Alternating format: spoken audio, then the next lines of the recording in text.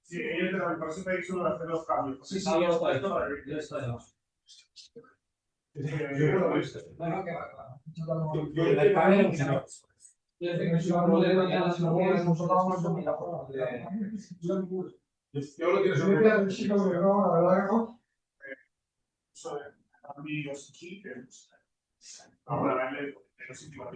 un minuto, sì. No.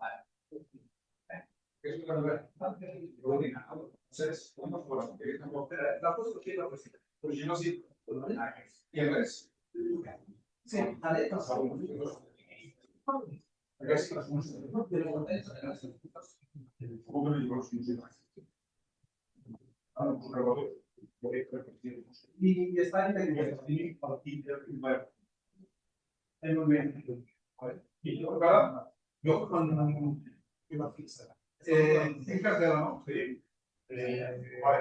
Usiamo una carta, dove sta il sito partito. Cosa cartella? E più dirette, sicuramente non potete conoscere. Vive Dropbox di basta, sì. Vedi cosa sta facendo? Ma spero un po'.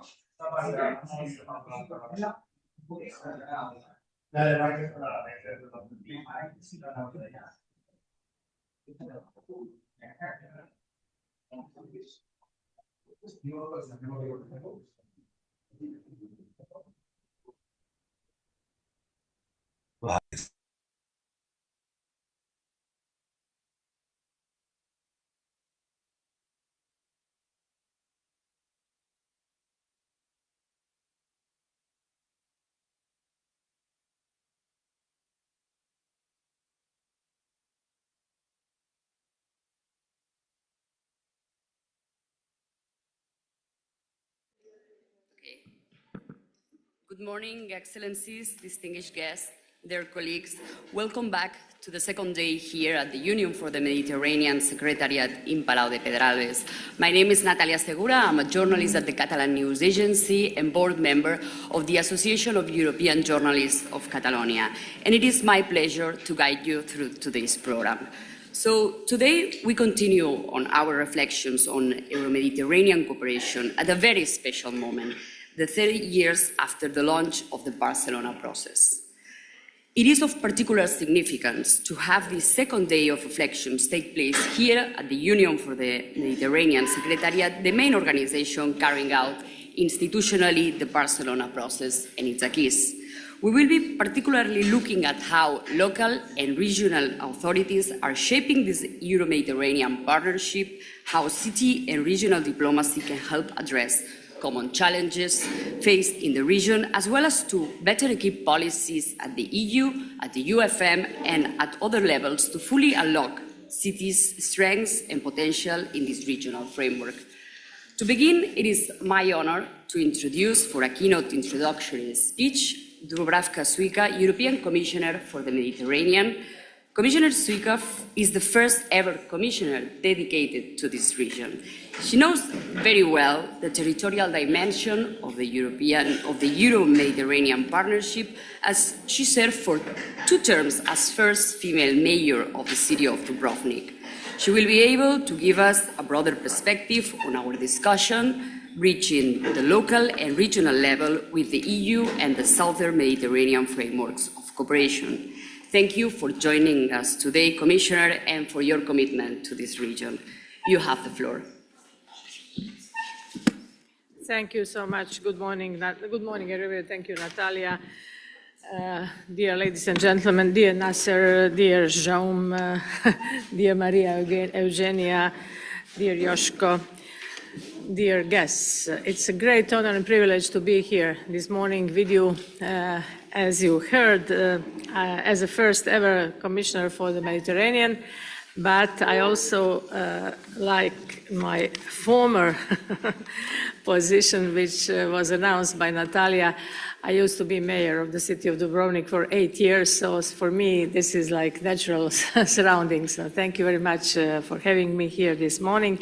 I was here in Barcelona just to tell you, 20 years ago, it was the occasion of the Barcelona 10 Plus. At that time, I was in different capacity, so I really have very good memories of Barcelona and of this MedCities meeting. So I'm really happy today that there are more than 81 local authorities from all shores of the Mediterranean, and all of you, all of us are or have been working for sustainable urban development. And this is a very important topic. You know that citizens are at the heart of everything we do, and no one is closer to citizens than you are at local and regional level. You know that tomorrow we are marking the signature of the Barcelona Declaration 30 years ago. At that time it was a milestone event and the beginning of a strategic process where we considered the Mediterranean as a shared space of peace, prosperity and stability. Of course, it was not always easy, as you know. It's not easy today, but we are trying to do our best. Catalonia and particularly Barcelona are key players in this endeavor, and I hope that you will continue to be key players here. So your strategic location, geographical location, historic ties to both Europe and Southern Mediterranean make you a center of gravity in our common undertaking. We, all of us, do appreciate your effort to foster a more cohesive Mediterranean community and in bridging gaps between different cities and regions. It is in the spirit of the Barcelona process that we are now taking our cooperation forward. And we are making a great leap, not just continuing business as usual. This is something which is different. Our Pact for the Mediterranean is the framework to lead us in the new beginning. It is grounded in a new partnerships of equals, co-ownership and joint responsibility.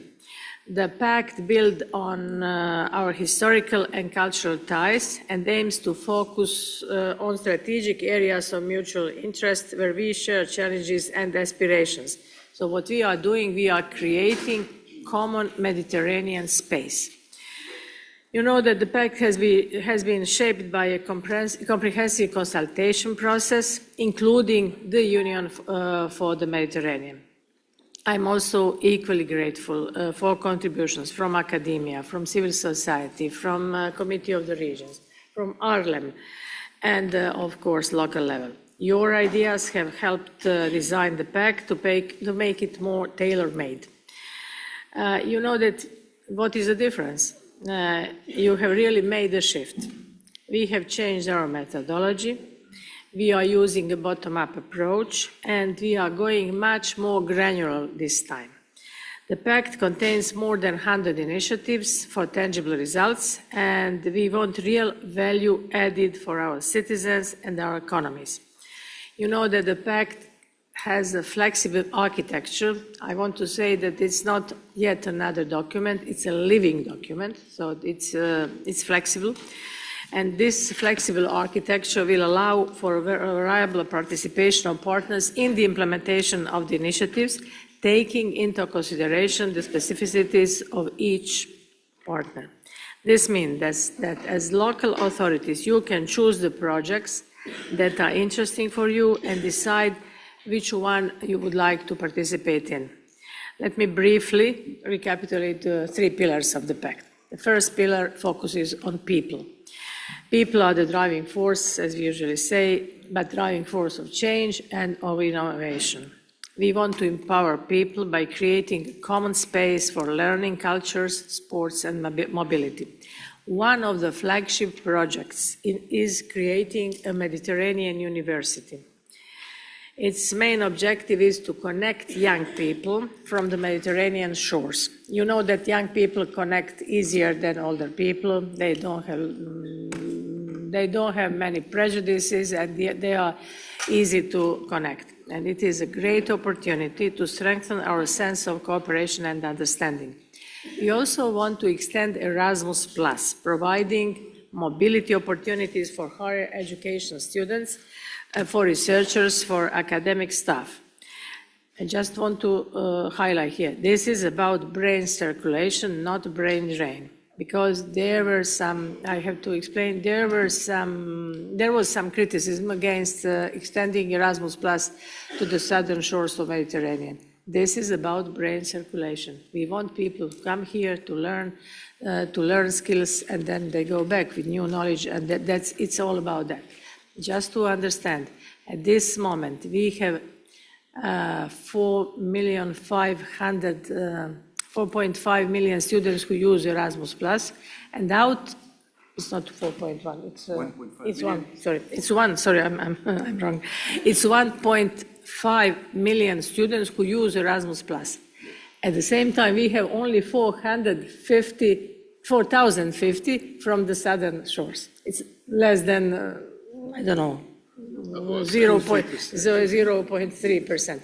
So just to understand, so this is not, we have to insist on extending Erasmus+. Just wanted to make you aware of what we are doing. And we also want to ensure young people voices, that they are heard, and we will establish a youth parliamentary assembly. Youth Parliamentary Assembly means gathering of all young parliamentarians to discuss their topics. We can only create a prosperous future for the Mediterranean with our youth, and this is very close to my heart because I'm a teacher by profession. I have worked a lot with youth, in the youth dialogues, panels of the future of Europe. You remember Conference on the Future of Europe, and as I said, as a former teacher. The second pillar is about economies, tapping full potential of our economies. So we will support SMEs and startups. We will expand our cooperation in renewable energy, clean technologies, and blue economy. Whatever we are doing, we do it to deliver growth and jobs. Our goal is to bridge the gaps in the skill gaps in labor market. And also, we are also talking about quality jobs here. Our prominent example of flagship project here is TMED, Trans-Mediterranean Renewable Energy and Clean Tech Initiative. It is about capturing the opportunities of energy transition. The potential, as you know, is in solar, wind, and green hydrogen in the Mediterranean, and it is enormous. We have enormous potential there. This will reduce our collective carbon footprint, so we are speaking about decarbonization of the region. It will increase our energy security and, of course, competitiveness on all of our shores. You know that our main priority in this mandate of the European Commission is, the first priority is competitiveness. First or second, same is security. So this is connected.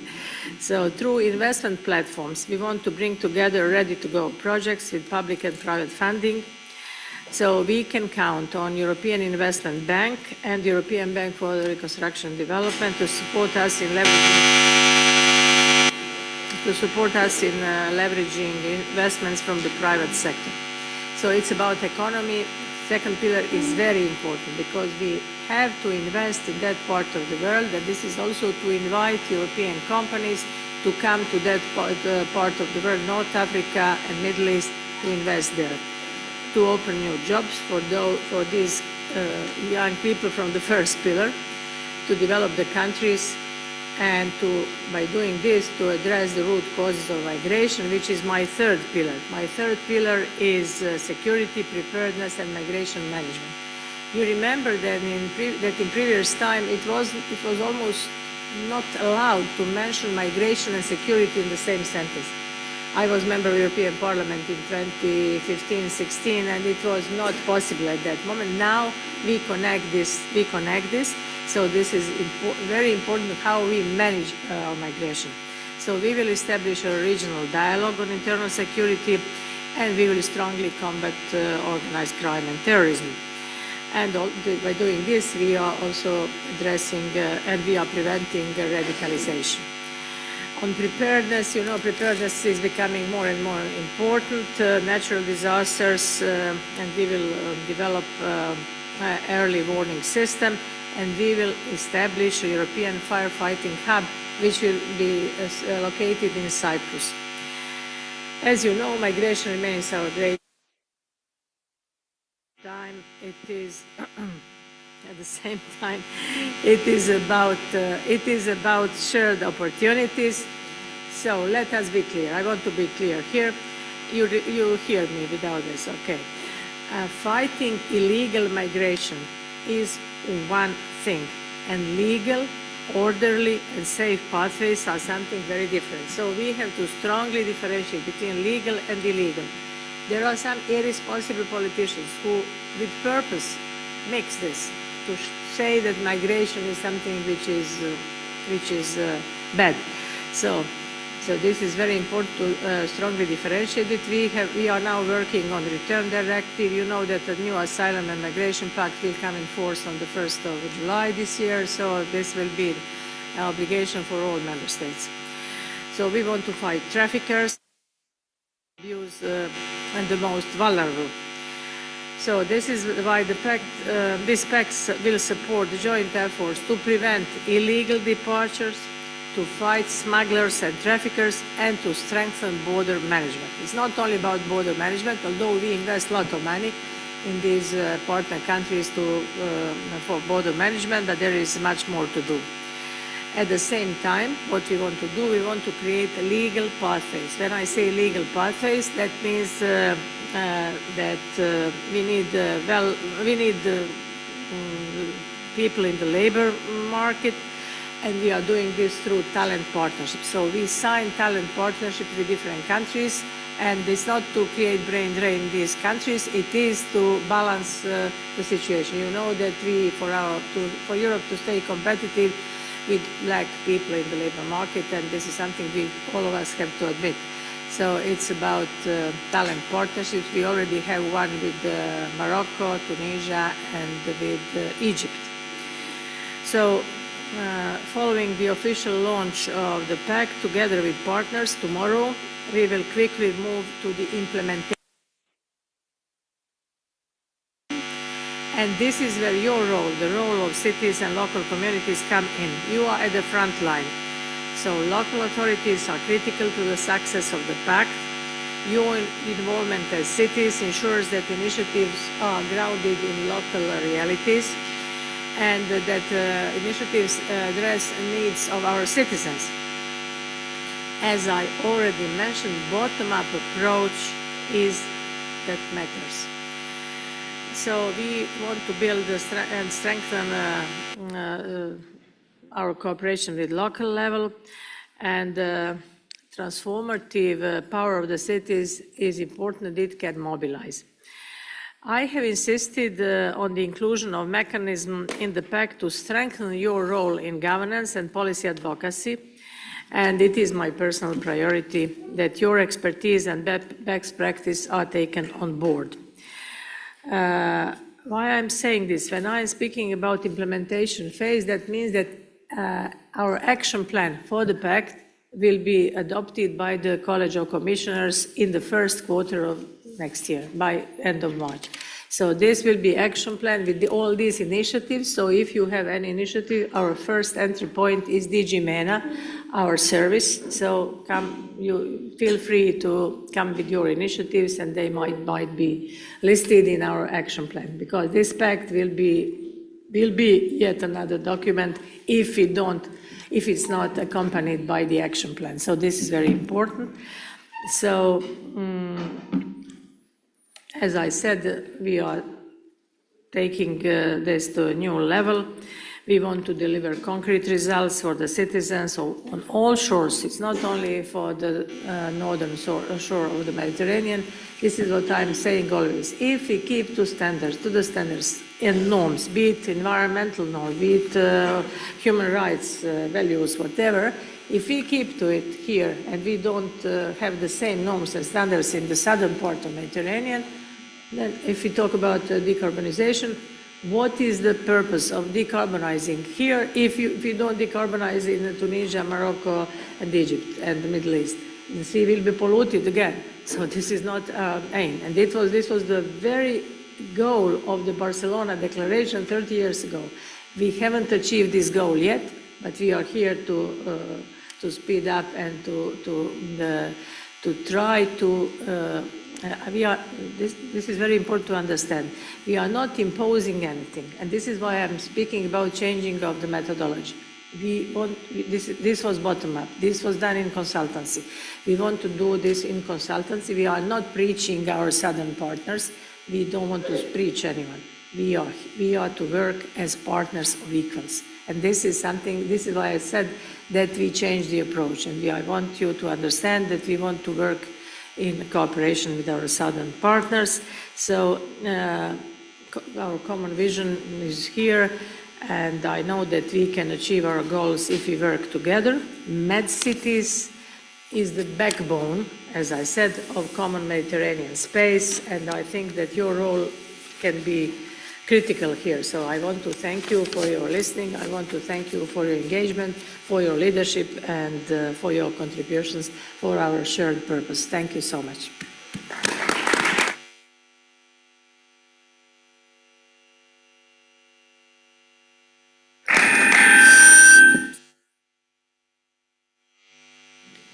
Yep, it's okay.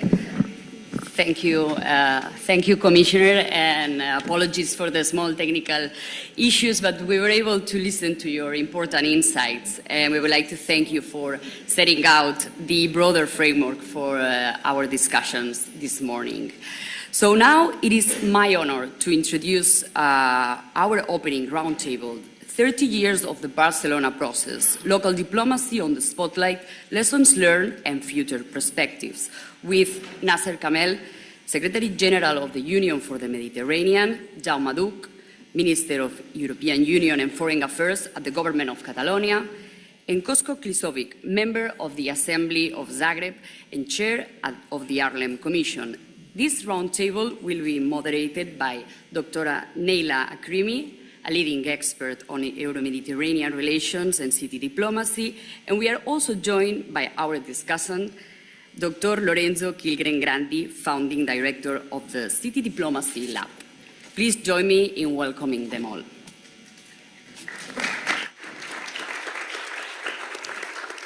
Thank you so much, dear Natalia. Thank you so much. And good morning, everyone. Good morning, Excellencies, colleagues, and friends of the Mediterranean.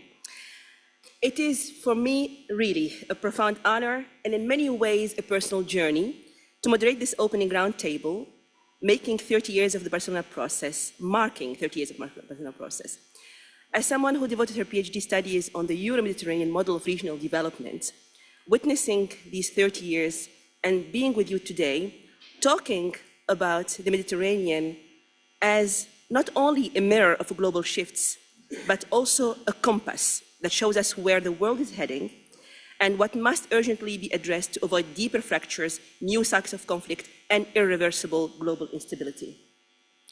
But also being an active part of the municipal movement, being part of different cities networks, and managing the development program for cities around the world where decentralized cooperation has been a key issue, I have seen how cities and local governments quietly redefine diplomacy and have been building bridges where national politics sometimes failed. This art of connecting communities across borders has become not just a complementary mechanism, but as a necessity for peace, for climate resilience, for social inclusion, and for rebuilding trust between societies. So actually the session today is about that very transformation. 30 years after Barcelona, we are not just commemorating a process, we are redefining its meaning through the lens of decentralized cooperation and local leadership. The world around us has changed dramatically. Conflicts, climate pressures, digital transition, demographic imbalance. Yet amidst these shocks, cities and regions have emerged as agents of stability, as laboratory of innovation and as first responders to the needs and hopes of our citizens. Yesterday, I was attending the discussion around the MedCities network, and our dear champion here, Claire Hart, has mentioned very clearly that city talks when states cannot.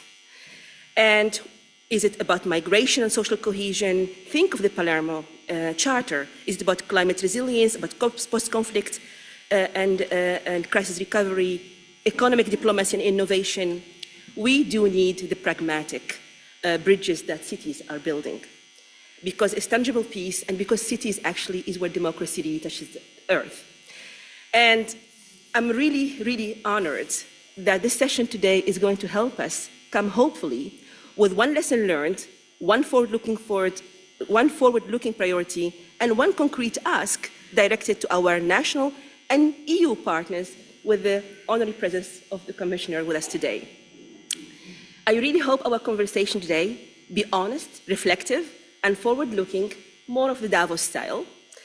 And I also would like to thank especially the colleagues from the EUD, UFM, City of Barcelona, Deputation of Barcelona, the region of Barcelona, Catalan, because thanks to you and thanks to all the support, especially to Senate Cooperation, this topic has been brought to the attention. And I'm truly honored to be joined by a distinguished panel of leaders who have shaped and lived the Euro-Mediterranean story. Your Excellency Ambassador Nasser Kamel, Secretary General of the Union for the Mediterranean, has a career diplomat and one of the architects of regional cooperation, who continues to give political and strategic direction to our shared Mediterranean agenda. And let's be honest, Your Excellency, you are steering the UFM through some of the most complex geopolitical and developmental challenges of our time. Also, Honorary Jaume Duc, Minister of European Union and Foreign Affairs in the government of Catalonia, a communicator and strategist who understand both the institutional architecture of the EU and the aspiration of regions like Catalonia to play a proactive role in the Euro-Mediterranean engagement. And also Dr. Joško Klisovic, President of the City Assembly of Zagreb, Chair of the Arnhem Commission, and Rapporteur of the European Committee of Regions, who connects diplomacy, climate governance, and the power of multilateral cooperation in tangible ways, which is particularly relevant to our debate. And last and not least, my dear friend, the discutant Dr. Lorenzo Tilgren Grandi, founding director of the City Diplomacy Lab, whose academic and practical work defines what city diplomacy means at the 21st century, how local governments can act globally and influence peace, stability, and inclusion. Let's open the floor for the first round of questions. And I know some of you have prepared your presentation, but please, let's focus together on this first question I would like you to reflect on, which is looking back at 30 years after the launch of the Barcelona process, what did we get right? And what must fundamentally change if we want cities and regions to become co-authors of the next Euro-Mediterranean chapter?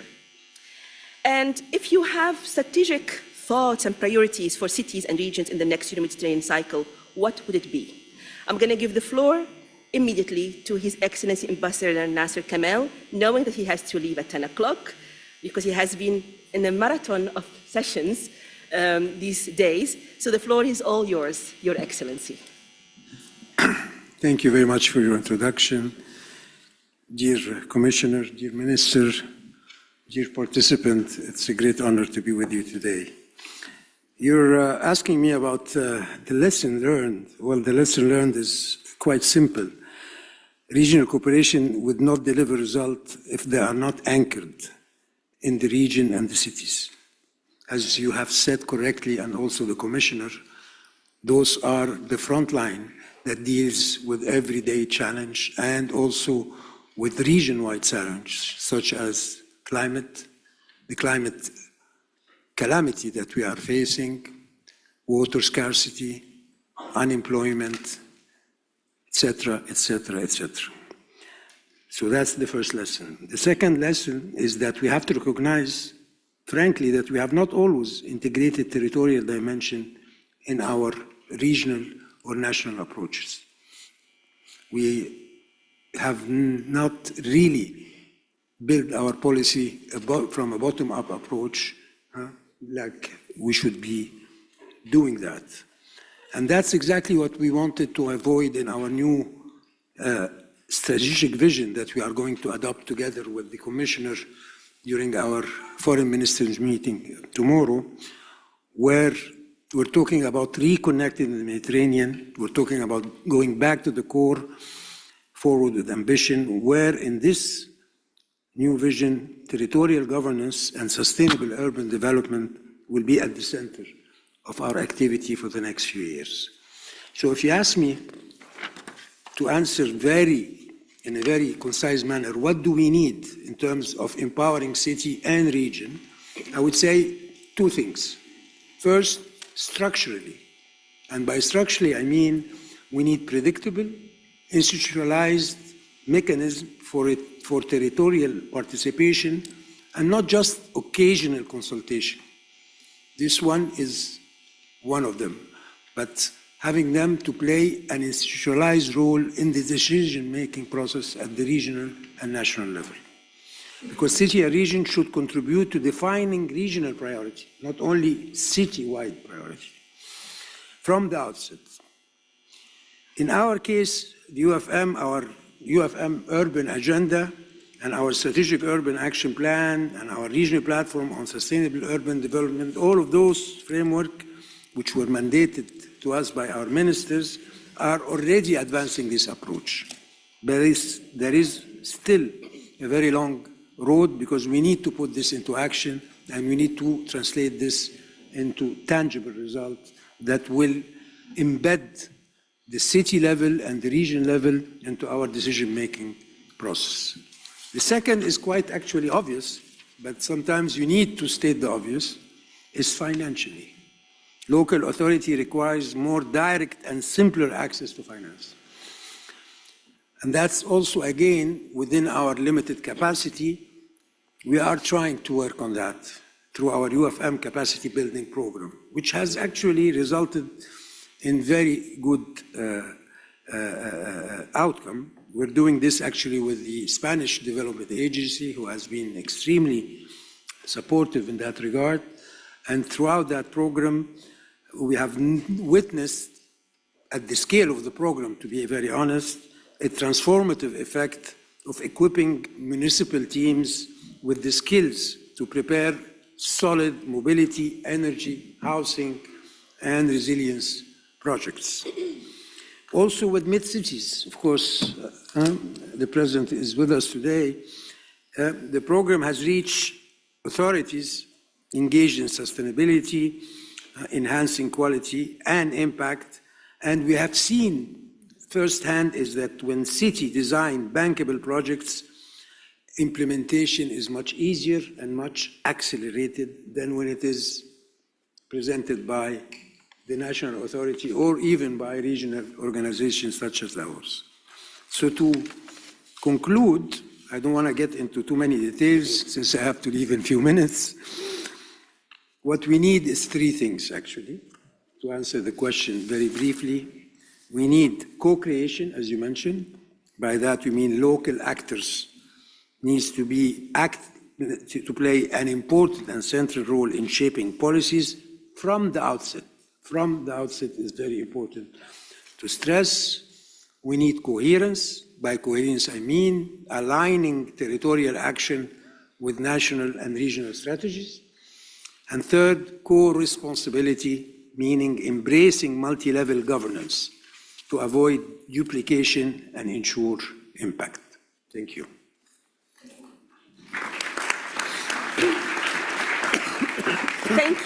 Thank you very much, Your Excellency, for bringing the points directly where they should be. I really must admit that what you say is really music to my ear for admitting the frontline responsibility of cities and how they are really our allies to overcome those challenges. You have mentioned how important it is to keep pressuring the integration of local authorities within the framework, the policy framework in general, which is very important because when that lacks, you lack really efficient policies. So very happy to hear that. And I'm very happy, also very proud that Strategic Vision 2025 has endorsed that. You mentioned how important to structure the mechanism participation to make it much more predictable. And also you mentioned the importance of predictable financing, because what is really important to create a space where local government to grow, not only survive. That's really, really important. And what you mentioned, I think that also reflects on what Barcelona 2025 is about being transformative. If Barcelona 1995 was visionary, Barcelona 2025 has that call to be transformative. What you mentioned about the co-creation, the coherence and the alignment, and the co-responsibility and the multi-level governance are very key issues when it comes to efficiency. And I think it opens the door for a very strong collaboration with local authorities and national authorities. Thank you so much, Your Excellency. And of course, you will be free to leave us because we know that you have other engagement. Please warm applause to His Excellency Kamal Nasser Kamal. Thank you. Continuing with the question, and I'm addressing these questions to His Honorary Jaume Duc. I've been listening to your presentation yesterday with the civil society, and you have brought forward the very added value of region and cities when it comes to the Euro-Mediterranean partnership. We would really like to hear more from you about that, reflecting on the 30 years and also how we can strategize the priorities to make it much more consolidated with the hopes that we all have and still have, had and still have for the Euro-Mediterranean. The floor is yours. Thank you very much. Good morning, everyone. Thanks, Commissioner, for being here in Barcelona. Delighted to be also with the Secretary General of UFM, the Barcelona City Council, and of course with MedCities. I'm not going to say things very different from what you already listened from the Commissioner and from Mr. Nasser Kamel, and I think that this is good news. This is positive because it means that we are quite aligned after this first 30 years, let's say, of cooperation. First of all, the most important lesson of these 30 years, in my opinion, it's the fact that we were able, through this Barcelona process, to build something which is important, which is truly valuable, which is this culture of cooperation. And this culture of cooperation has survived all kinds of crises, political crises, economic shocks, transformations, I would say even dramatic transformations, and that's probably the most positive element. But at the same time, this has also revealed a limitation, a persistent limitation, which is the fact that it's true during those years, cities, regions still were too often treated as secondary actors, even though we carry most of the responsibility for delivering the very policies that the same process of Barcelona has been promoting. If you think about climate adaptation, you think about water management, it was mentioned also by Mr. Kamel, social cohesion, youth participation, mobility. In all these cases, for all these policies, local governments are the frontline institutions. We are those that turn political commitments into concrete services, in infrastructures, and in some way in opportunities. But it's true that during these years, our voice has not been structurally integrated into the Euro-Mediterranean architecture. So this is, in my opinion, the key lesson. No regional project, in this case the Mediterranean project, will succeed unless it incorporates the knowledge, the experience, and the legitimacy of territories. Okay, let's try this one, fine. And let me quote Commissioner Suiza last Monday in Strasbourg during the debate on the Mediterranean Pact, when she said that the pact must be grounded in local realities and requires active engagement of local, regional, national, and European levels. This is the message, and this is why we are so delighted that it was repeated this morning here by the Commissioner herself.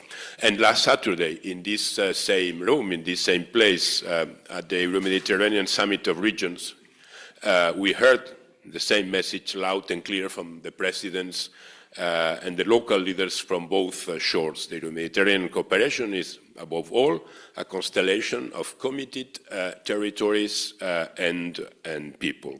So looking ahead, what should be a priority or one of the possible several priorities for the next years, for the period 26-30? In my opinion, it's mostly about climate resilience.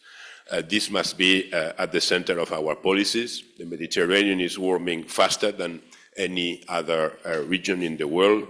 Drought, water scarcity, heat waves, coastal erosion.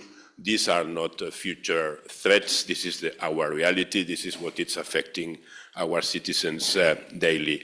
But for this, first of all, local governments, we will need sufficient resources to respond, to plan, to adapt, to protect. It's not a single policy field. It's linked to many other fields. It's in the intersection of social justice, territorial cohesion, energy transition, food security, public health, economic development, and you name them. From this point of view, I would like also to say that we, as Catalan government, we will be more than happy to share our own experience to this challenge. We are already deploying long-term strategies like our Energy and Climate Plan 2030. We participate in major EU initiatives, the LIFE projects on territorial climate vulnerability, Horizon Europe programs for energy response, local planning capacities, and others. We advocate for an Euro-Mediterranean climate resilience agenda built around 3 pillars. In reality, 3 ways of sharing knowledge, sharing responsibility, and sharing capacity. And again, this aligns directly with what Commissioner Suiza called these bottom-up partnerships of equals, grounded in ownership and joint responsibility, and it echoes the joint declaration from Barcelona signed here in this room last 22nd November. And just to end and answering to the third question, a concrete request: if we want this resilience agenda to succeed, we need more than partnership. What we need is governance, and this was also mentioned both by the Commissioner and by the Secretary General of UFM. Let me be very clear in this aspect. The Euro-Mediterranean Partnership must institutionalize the role of cities and regions in the design and the implementation and in the monitoring of policies. This was the central request from our Euro-Mediterranean Summit of Regions, and we asked 3 concrete steps. First, a territorial monitoring and evaluation mechanism. Second, a dedicated technical assistance facility co-funded by the European Union to enable decentralized cooperation projects with rigor, with capacity, and with the scale that they require. And third, an active structured participation of the territorial actors in defining the first action plan of the new Mediterranean Pact, moving from consultation to co-responsibility. I think that with these 3 concrete steps, with these 3 demands, we would be able to open to our cooperation, to our work for the next years in a much better way, in a much better framework than the one existed during these first 30 years. Thank you very much.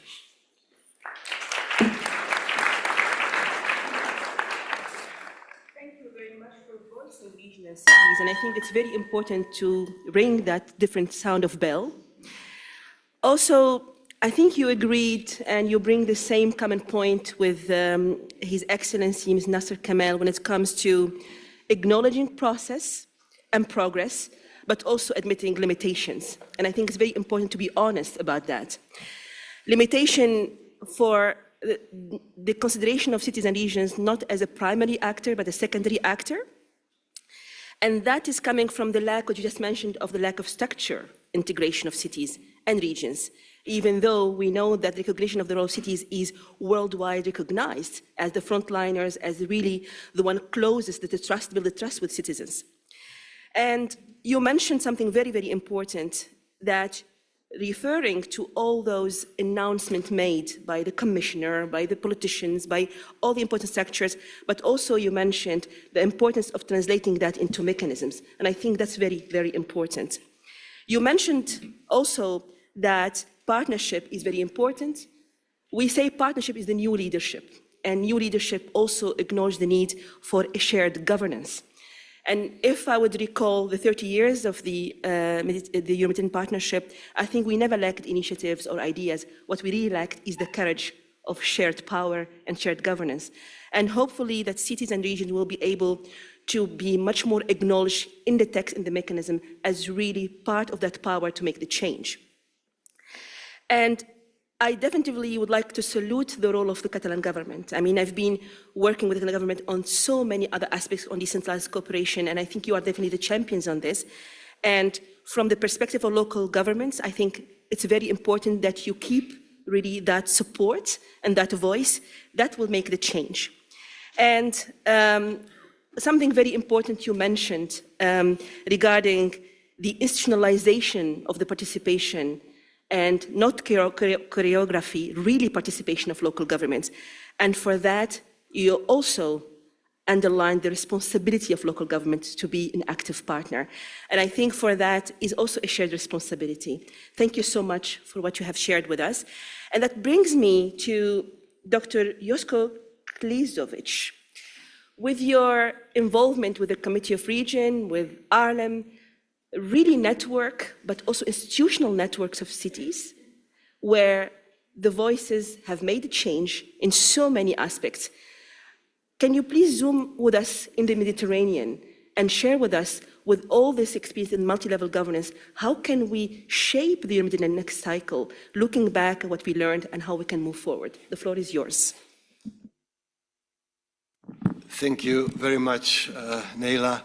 And let me, at the very beginning, say how privileged I am to be here with you to discuss such important matters at this important event, to be here at the front table with our leaders, decision makers, people responsible for our future, for the course of action we are going to take in next decade.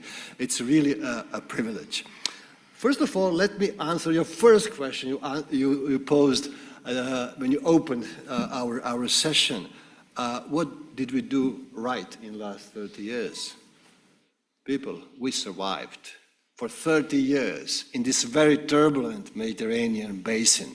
So Barcelona process not just has survived, but it's even stronger with every new day. And I think that we learned some very important lessons which makes us stronger with every day. And these lessons are, first, for me, that without cities, without regions, there is no proper implementation of policies or goals.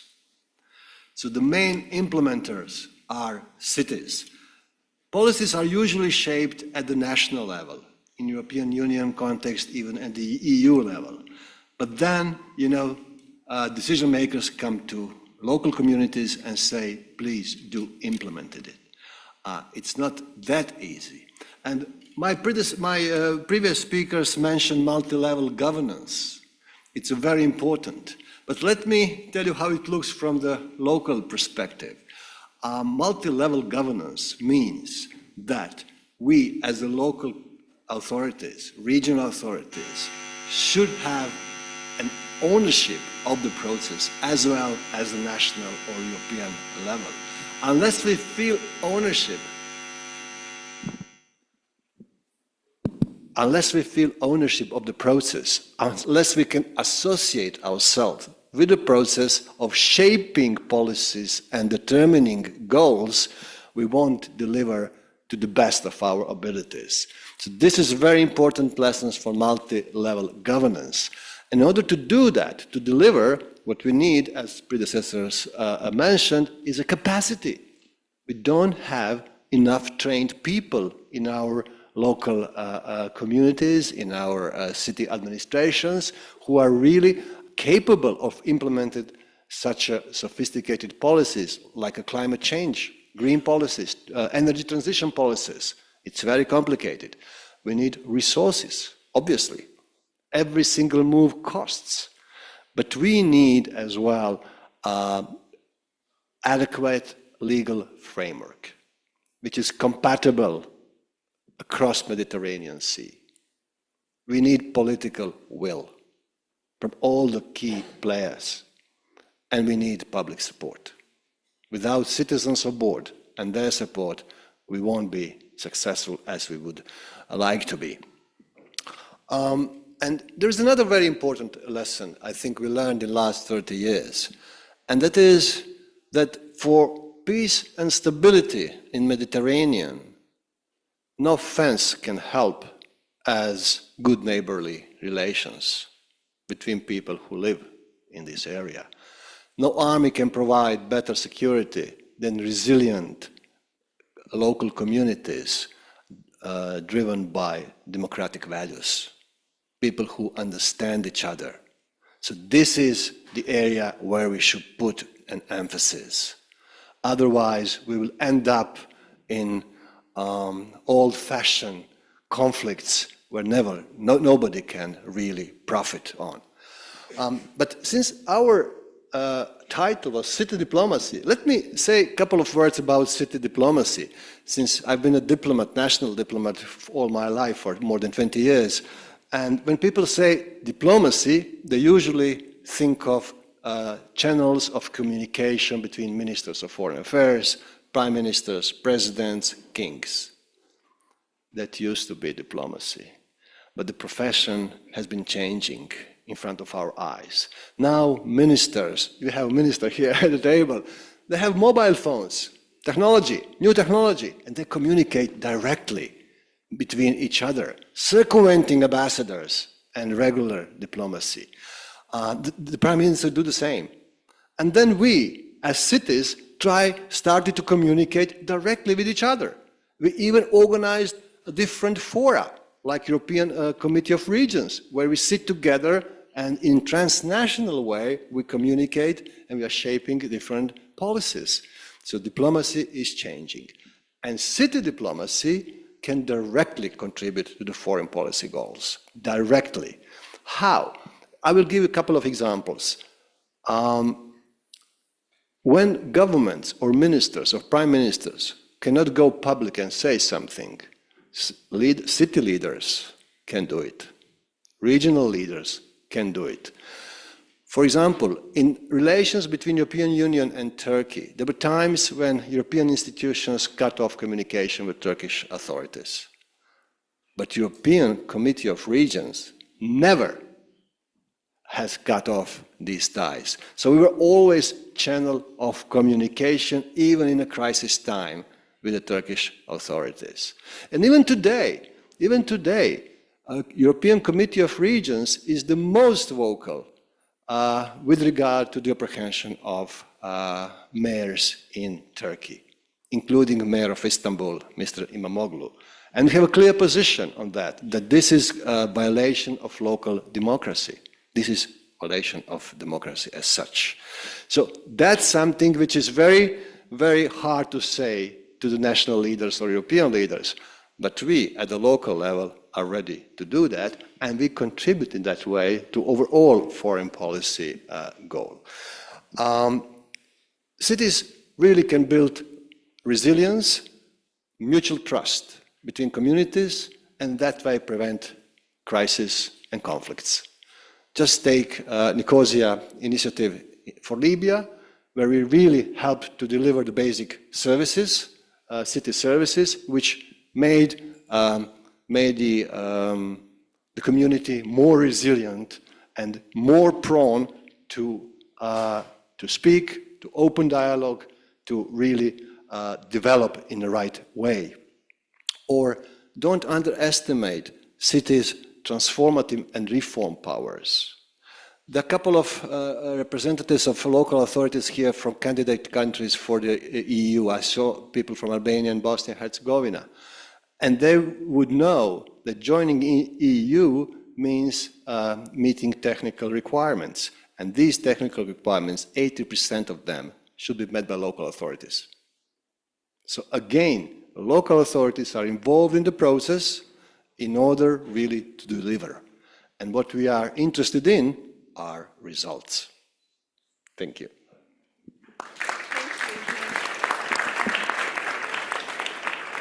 Thank you indeed. And I think I'm going to start with the second part where you made a very clear statement how important city diplomacy is, how pragmatic it is. I used to be myself a diplomat, and I remember how difficult it is to approach some topics. But within cities and peer-to-peer, there's no taboos. You say it, you bring it to the table, and it helps solve issues. And I think the fact that you brought city diplomacy as a complementary to national diplomacy is very important. It's not against it, it's not excluding it, it's part of it. And I think what is really important in what you have shared in your perspective of city diplomacy, how important it is to bring that people-centered approach to policies. And we see that in the Pact for the Mediterranean, we see that in the strategic vision of the UFM, that people-centered approach, and city diplomacy does help endorsing that. And on your point on the legacy of the 30 years of Barcelona, the fact that we survived, and I think it says something about the relevance. What the Euro-Mediterranean partnership is about is relevant, and the relevance is still there. I think you have crossed the same topics about the need of capacity enforcement, also embracing the complexity of multi-level governance, but still doing it. And also, I think it's very important, and I think it's very natural that you bring that forward, is the question of democracy. Democracy is a basis for all this to thrive. So we should not forget that ecosystem for cities to be able to be a very strong partner for the Euro-Mediterranean partnership. Thank you very much for your insightful thoughts and perspective of how things have been and what are the strategies that we should focus in the coming period. But if we look ahead, and again, I would like to ask you to be open and honest and share with us from your own personal experience, but also your institutional aspirations. If we look ahead, and if there's something that we all agree that should have been the focus of the Euro-Mediterranean, not the question of why, because we know it's important, not the question of who and what, because we know who is involved and for what, but the question of how. How are we going to translate all those aspirations into mechanisms and tools and solutions? And I would like to start with you, Honorary Jan-Meduc. What are your thoughts about the beyond 2030 for the Euro-Mediterranean? What are the tools and what are the mechanisms, the solutions we should really involve structurally to make the difference? The floor is yours. And the mic also. Thank you. Thank you very much. It's working? Yes. Thank you very much. Well, I think that this is something more or less we all mentioned during this first round, but just to underline a couple of things. First, I think that we need a roadmap, and we got it. It's this Euro-Mediterranean Pact, which has been adopted by the European Commission, which has been, let's say, accepted by the Council of Ministers of the European Union, and which will be presented tomorrow also to the Ministerial Conference of the Union for the Mediterranean. All the elements of what we need to do together, jointly, are in this pact. Of course, now the question is, how do you develop this pact? And for this, you need at least two important tools. One is the working plan. You need to transform the elements, let's say, the narrative, the storytelling of the pact in concrete elements, in concrete points, in priorities, and also in timelines. You need to put dates, you need to put deadlines after every element of this pact. And second, you need resources. If there are no resources, nothing is going to be done. And these resources, of course, need to be mobilized mostly by the European Union. And there we know that the next 1.5 years is going to be a difficult year because we will be in the middle of the process for negotiating the multi-annual financial budget for the European Union to 2028 to 2035. And it's going to be difficult because we know that there will be less money and there will be more priorities. We know that right now it's a lot about security and defense, it's a lot about digitalization, it's a lot about competitiveness, and it's right, and it's necessary, but the question is what's going to happen with the cohesion policy, what's going to happen with the regional policy, what's going to happen with cooperation policies, and in this case, what's going also to happen with the funds to be to make this Mediterranean Pact operational. And I think that this is one discussion where we will need to align all together, not just at the level of the national governments, of course they are essential, but also in the European Parliament, in the Committee of Regions. Josko knows a lot about this.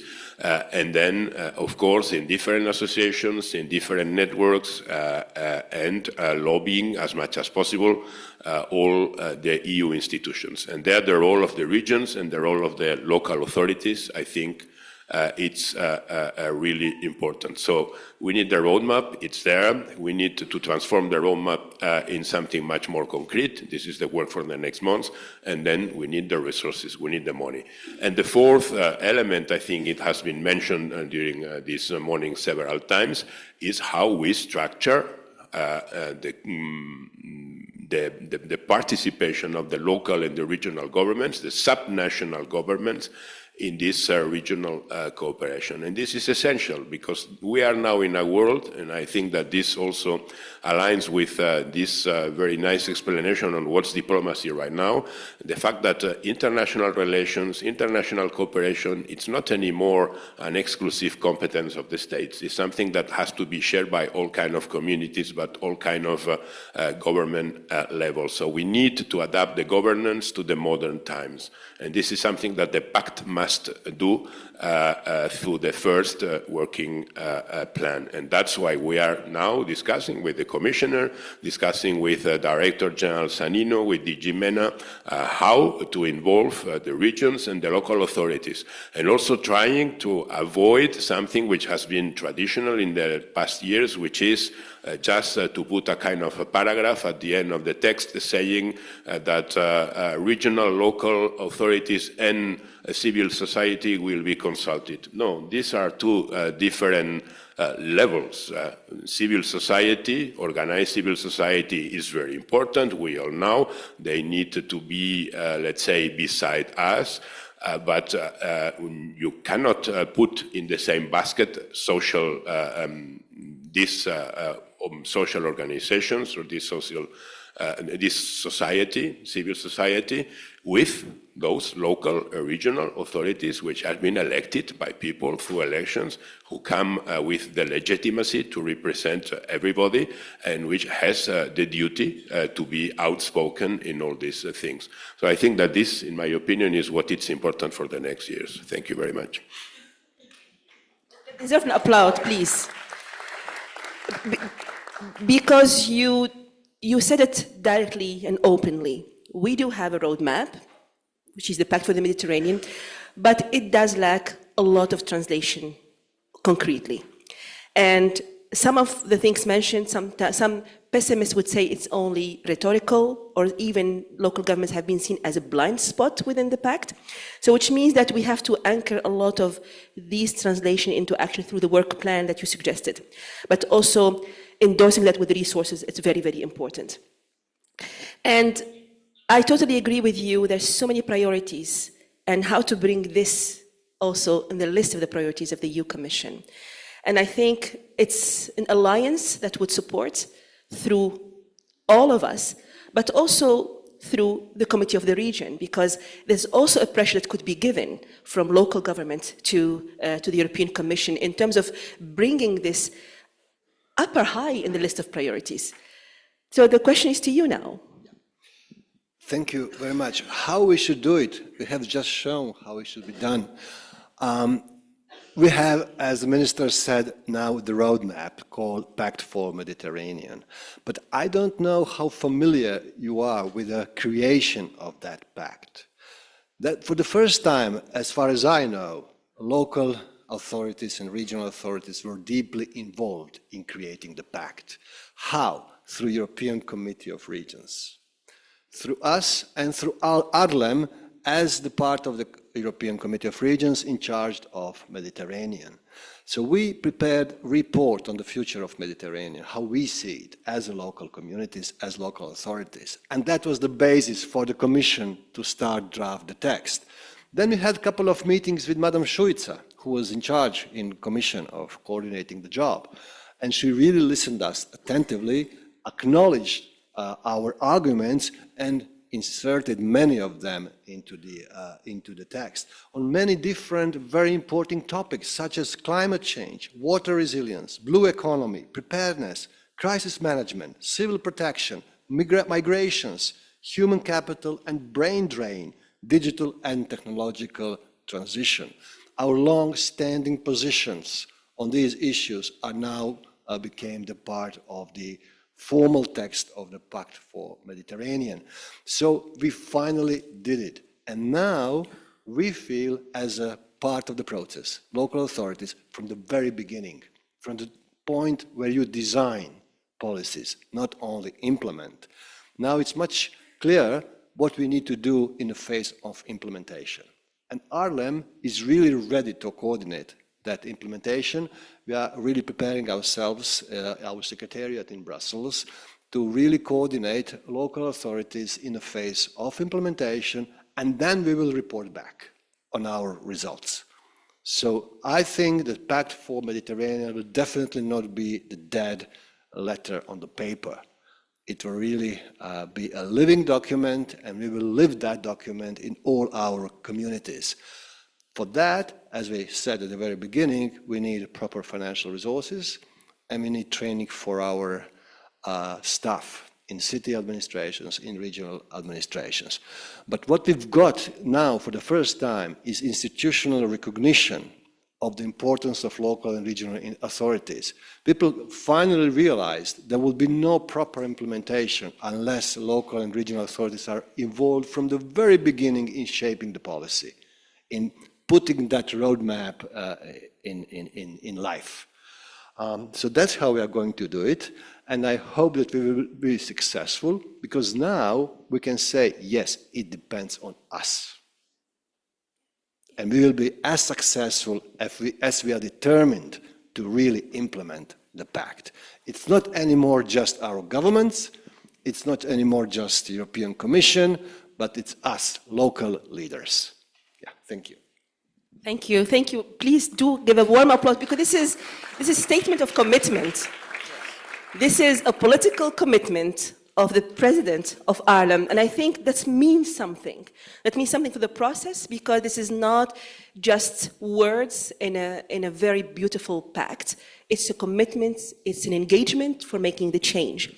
And what you said also calls back also what Honorary Minister Duke mentioned about not being part of the design, but also being part of the implementation, of the evaluation.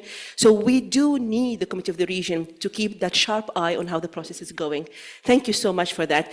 And really thank you for your transparent, open, passionate engagement, because this is what is really needed to make the difference, beyond the words, beyond the papers, beyond the policies. And now I turn to my dear friend, Lorenzo Grandi. You've heard very, very interesting and insightful statements, analysis. From your own perspective, having instrumental in defining city diplomacy as both a discipline and a movement, how, from your own experience, do you reflect on what has been said in the context of the Euro-Mediterranean? The floor is yours, Lorenzo.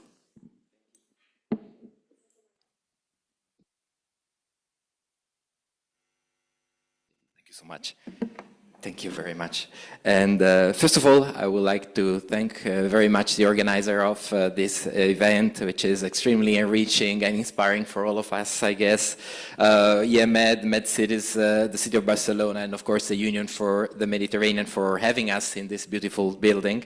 And of course, many thanks to the inspiring panelists that preceded me, Ambassador Kamel, Mr. Duk, and Dr. Klizovic. And many thanks to our skilled moderator and friend, Neila Akrimi, Dr. Akrimi. And of course, many thanks to all the voices that have been taking the floor over these last 2 days. And I think that there is really something happening here, the shaping of the future of the Mediterranean. And we can see how many inspiring ideas are coming from the floor. I believe that this conversation has highlighted a set of clear messages about the strategic vision and the mechanisms and solutions to achieve them. First of all, I would like to recall that what Ambassador Kamel said earlier, regional cooperation has to be anchored in cities and regions. This is really the start of it. And as Mr. Duk mentioned, the voice and experience and legitimacy of Mediterranean territories is a condition for success. And as Dr. Klizovic mentioned, also this role of cities is so important that, in fact, without cities, there is no proper implementation. And I think we all agree with that. And that there is more, of course, that can be done in this path, but there is a joint commitment that is emerging right now. We can see that this is a shared commitment, both of the Union for the Mediterranean, the European Commission, but also Ireland, of course, and all the cities and the local governments that are gathered here. And of course, we have this roadmap, as Mr. Duk mentioned, the Pact for the Mediterranean that has this very important role for the implementation, and an implementation that we require the contribution of all of us. And I believe that this opens up the space for discussing the role of city diplomacy and or local diplomacy, as it's in the title, a little bit more deeply. And my perspective is that what local authorities, cities, regions are actually doing right now is reversing the dynamics of international relations. There is a sort of a local to international paradigm that is being completely inversed, because we have always seen, and this is still happening, of course, that we have global challenges that are deeply impacting territories. We have this landing of global crisis on the Mediterranean territories in particular, and it's a fragile territory that we have seen particularly affected by a diverse set of challenges. But at the same time, and this is the inspiring and interesting part, local solutions are rising internationally. The solutions that are crafted in your territories. And I think that this is an opportunity that arises even when there is a lack of other options, has been said. So this is a creative, innovative approach that Mediterranean territories are putting in place, are creating the opportunities where there are none. And of course, we have seen this done multiple times bilaterally. Yesterday, we had an insight on a number of bilateral partnerships in the speakers that are, as Vice President of Montpellier, Claire Hart, mentioned, win-win, gagnant-gagnant approach, so that we have a really, truly mutually beneficial partnership.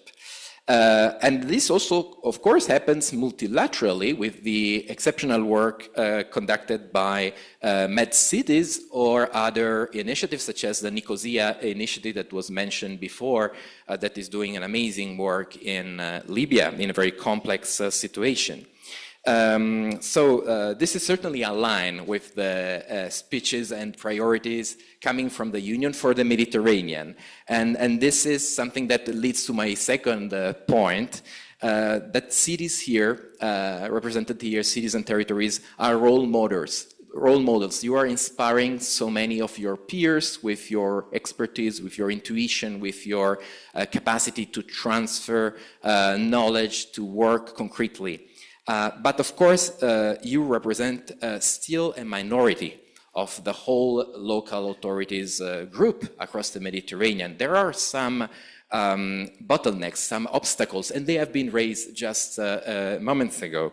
I'm thinking about capacity, as Dr. Klisovic was mentioning, or money, as Ambassador Kamel discussed. And I would add certainly the dimension of autonomy, and more specifically political autonomy, that sometimes in a framework of limited decentralization is quite difficult. And political autonomy is really the pillar for cities to be able to implement the wishes, the priorities, and the energies of their own territory into something international. And I believe that the solutions to all of that is emerging quite clearly, is this multi-level cooperation. And I think it's quite evocative that the lowest and further public institutions are connecting with each other. Basically, the subnational and supranational institutions are clearly aligned. We can see this now. It's a sort of a sandwich, if we can say so, and in the middle we have national governments. And this is a very, very value-based partnership, I would like to say. Clear alignment of priorities. We have 1 minute, perfect, thank you so much. So the partnership, the sustainability, and peace are very much guiding the approach of both institutions. Of course, this can counterbalance the inactions, the tensions, and the confrontation of traditional AR, in particularly when they are based on power politics. So concretely, and to end up with that, this structural collaboration is emerging with a number of pillars: the co-creation and co-responsibility for coherence and impact, the public awareness. So of course there is an additional effort to be done to share awareness of the benefits of what you are all doing, lobbying to institutionalize the role of cities and co-ownership to adequate legal framework, capacity building, financial support for those cities who have the ambitions but not the means to do so. And well, all in all, I think this is the recipe for growing the Barcelona process for the next 30 years, bolder, more strong, and even more impactful for the next 30 years, but also beyond that, of course. Thank you so much. Thank you so much, Lorenzo, for summing up, but also sharing your wisdom from your own perspective on city diplomacy. This is the end. We reached the end, and we are respecting time. I would really, really like to thank the organizers, join you for thanking everyone, and also thanking our panelists for their really inspiring speeches and interventions. I would like to leave you with 3 small ideas. First of all, the Mediterranean remains our compass, the region where global challenges converge and where shared solutions can emerge. The next decade must move from consultation to co-creation, from projects to partnership, and from state-led diplomacy to shared governance, where local governments are acknowledged and actively participating. 30 years later, we have the responsibility to make this vision work. So I'm calling upon all of us for this high level of responsibility, through the agency of all stakeholders, especially our cities, our mayors, our citizens. And as we say, coming together is a start, staying together is a progress, but working together is success. So let's make this happen. Thank you very much, all of you.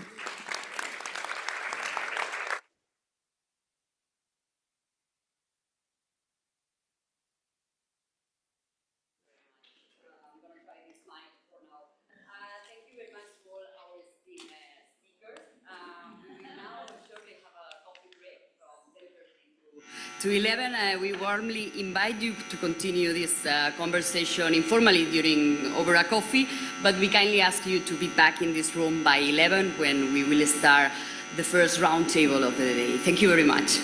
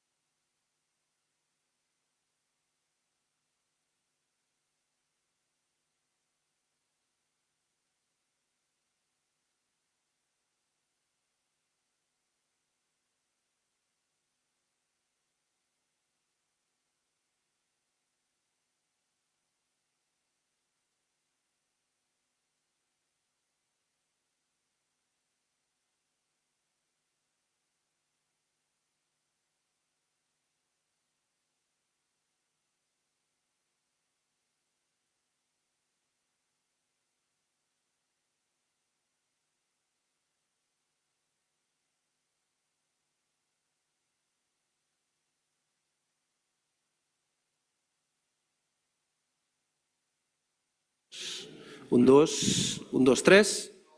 Un, dos, tres, quatre, cinc, sis, Deixa un micro obert set. i anem connectant. Els deixo obert. Bueno, potser no tants micros oberts. Ara estan aquí. Per pocs.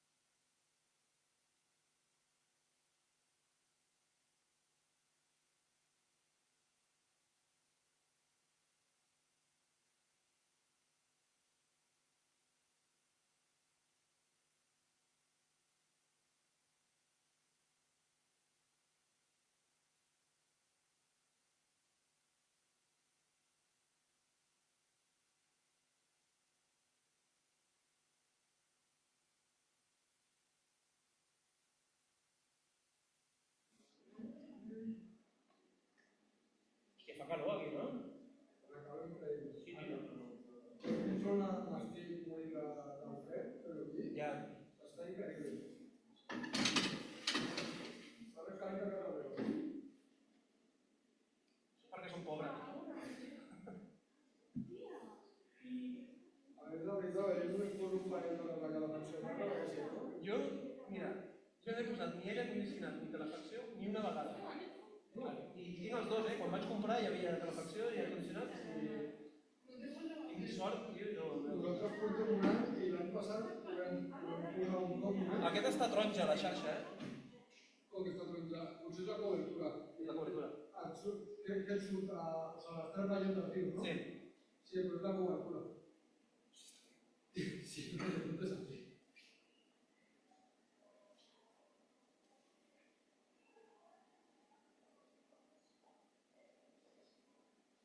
Però aquí és perfecte, aquí no. Tu pots fer sortir, això.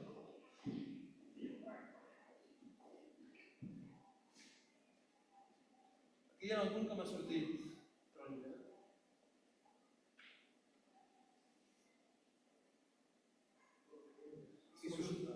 Si no, ara, quan dramàtics càlculs, ens hem de moure una mica.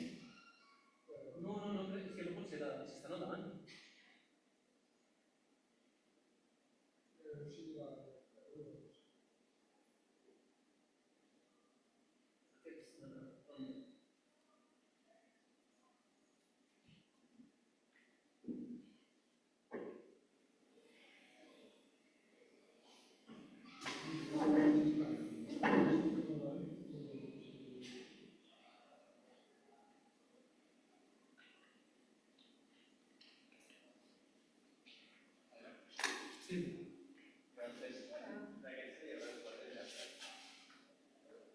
Sí, sí, però dos fan el mateix combinació.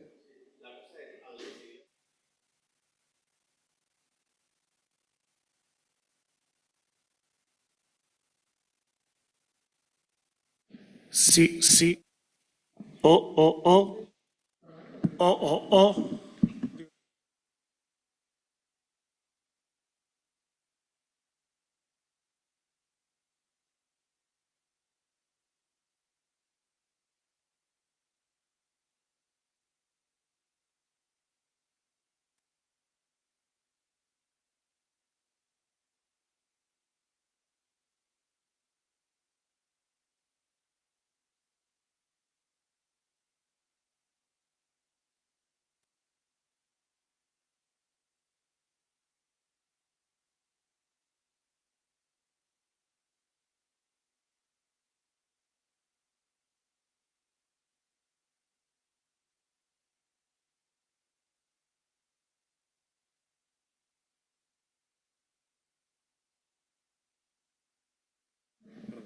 Sí, sí, sí.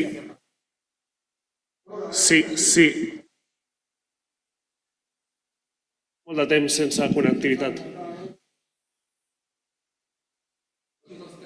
Sí, sí, sí. Hola, hola, hola. Una estona, vale? Està un altre cop posat amb la prioritat aquesta de dos i el tercer apagat. Dos, no sé, en espera. Que no sé qui el posa... Hola, hola, un, dos, tres. Un, dos, tres. Hola, hola, un, dos.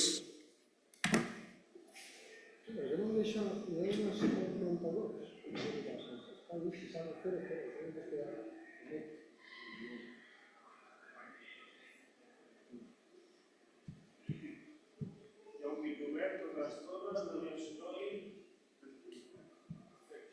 Marquem aquella tela. També és veritat que això també vull dir-ho, no per ser gafe, però ara mateix no n'hi ha ningú a la sala. Ja. Però sí hi ha bitxos connectats. Sí, veieu algú connectat a Rexeta? Ja. Hola, hola, hola, hola. Hola, hola, hola. Com obres? Aquí. No, estàs en Espera, t'apago. T'han de donar un permís. Ara sí. Hola, sí. Sí, sí, sí. No, si el tema és si entra un, entren tots. Sí, que no hi hagi... Sí, per això havia deixat un obert. Sí, anem canviant 61. Val. Oh, ep. Ara sóc jo. Sí. Microflex. Microflex.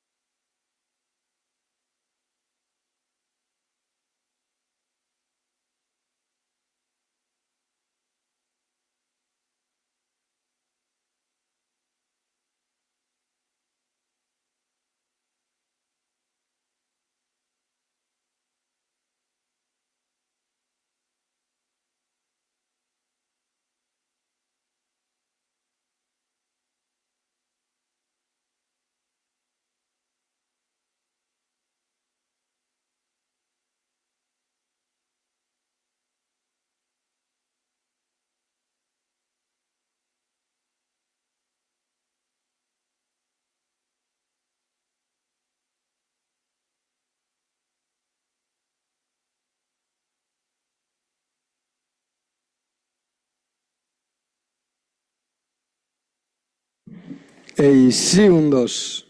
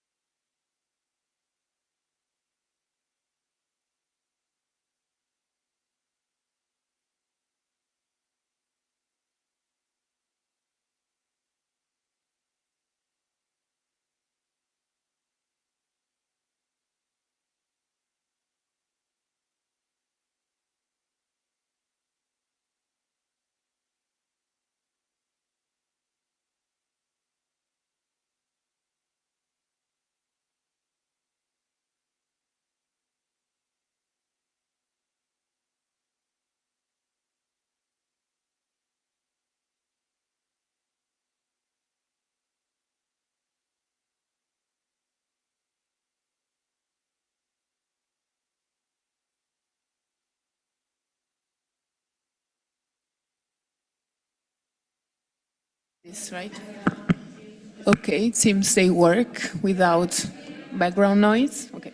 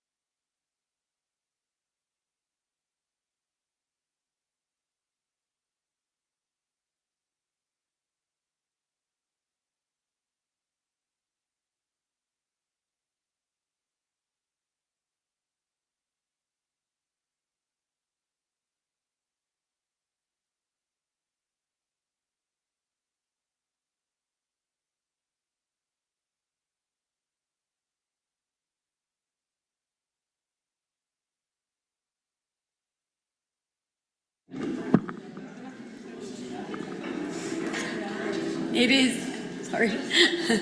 If you can start taking your seats, please, we'll resume in a couple of minutes. Thank you.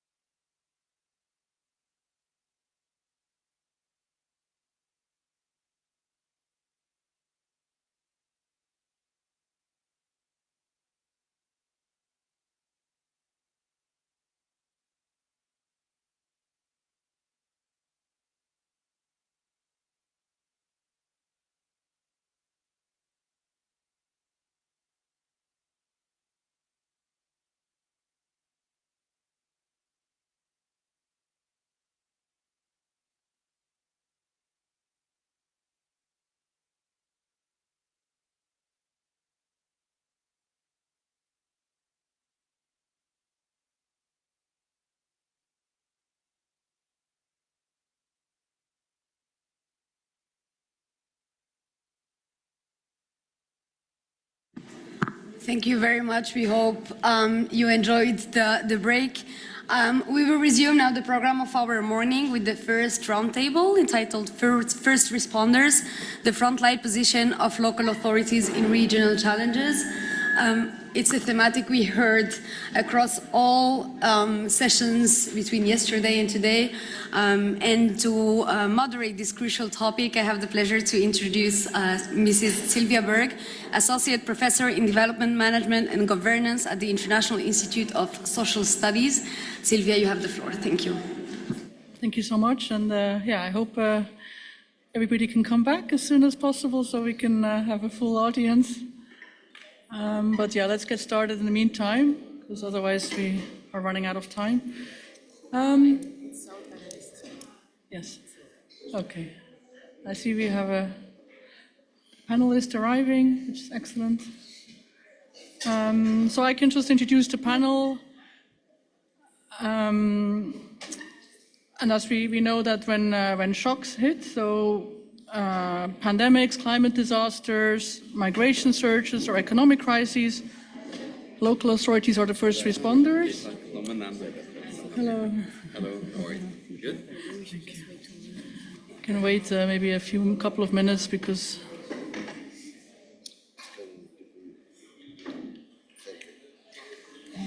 if I can ask you to be brief with your answers, maybe 3-4 minutes each time. Okay. Then we have time for the.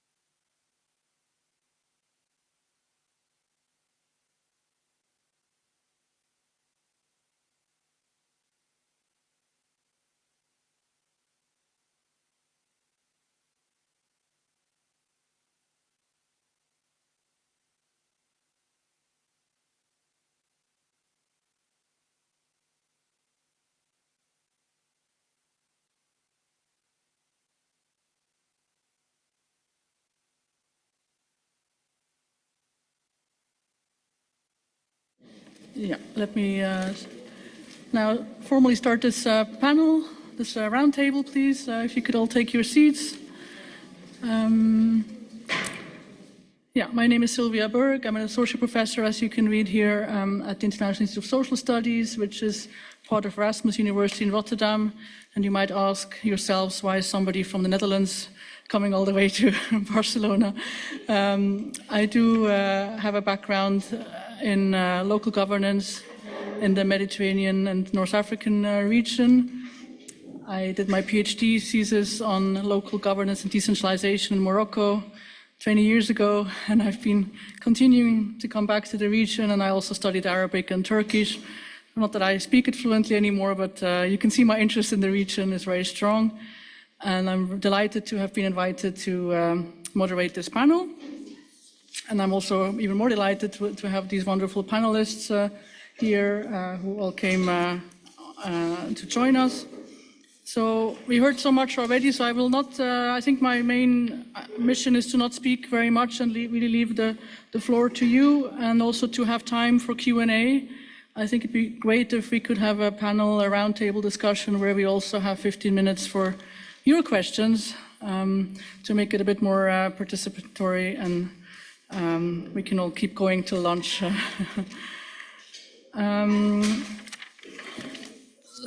This panel is really about local authorities as first responders, which we've already heard a lot about. We know that they keep essential services running, they mediate tensions within communities, and they also organize emergency support, often with limited resources and high expectations. And so what we really want to hear in this roundtable are the concrete lessons from municipal first response, and how cities can act faster, safer, and more fairly when crises strike. We also would like to find out more about how peers, networks, and institutional partners can reinforce their capacity. We just heard a lot about this so-called lack of capacity, which I'm a little bit more skeptical about whether that is, to what extent that is really the case. So I'd like to also hear from you, from the panelists, more about this. And to really focus on operational practices, because as we just heard, the pact needs to be implemented by local authorities, and we can really learn a lot from what they've already been doing and what maybe they need from peers, networks, or higher level institutions. Let me quickly introduce the panelists. We will start with Mr. Hussein Hamayel, who is the governor of Jericho and the Jordan Valley. He will be speaking in Arabic. Then we have Mr. Mustafa Hijazi, who is the mayor of Saida in Lebanon. Thank you so much. And then we have Ahmed Aras, who is the current mayor of Muğla Metropolitan Municipality in Turkey, and he was also the mayor of Bodrum before that. And finally, we have finally we have Si Mohamed Kabour, who is a city councillor in Genoa in Italy. And we also are very delighted to have a very able discussant, Giulia Sostero, who is at ALDA, European Association for Local Democracy.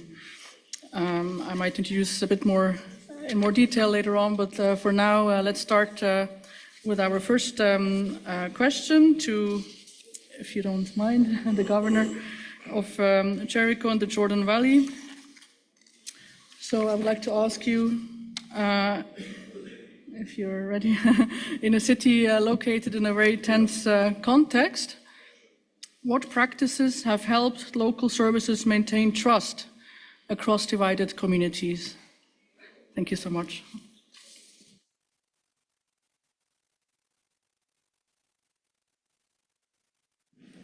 صباح الخير للجميع. يعني أنا بداية أبدأ حديثي لأتكلم عن الواقع الذي تعيشه محافظة أريحة والأغوار في فلسطين، وقبل ذلك أتوجه بالشكر الجزيل للشعب الإسباني والحكومة الإسبانية ومقاطعة كتالونيا على هذا الجهد العظيم الذي يؤدي إلى تبادل الخبرات ما بين مكونات المدن في البحر المتوسط، وكذلك هذا الأمر سينعكس إيجابيا على الأداء وعلى الاستجابة وعلى العمل في كافة المجال داخل مدن البحر المتوسط. نعم، سمعنا لمداخلات كثيرة وسمعنا لقضايا كثيرة وتبادل للخبرات ما بين المدن التي يوجد فيها استقرار ويوجد فيها الناس ينعمون بحياة هادئة.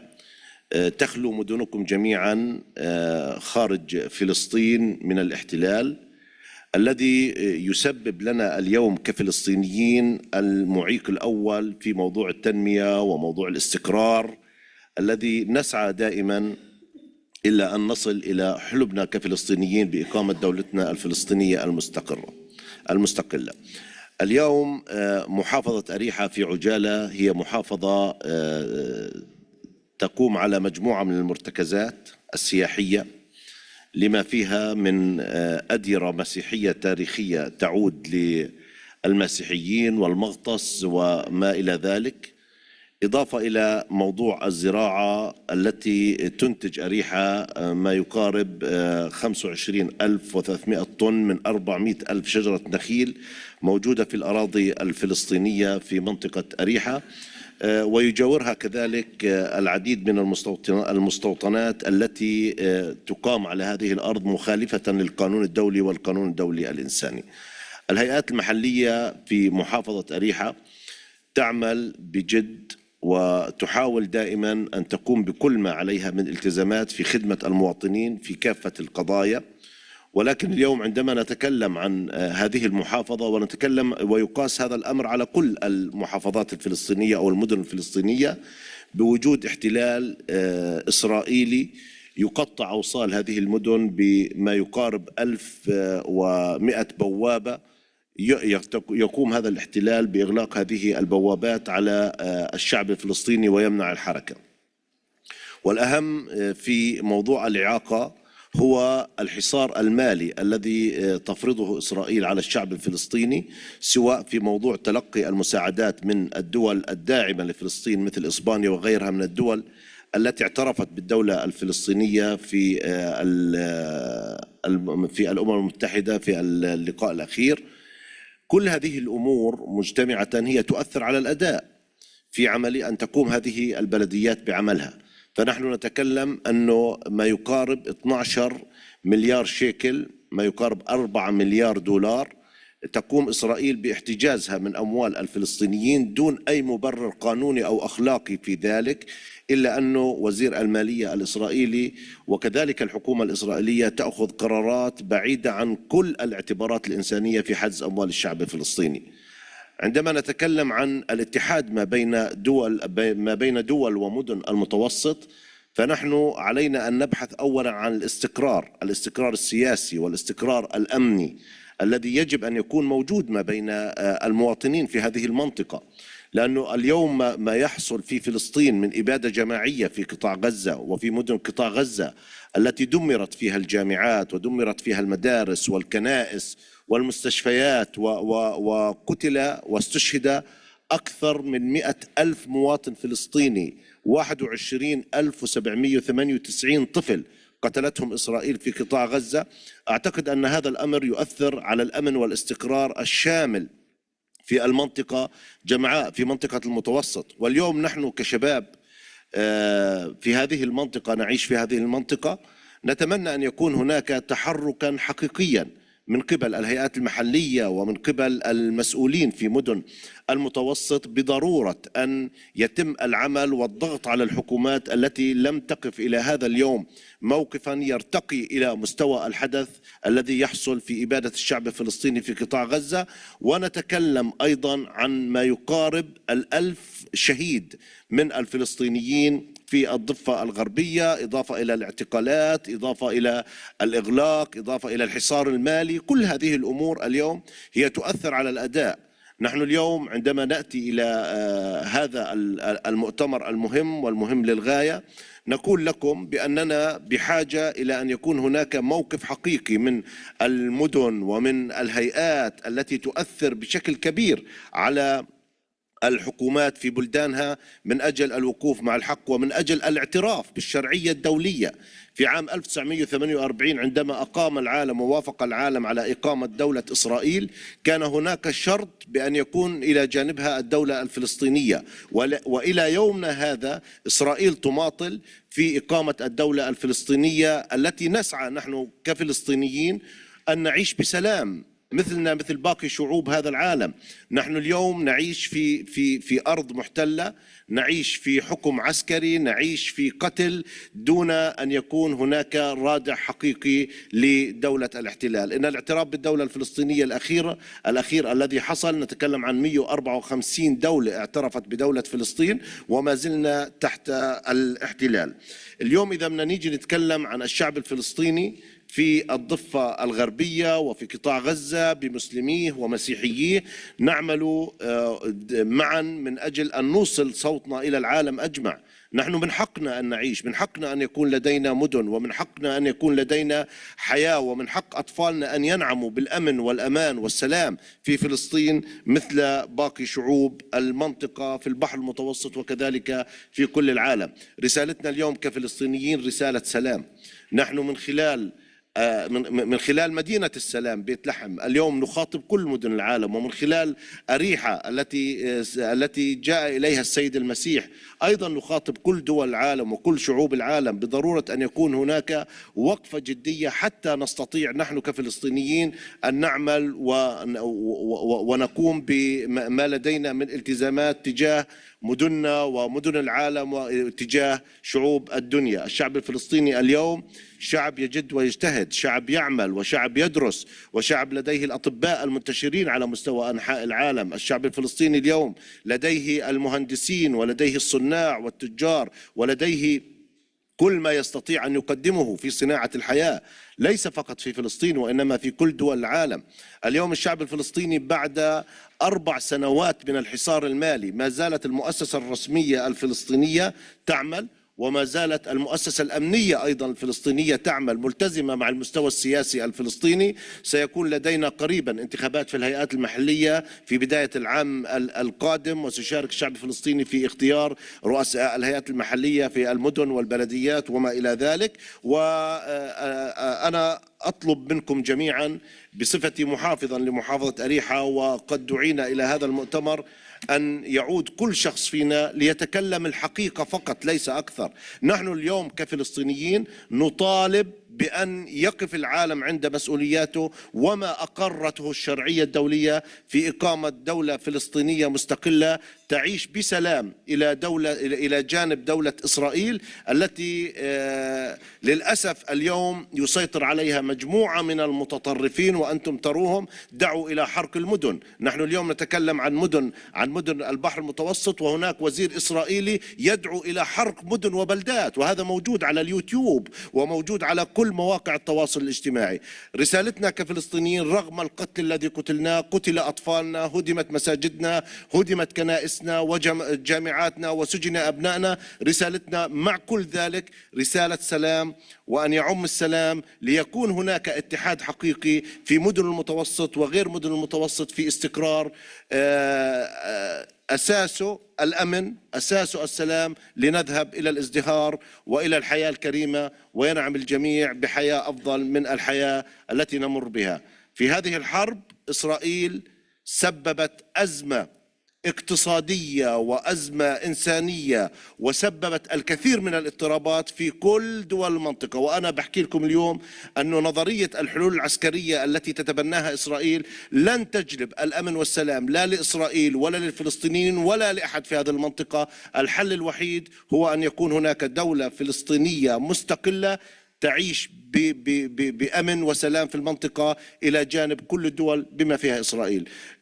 شكرا لمقاطعة كتالونيا، شكرا للحكومة الإسبانية والشعب الإسباني على مواقفهم الرائعة والإنسانية مع الشعب الفلسطيني، ونشكر كل الحضور، ونتمنى أن تنقل رسالتنا إلى مدنكم وإلى جامعاتكم وإلى كنائسكم وإلى كل مكونات المجتمع الذي تعيشون فيه من أجل الانتصار للحق وللعدالة الإنسانية. شكرا لكم.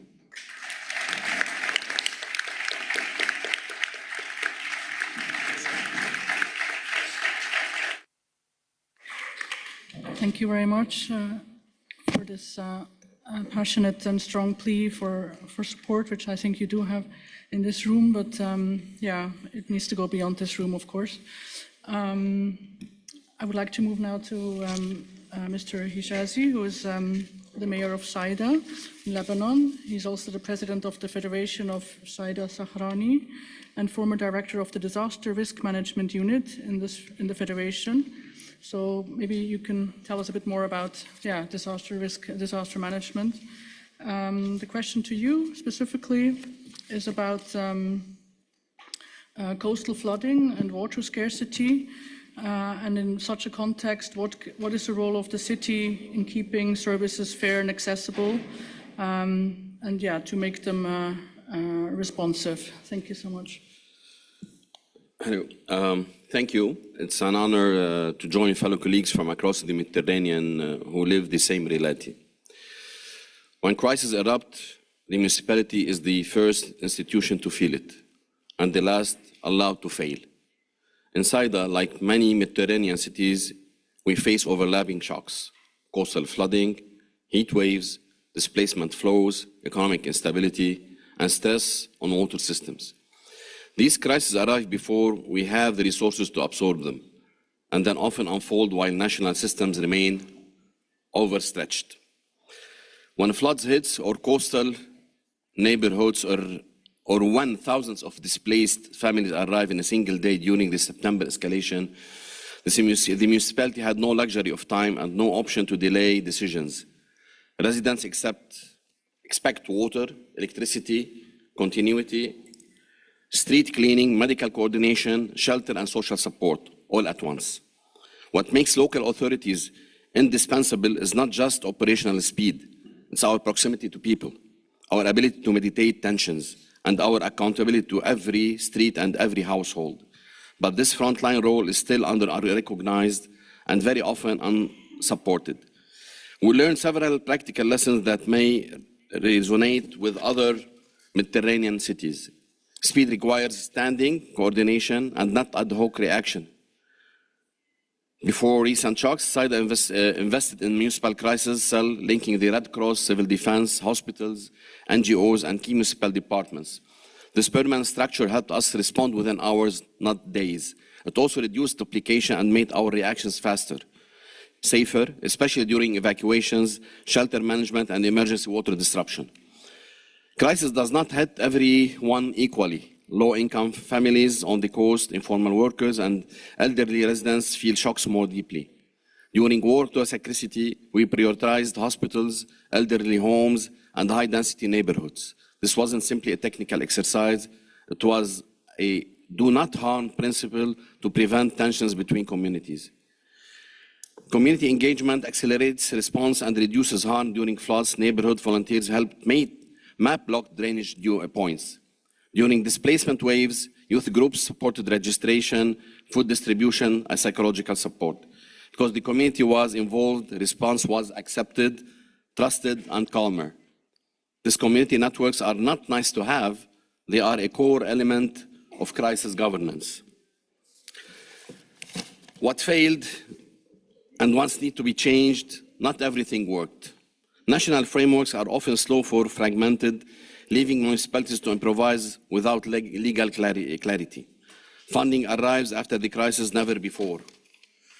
Technical support for issues like coastal resilience and groundwater protection is scattered, project-based, and rarely sustained. Data systems are weak, making it difficult to anticipate rather than react. If we want a faster and safer response, municipalities need predictable support, not only in emergencies, but in preparedness and long-term recovery. Thank you.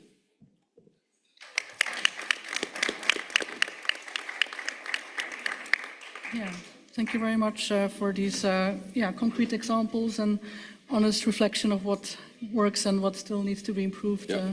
I appreciate that a lot. And hopefully, if you have time for Q&A, people can ask you more questions, especially about this, I think, municipal crisis cell, which seems like a really effective structure, and maybe others can also get inspired from that. I would like to move now to Mustafa Aras, who is, as I already mentioned, the second mayor of Muğla Metropolitan Municipality, and before that he was the mayor of Bodrum. He had a career in the military in the Ministry of Defense, served in the NATO-led peacekeeping force in Kosovo. He was awarded the NATO medal, so he's a very distinguished panelist here. He also has experience in tourism, because I understand you decided to enter that sector, so that's something we would like to know more about. I think I'll leave it here as the introduction goes. So tourism and climate pressures, as we know, they often collide. So we would like to know what practice has helped Muğla protect both livelihoods and fragile landscapes during shocks. Thank you so much. Thank you for your explanation.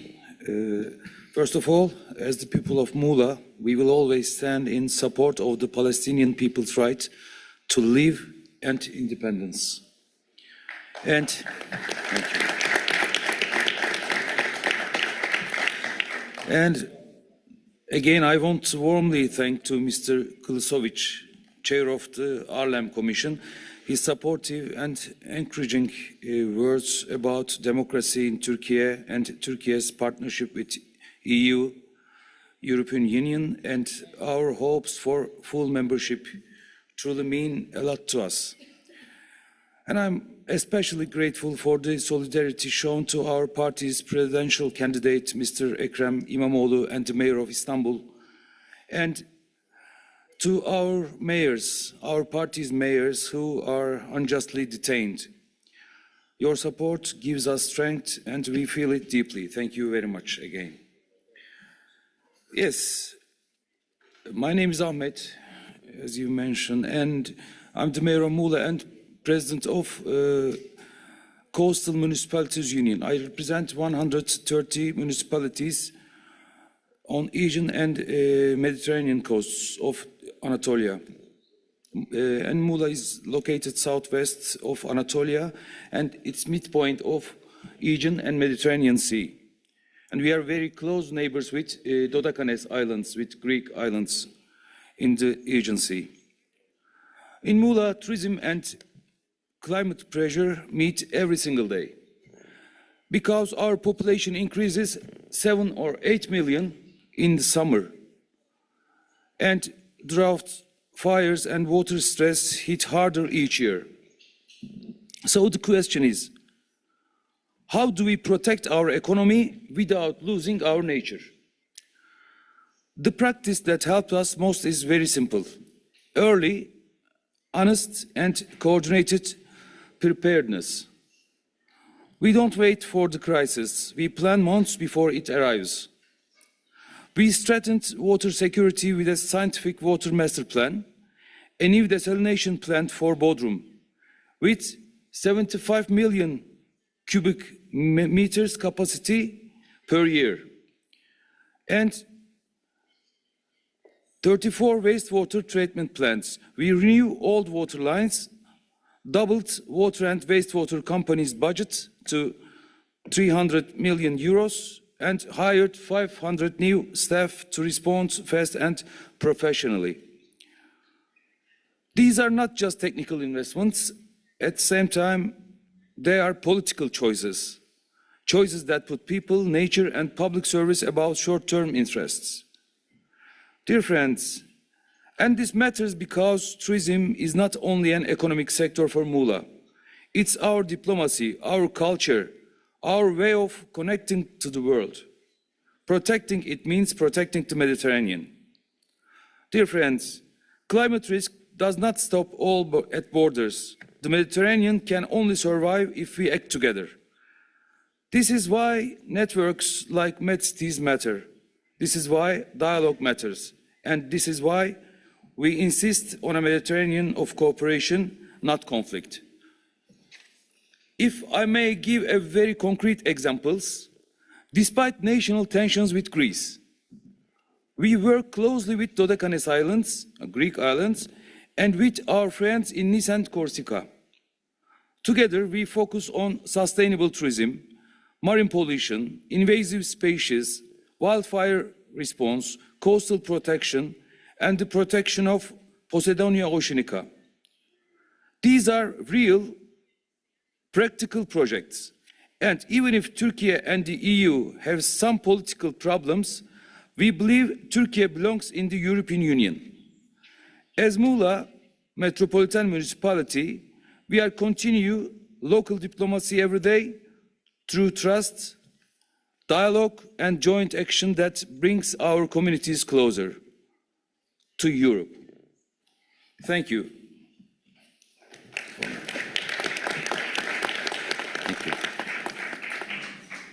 Thank you very much for this example from Turkey, and to also build on the previous panel on local diplomacy and showing us how this can really be done in practice. Thank you so much, and I will now move to Mr. Si Mohamed Kabour, who, as I already mentioned, is the city councillor in Genoa, in Italy. It's nice to have an Italian delegate. I don't think we have that many from Italy in the room. You serve as a delegate for international relations with a particular focus on the Euro-Mediterranean partnerships, institutional cooperation, and the inclusion of migrant communities.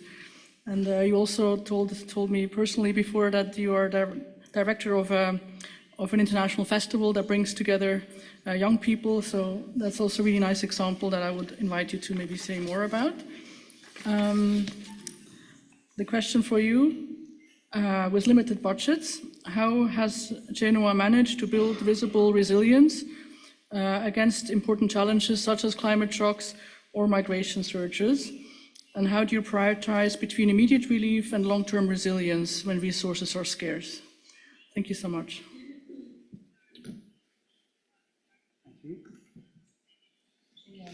Okay, let's work. So, first of all, good morning. Thank you for guaranteeing this kind of space for dialogue. And I would like to underline the words that the governor of Jericho said. I think I reiterate what I said yesterday as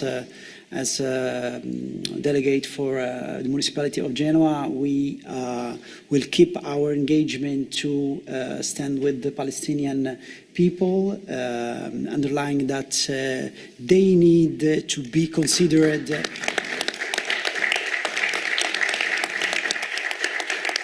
they need to be considered, first of all, human, as the old word, and secondly, they need to be subject and not object in the public and political debate to enhance and to reach a real Palestinian state.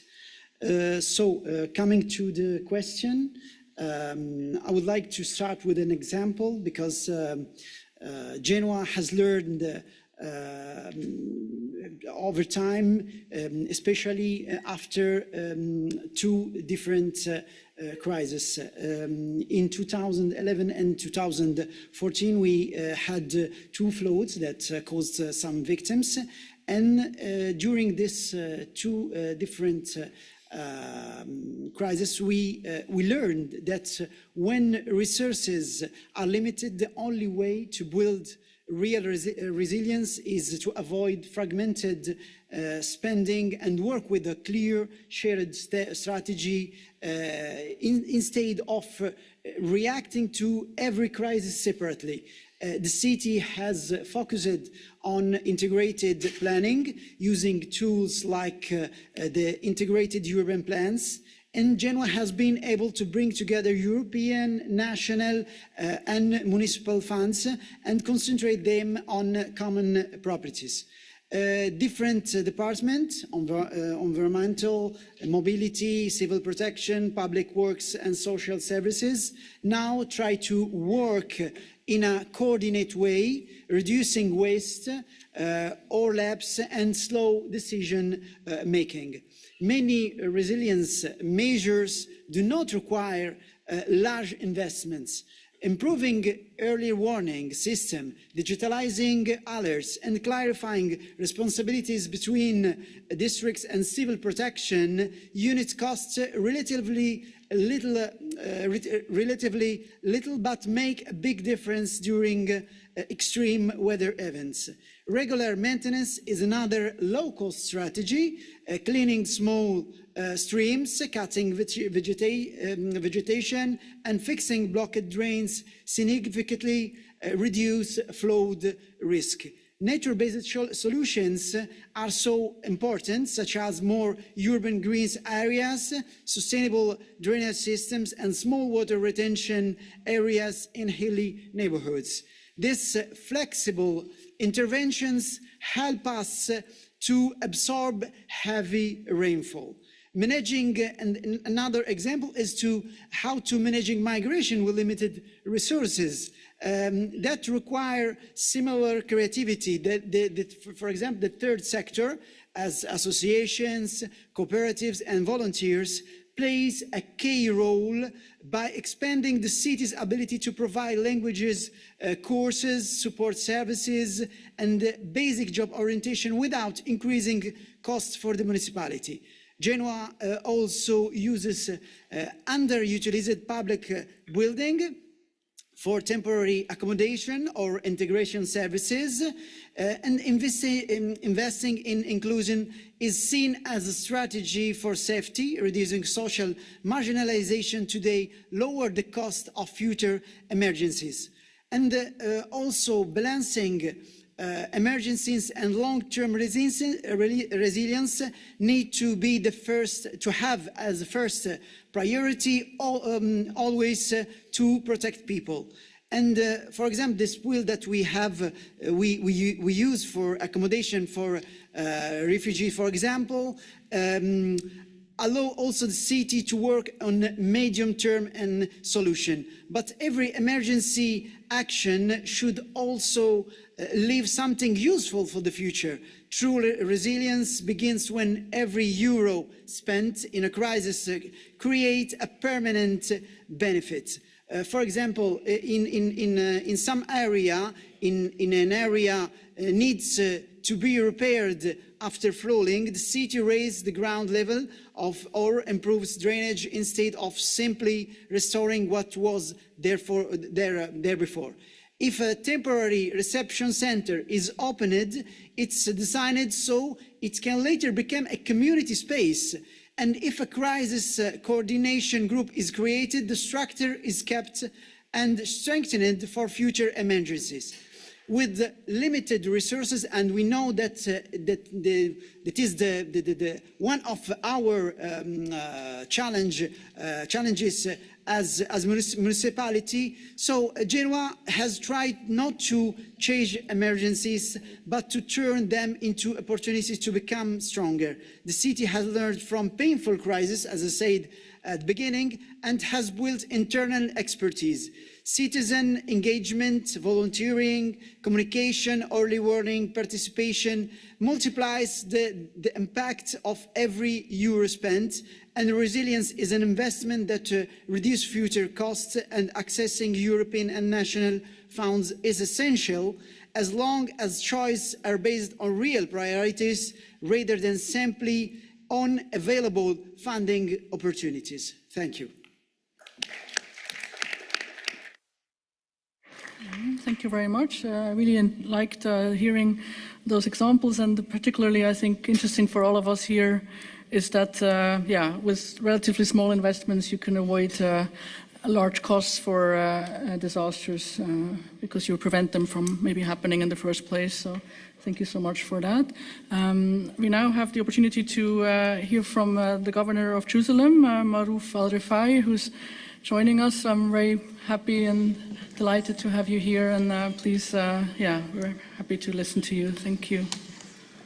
شكرا للسيدة سيلفيا وشكرا للحضور الكريم. أولا شكرا لهذا المؤتمر على هذه الدعوة الكريمة. حقيقة أنا مستشار محافظ القدس السيد عدنان غيث تم منعه من قبل سلطات الاحتلال من السفر إلى برشلونة لحضور هذا المؤتمر، وهو منذ عام 2018 منذ أن تكلف بمهامه كمحافظ للقدس لديه 5 قرارات عسكرية ظالمة تمنعه من السفر ومن دخول الضفة الغربية ومن التواصل مع 51 شخصية فلسطينية بما فيها الرئيس محمود عباس ورئيس الوزراء وقيادات سياسية وأمنية.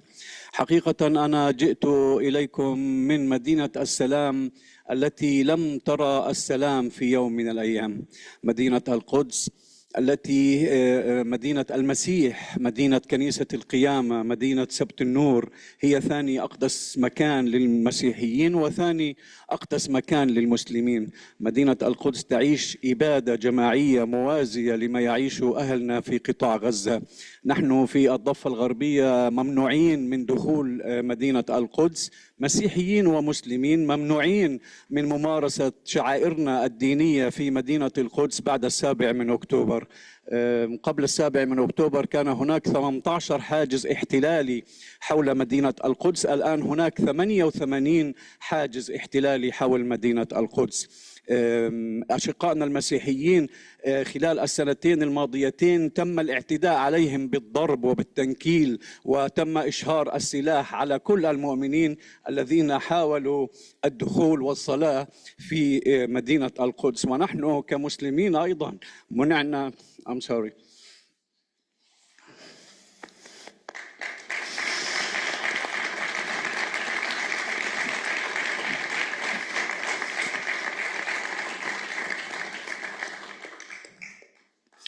ونحن كمسلمين أيضا منعنا من الصلاة في المسجد الأقصى، وأشقائنا المسيحيين يتم البصق على كنائسهم، يتم تكسير مقابرهم، يتم الاعتداء على رجال الدين.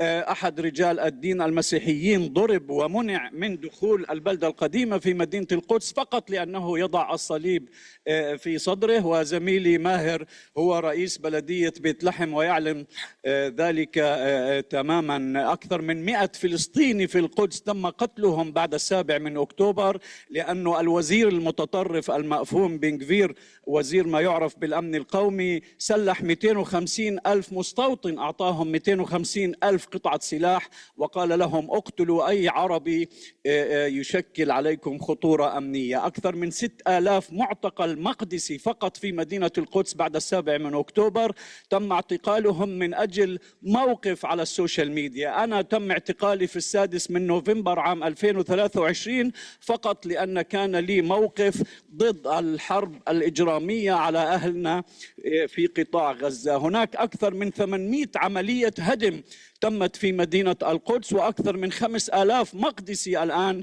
يعيشون بلا منازل. أكثر من 25 ألف منزل في مدينة القدس لديها إخطارات بالهدم. 25 ألف منزل، يعني 150 إلى 200 ألف مقدسي سيصبحون بلا مأوى. الرموز السيادية الفلسطينية كلها محاربة. محافظ القدس ووزير شؤون القدس ومسؤول حركة فتح في مدينة القدس وأئمة وشيوخ المسجد الأقصى كلهم ممنوعين من الحركة ومن الخروج من مدينة القدس. هناك بعد 7 من أكتوبر أكثر من 300 عملية حبس منزلي، قرارات بالحبس المنزلي، كلها إما على رموز عمل وطني أو على أطفال تقل أعمارهم عن 14 عام، لأن القانون الإسرائيلي لا يسمح بمحاكمة الأطفال الذين تقل أعمارهم عن 14 عام، وبالتالي يلجؤون إلى الحبس المنزلي. هل تتخيلوا عندما يتم منع طفل عمره 10 سنوات أو 11 عام من اللعب في الحارة أو من الذهاب إلى المدرسة أو من الخروج من منزله، ويكون والديه هم الضمان، هم السجانين لهذا الطفل، ناهيك عن الاستيطان الشرس الذي تقوم به قوات الاحتلال. قوات الاحتلال أعلنت عن ما يعرف بالقدس الكبرى 2050، يعني عام 2050 سيكون هناك 5 مليون يهودي في مدينة القدس بنسبة عرب أقل من 10%. لذلك كل هذه الانتهاكات وكل هذه الجرائم تريد إسرائيل من ورائها أن تطرد العرب وأن يحل مكانهم اليهود. عندما اعترف الرئيس الحالي ترامب عام 2017 بالقدس كعاصمة موحدة للاحتلال، أعطى هذا ضوءا أخضر لحكومة نتنياهو المتطرفة الدينية اليمينية بأن توسع من هذه الجرائم وهذه الانتهاكات كي تحقق هذا المشروع الذي يدعى 2050. لا أريد أن أخذ أكثر من هذا الوقت. شكرا لاستماعكم وشكرا لمؤتمركم.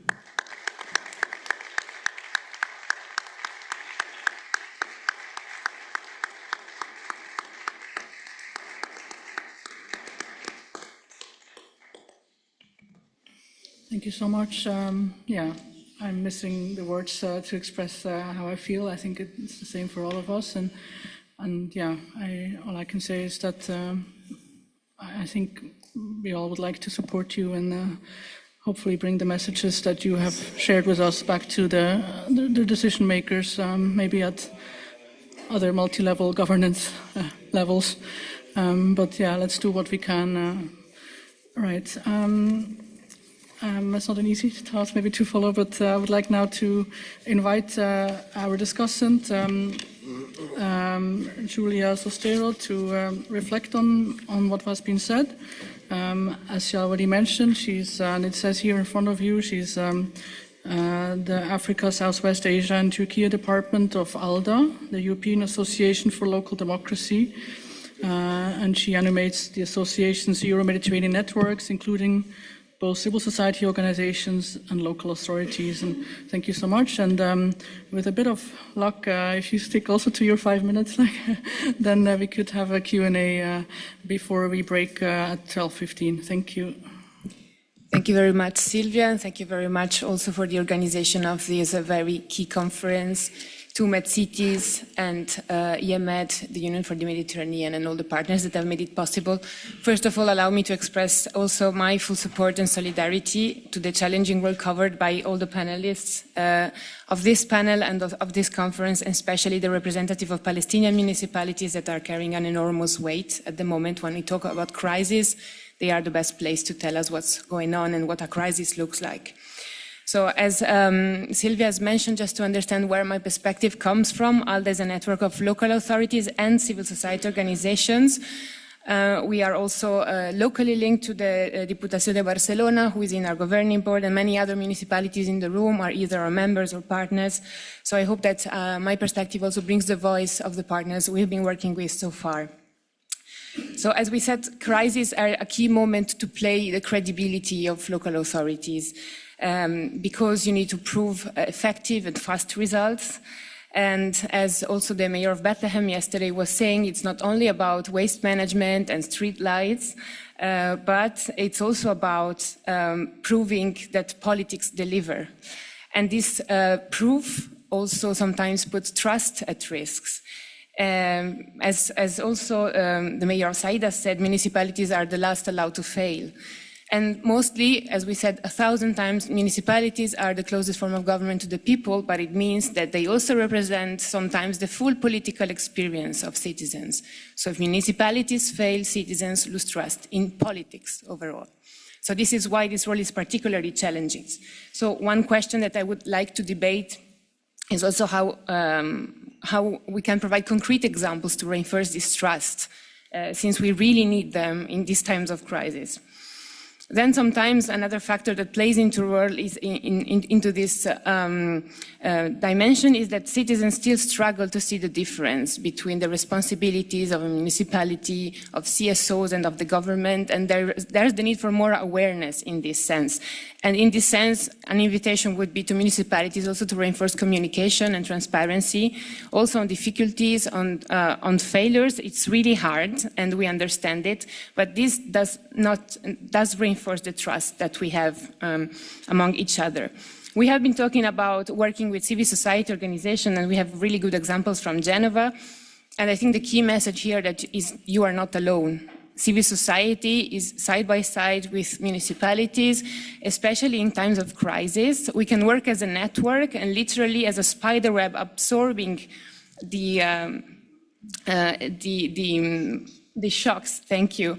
We can literally be more elastic by working together and also working in a multidimensional approach, because not only material goods are needed, psychosocial support, access to information, there is a lot of things to care about, and the more we are, the more effective we are to react to crisis.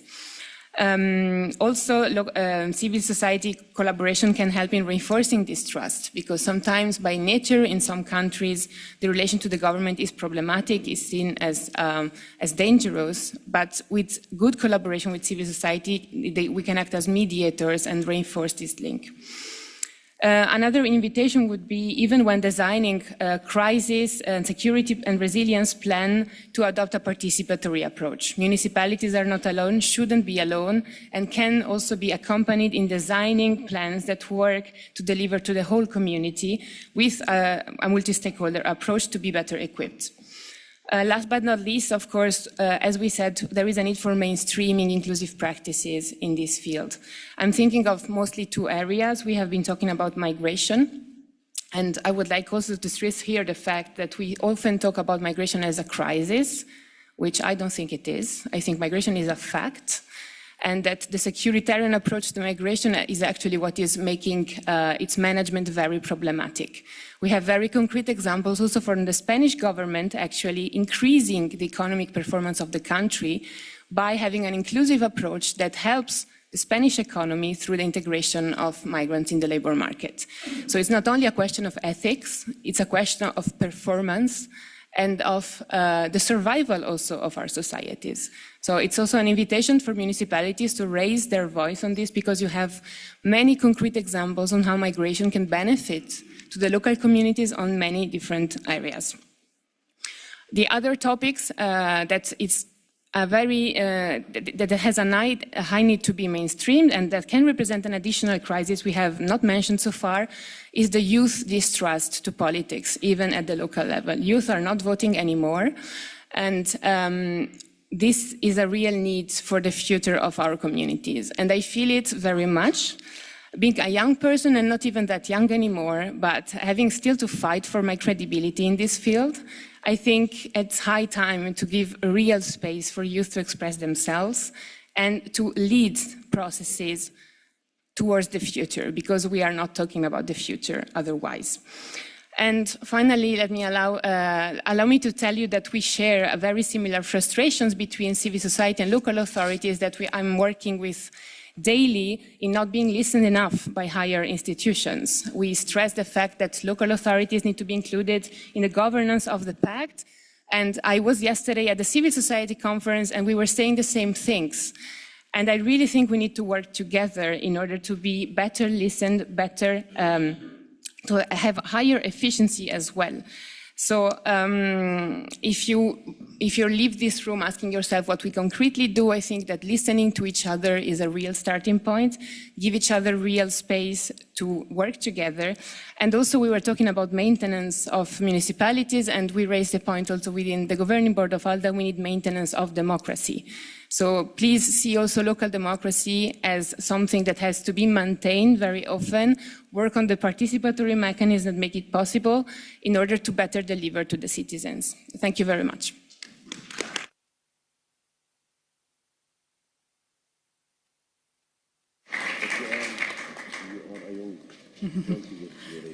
I'm 32.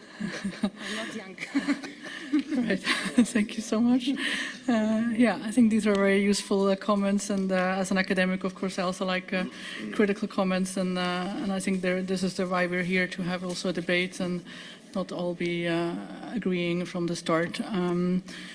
Right. Now I would like to open the floor for the Q&A. I know we might have well, yeah, we did have some questions also for you, but I think it's nice now to open the floor. So if anybody wants to speak, and please introduce yourself, where you're from, and just keep your question as brief as you can, and tell us who you would like to address it to. Thank you so much. Who can I give the floor first?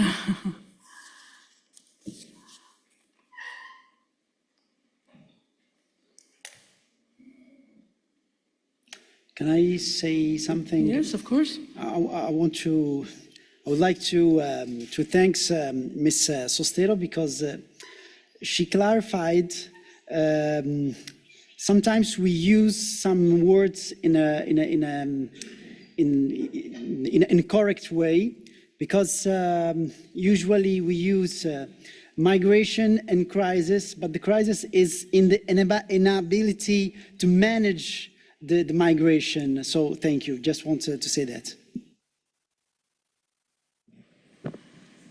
Thank you. Yes, there's a question. Yes, it's not really a question, it's a remark on something that Giulia Sostero mentioned about youth distrust. What I've been seeing the last few years is that there are more and more initiatives, what I would call youth washing. And youth are really aware of that.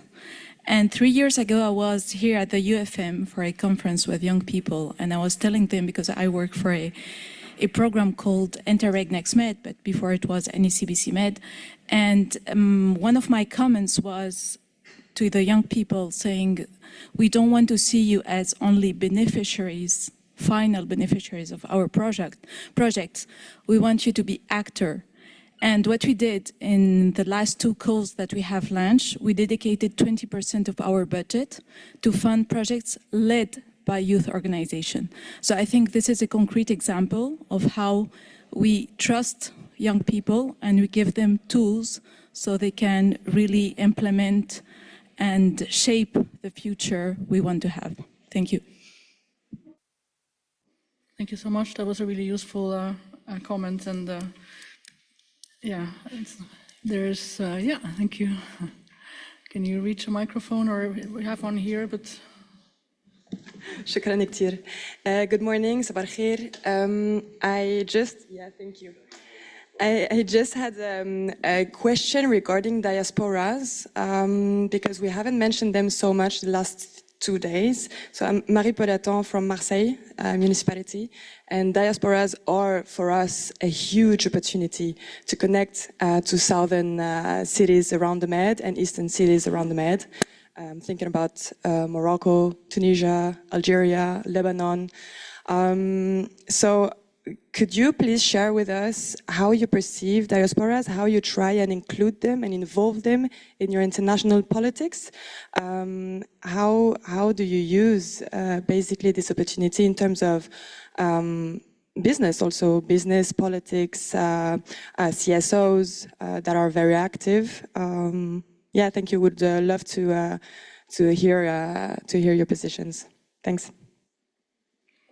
Yeah, thank you for this very interesting question. Who would like to go first in responding? Yeah, Mr. Jati? Yeah. Hello again. Of course, I mean, being from Lebanon, diaspora is a big part of our work. At the municipality of Saida, we coordinate a lot with diaspora. I mean, we have actually a council member that's living abroad, so he's coordinating everything in the Saudi Arabia region. So we have a kind of a program that gets into contact with them, and we update them on a regular basis on the needs of the municipality and the community, and try to bring up certain projects that are quick wins for the municipality. This is on one side. Second, I mean, our very strong NGO network in the city that we always rely on during crisis and disaster management and everything. They are so much connected with diaspora, being it on the financial level, being it on the communication level, and stressing the importance of supporting the local community during disasters and crises. So we build up on this communication and actually stress on the importance of having council members abroad and attending the council meetings, even though sometimes it's illegal to do that, but we stress on it, and because we see it's very important to share these ideas from someone who's living abroad and on our problems and our solutions and our communications. Thank you so much. Yeah, thank you. Anybody else, or I don't know, maybe Si Mohammed? Yeah. Oh, there's another question. Yeah. Okay, we go to the question then. Thank you very much. Only a short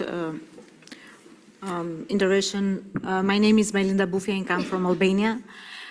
What Julia said, it was very interesting to hear from your perspective because you come from NGOs and collaboration and with municipalities. You know very well the problems which we are facing every day. But from my perspective, I want to say and to underline how important is the collaboration between municipalities and NGOs. It is very important. I have a lot of examples with the support of NGOs and collaboration with them. We have arrived and reached to win a lot of projects for those who have not had the capacities from the staff to do the right way or to do the right job to arrive at. So I know very well how important is it, and I want to underline this. More and more, let's say, NGOs to have present or active in the cities, it is very good for the municipalities. Thank you very much for that. Thank you. Yes, please, Claire. Thank you. Thank you very much. That was incredibly powerful, that roundtable, but also really interesting in terms of ideas. And it really highlights the multi-stakeholder aspect of how we all should be working. I want to come back to the question of youth, because I don't think we can say it enough. And yesterday, our dear member, Lubna Farhat, representing Ramallah, said it very, very clearly as well, and it really has had me thinking since.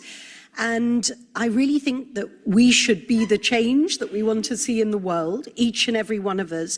We've never had so many mayors together at a MedCities event.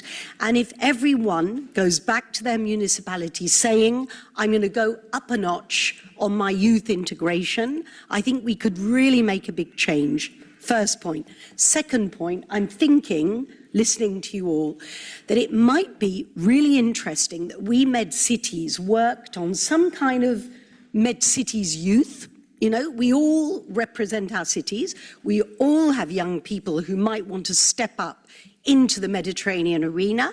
And I'm thinking that that could be something, you know, shout out to the team here, that we could all perhaps work on and think about championing in our cities young people who can be those people that step up and discuss with their peers at the Mediterranean level. Our responsibility as adults is to prepare the next generation. The world is scary for that generation at the moment. It's full of anguish and fear and worry, but we need to help those youth get ready for taking over and being positive, participative members of society. So I really think that we should go away with a strong focus on youth and that MedCities can get on board with that too. Just wanted to throw that. Thank you. Sorry, Sylvia, just following up on this, it's a perfect opportunity to say that we have a beautiful network represented in this meeting with us that is called DIPAL Network, Developing Youth Participation at Local Level, represented by João Braz. Maybe I'm putting you on the spot, but maybe you want to say a couple of words on what you've been doing to develop youth participation at local level. Thank you. So first of all, thank you, and thank you especially to you for mentioning young people. So to quickly tell what is DIPAL Network. DIPAL means Developing Youth Participation at a Local Level. I think it says it all. Huh? The only thing we do is, at the municipal level, or the equivalent, give young people the possibility to participate. I was listening to the intervention, I didn't catch your name, but I found it very interesting because we are talking here about an interesting context, which is putting young people from a municipality working at an international level. This is quite hard. Young people overall, I think I'm 21 years old. I'm not a normal youngster. It's not normal for a 21 years old to be to a conference with 60 mayors or 70 mayors in Barcelona. If we want young people to be involved overall, we need processes, we need methodologies that ensures that those that are going to be there are not representing themselves, are representing their peers also. That is hard to do. That is what DIPAL has been doing. We developed, I'm not going to talk about all of them, you can consult our website. We have many tools for that, but it's hard. And it's especially hard when we talk about municipalities. And municipalities from the Mediterranean region, if you look at Palestine, the struggles they are having, how can we expect them, and they actually do it. We have members from municipalities in Palestine working with us, but how can we expect somebody that is in a situation of a genocide to involve young people? That's super, super hard. That's why we created the DIPAL, to be able to give you, the mayors, the decision makers, the youth workers, the tools to involve young people. I don't want to talk too much about more what we do and so on. What I would say is the tools are there. Nobody needs to create a new tool, a new way of working. Just grab them, put them in your reality and see if it works. If it does, good, keep changing. If it doesn't, try another. There are many ways of working. A conference like this is one way. A local youth council is another way. We have a lot. I could be here talking for 1 hour about all the ways they are. No point in that. The message is, if you want to involve young people, try it, do it. It's impossible to go so wrong that there wasn't any gain from involving them. If it doesn't work very well, try to do it another way. Thank you very much.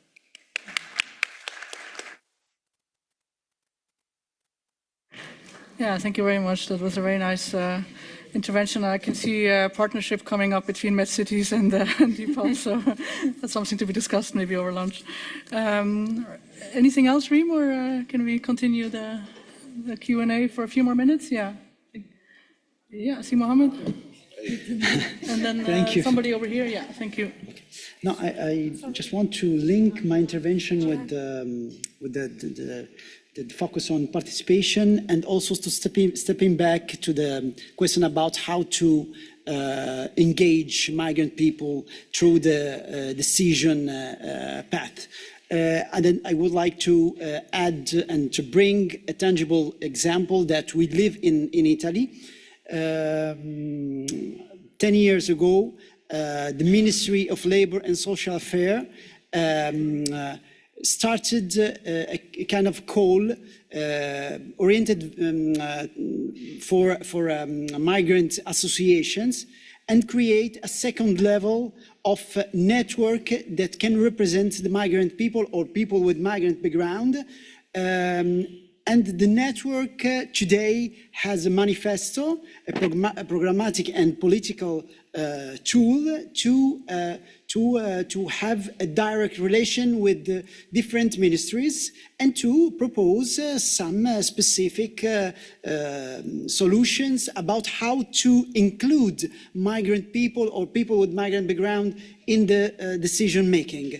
And I think that can be, and I'm tried as delegate in a municipality to make the same thing, but in a little way in the municipality area, creating this kind of second level of association. Because I think we know that migrant people try to recreate an ecosystem where they can provide to bring their issues or to bring their questions to the municipality or to the civil society, and the associations can be the good actor to make them directly engaged in the process of about their lives. Thank you. Thank you so much. We had one more question over here, comment. Thank you. Can you find a microphone? My name is Jihan Abu Zaid. I'm from Egypt. I'm representing here Arab NGO network, which based in Lebanon. So just my question about what type of channels we have to build like an equitable relation between the South countries, North Africa, for example, and European countries. Until now, I didn't see even today and yesterday what type of channel we have, and this channel also that might provide the space for NGOs to have also more powerful relation. Until now, since yesterday, I'm just hearing from there to here, from Europe to us, the same position. I would like to invite all of you to also come to the Arab countries, to the North Africa, to know about the knowledge there. We have a lot of knowledge also. We are able to transfer knowledge also to here, to Europe. It happened before and it's still happening. So I really wish the project, the coming turn of the coming project to be also designed together, not also from Europe to North Africa, but to do so, we won't discuss that in a conference. We need channels to do that. We need the path, we need ways to do that, we need to be implemented. So how to be implemented, how to make it implemented, not only by initiatives, but also by policies, how to make it and to be sustained. Thank you so much. Thank you. Yeah, I think Claire Hart from the Med Cities would like to react to this. I actually wanted to come in on another point on migration, but just to react to that, I think it's very much something that we work very hard on within Med Cities. We have exchange with all of our partners, all of the cities that are part of the network, and we co-build all of the projects together. Just to reassure a little bit on that, it can always be done better, but it's definitely a co-building process. But I do want to come back to the question of migration, and I really thank those that talked about migration because it's such an important point for the Mediterranean. And I think there is a bit of an elephant in the room always when we talk about migration, which is the people fleeing Africa to come to Europe and crossing our sea, the Mare Nostrum. We know today that the Mare Nostrum has become a massive graveyard.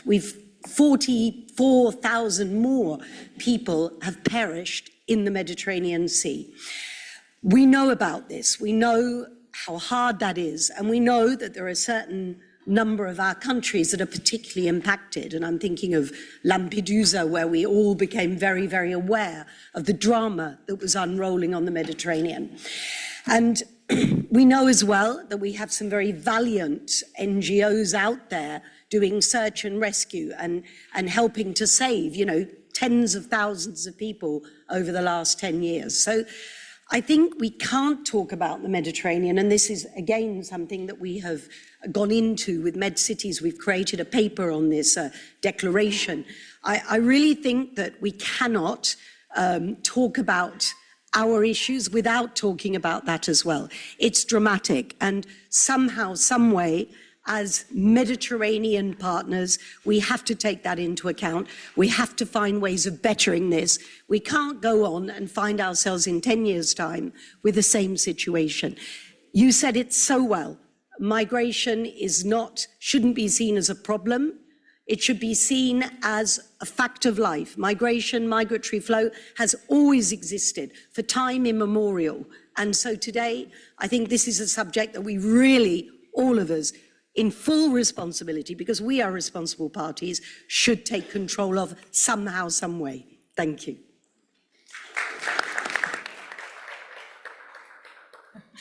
Right, I think we have to close this panel, and I'm not even going to attempt to summarize all that has been said. I think everybody will take the points with them that resonated most with them, and we covered so much ground. So thank you so much to the panelists for their contributions and for sticking to time and for enabling this Q&A as well. And I see one hand, but...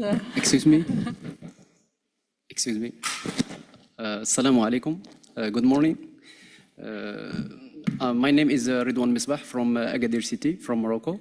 So شكرا لكل السادة والسيدات على مداخلتهم في هذا المحاضرة المستنيرة. أود الإشارة إلى أن تحديات الهجرة كما ذكرت في هذه المحاضرة لا تقتصر على الدول والمدن المتوسطة. فالمغرب مثلا هو منخرط تحت القيادة السامية لجلالة الملك محمد السادس في مشاريع تعاون بين الدول الإفريقية حول مواضيع الهجرة، ونتعامل يوميا مع قضايا الهجرة التي تخص المهاجرين من جنوب الصحراء. فسؤالي هو كيف يمكن لشبكة ميدسيتي مثل أن توسع من منظورها ليشمل كذلك دينامية الهجرة بالدول الإفريقية غير المتوسطة، خصوصا الإفريقية، بما يسمح بتنسيق أفضل للمقاربة وتبادل الخبرات بين المدن المتوسطة فيما بينها. وشكرا لكم جميعا. Yeah, thank you so much for reminding us that the Mediterranean doesn't just, it's not a bathtub that just ends, but it actually continues into the Atlantic. So thank you so much for that. And with this, I will close this roundtable. Thank you again for your contributions and for your active participation. Thank you. Thank you. Thank you very much, Silvia, for moderating this very important conversation. أنا بقترح اقتراح بسيط أنه نعمل جروب على الواتساب مثلا لكل البلديات الحاضرة هون. Thank you. I don't know if MedCities heard that, but we'll take on board the proposal. Thank you very much. And now that we have shed light on the local realities in the different municipalities around the Mediterranean, we'll pass to discuss how to embed those realities in the next generation of regional cooperation. We heard it this morning. There is a new pact being launched in the Mediterranean. The Union for the Mediterranean is adopting a new vision strategy in the next days. There are windows of opportunities to embed these local realities into the multilateral arena. And for that, I'm really honored to pass the floor to Mrs. Emilia Saiz, Secretary General of UCLG, United Cities and Local Governments, to moderate the next roundtable. Thank you very much. Well, thank you very much. What an inspiring discussion you just had, and what a pleasure it is to celebrate with you these 30 years and acknowledge the challenges that we have been going through in this Mediterranean context. The history of the Mediterranean over the past 30 years is actually very similar to that of the rest of the world when we look at development and cooperation, when we look at some of the political challenges, when we look at the very ambitious pact that was signed those years ago in '95. The axes were the axes that we are still very concerned about. Everywhere in the world, right? We're talking about security, we're talking about prosperity, we're talking about culture.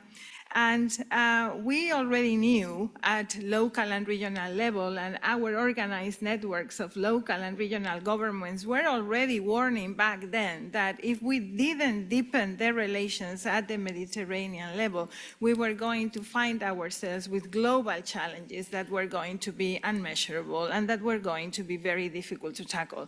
And well, dear colleagues, that's where we are. Basically, we are looking at a multilateral system that is being questioned, that is failing, and is being failing because we haven't been able to tackle many of the peacekeeping and security measures that we thought we would be able to do with the model that we had been given ourselves.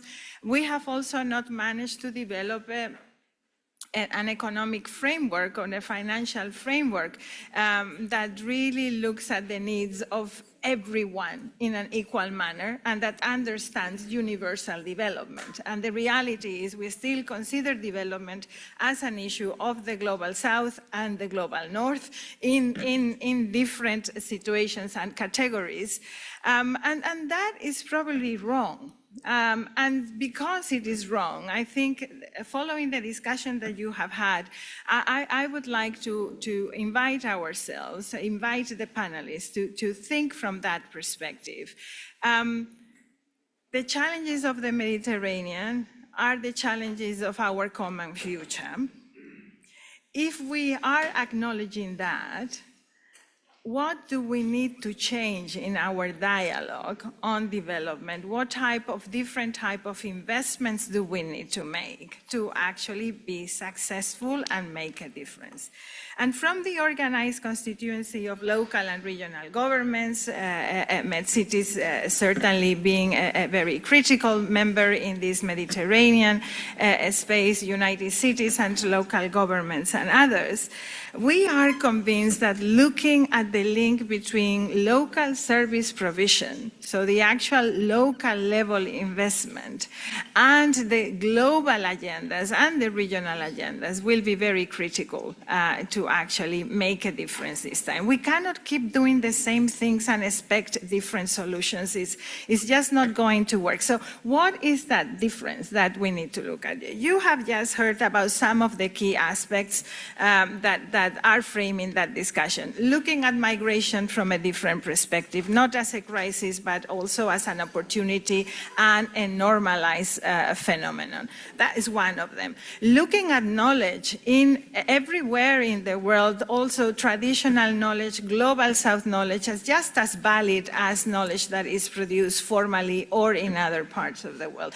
That's another part of the equation. Measuring development in a different way. Maybe GDP is not the best way to measure development. And so we need to look at what it would entail to change the parameters of that measurement and what kind of impact that would have in the financing for development, in the access to financing, and what kind of infrastructure would we need to finance.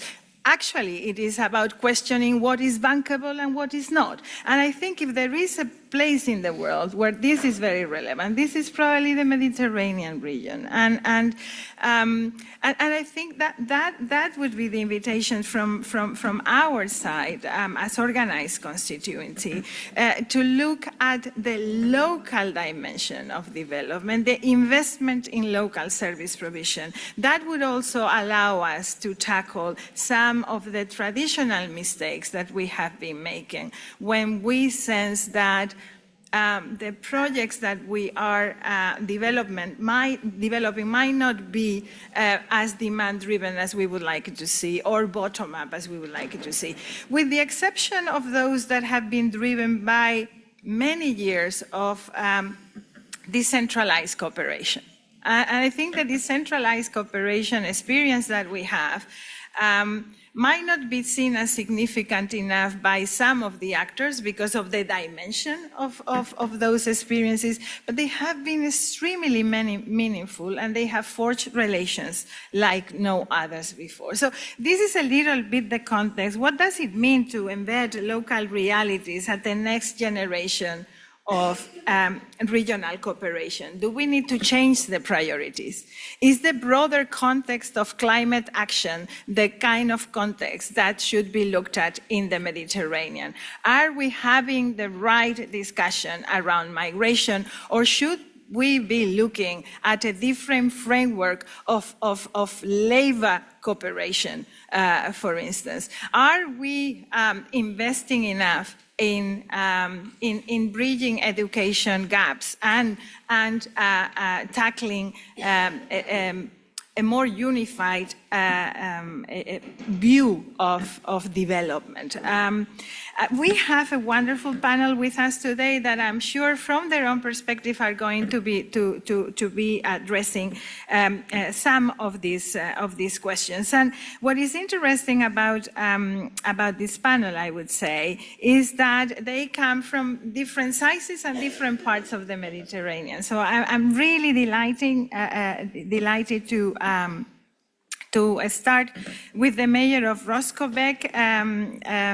It's Roscoebeck, Melinda, is a rather small city, we would say, with a strong heritage, a strong agricultural interest. How does, from the perspective of this smaller municipality,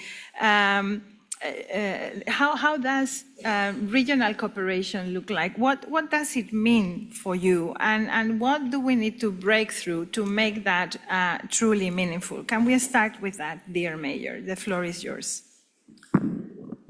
Thank you very much, dear.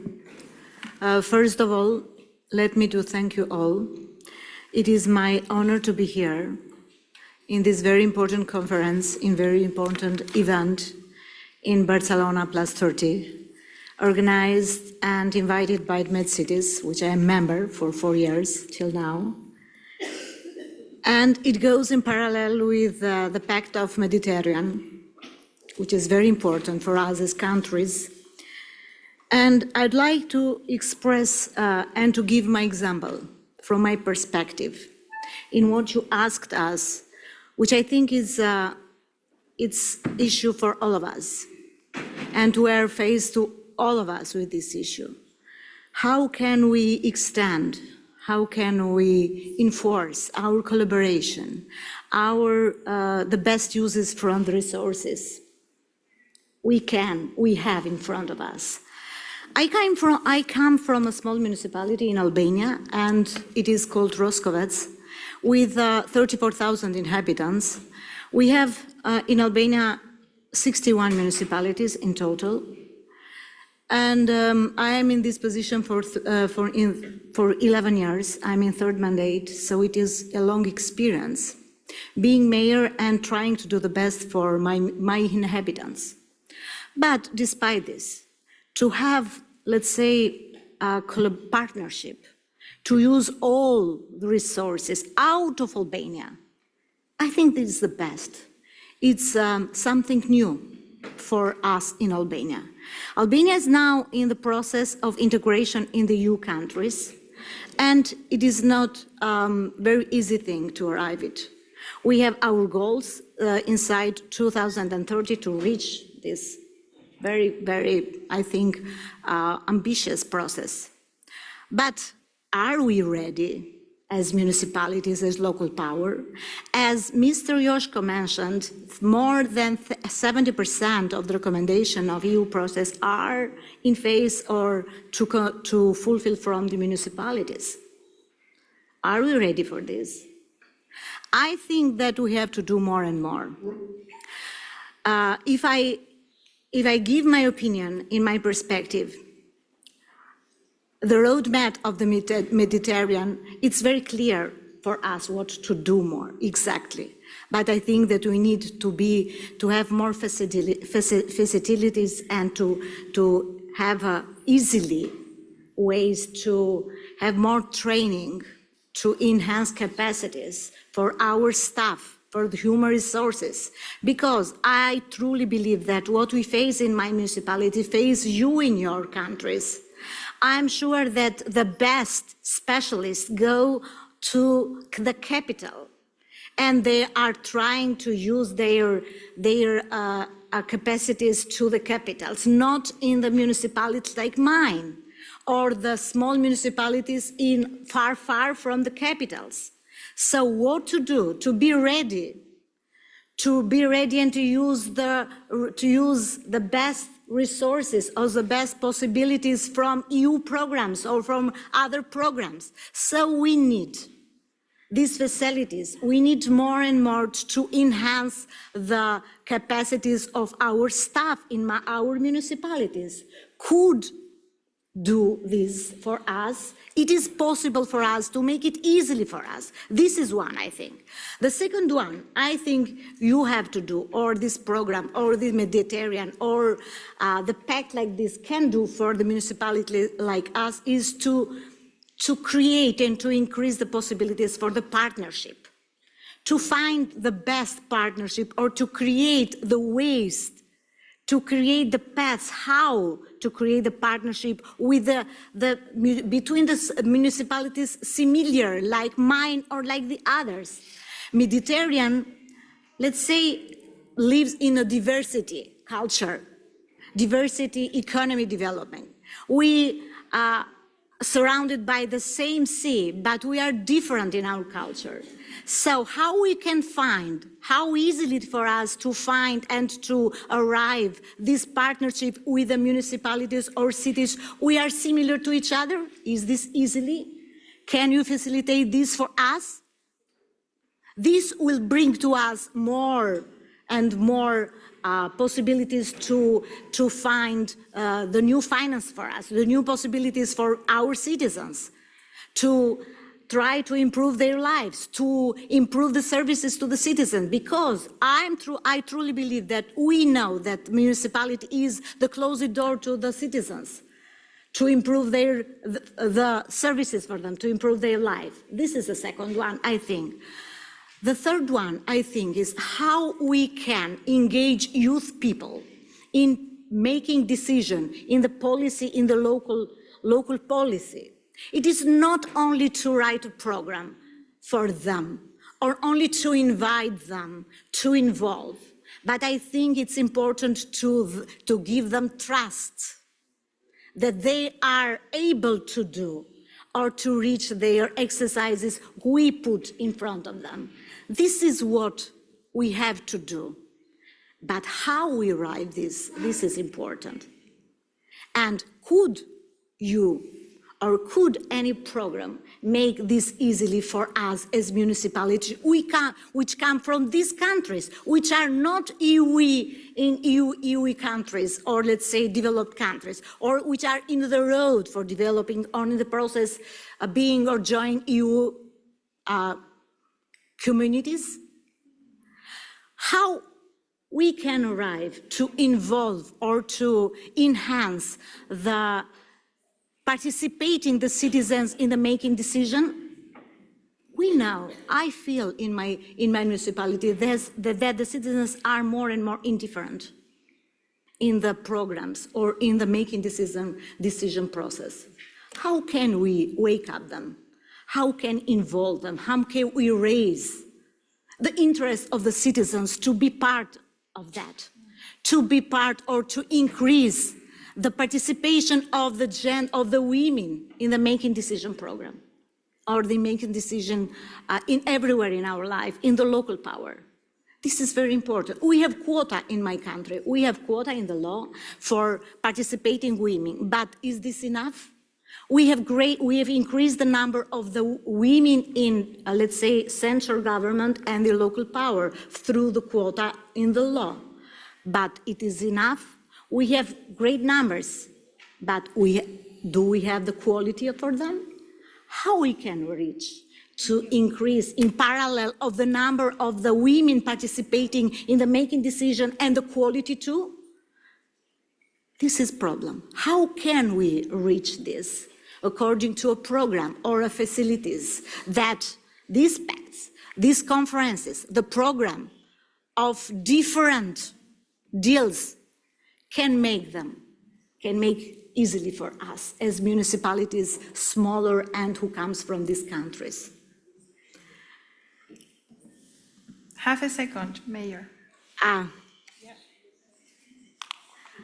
I think that, and I want to support what my friend, the mayor from Bethlehem, said yesterday. It is not in the concrete projects, let's say in different issues which are faced all of us, in climate change, in immigration, in economy, or people participating.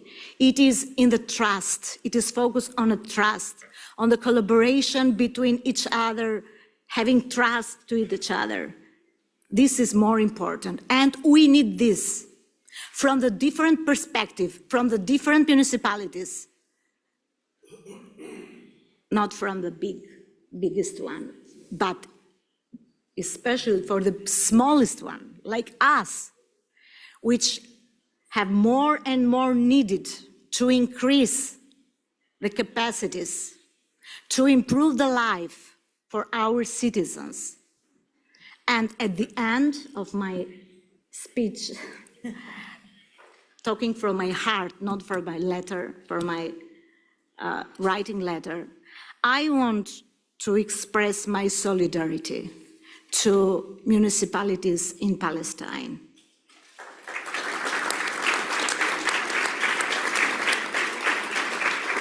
Despite this, we need peace. We need peace of all. If we are in peace, we can discuss for every different problems we face it. Thank you.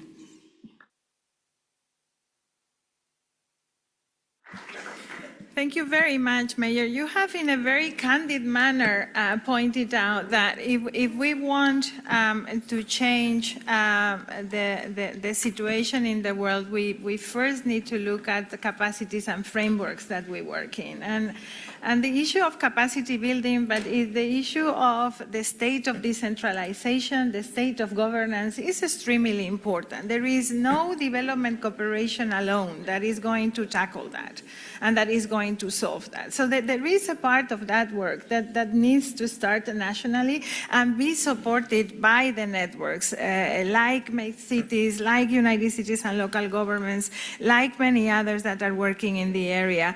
This is not going to be handed over to local and regional governments anywhere in a silver platter. It is a fight that we need to take, and we need to bring the discussion on decentralization and its links with democracy back to the policy debate.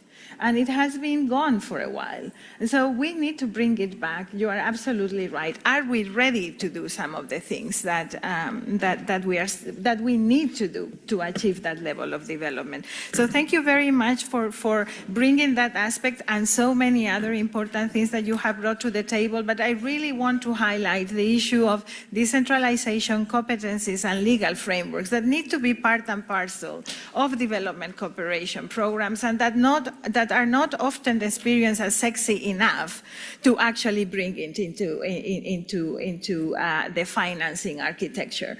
You know, it's not attractive because it doesn't deliver immediately, and so we have lost a lot of resources in that area, and we probably need to now bring it back to the table, and hopefully we will find within the framework of the new pact a way to do that. So thank you for this. We are going now to Nablus, a different situation, a different context. The mayor just alluded to that. a significant hub for the whole West Bank, an important city in terms of university, but also with experiencing not only the stress of a situation of conflict, but a lot of migration and refugees. So a diverse experience here. We're really pleased and honored to have the mayor of Nablus with us. I would like to invite you, Mayor, to see if you identify with some of the points that the mayor of Roscoebeck has made, but also to invite your reflection on the vast experience that Nablus has with so many partnerships internationally at a decentralized cooperation level. What would be that thing that you would like to see change in the new pact for the Mediterranean, Mayor? Thank you very much for being with us. The floor is yours.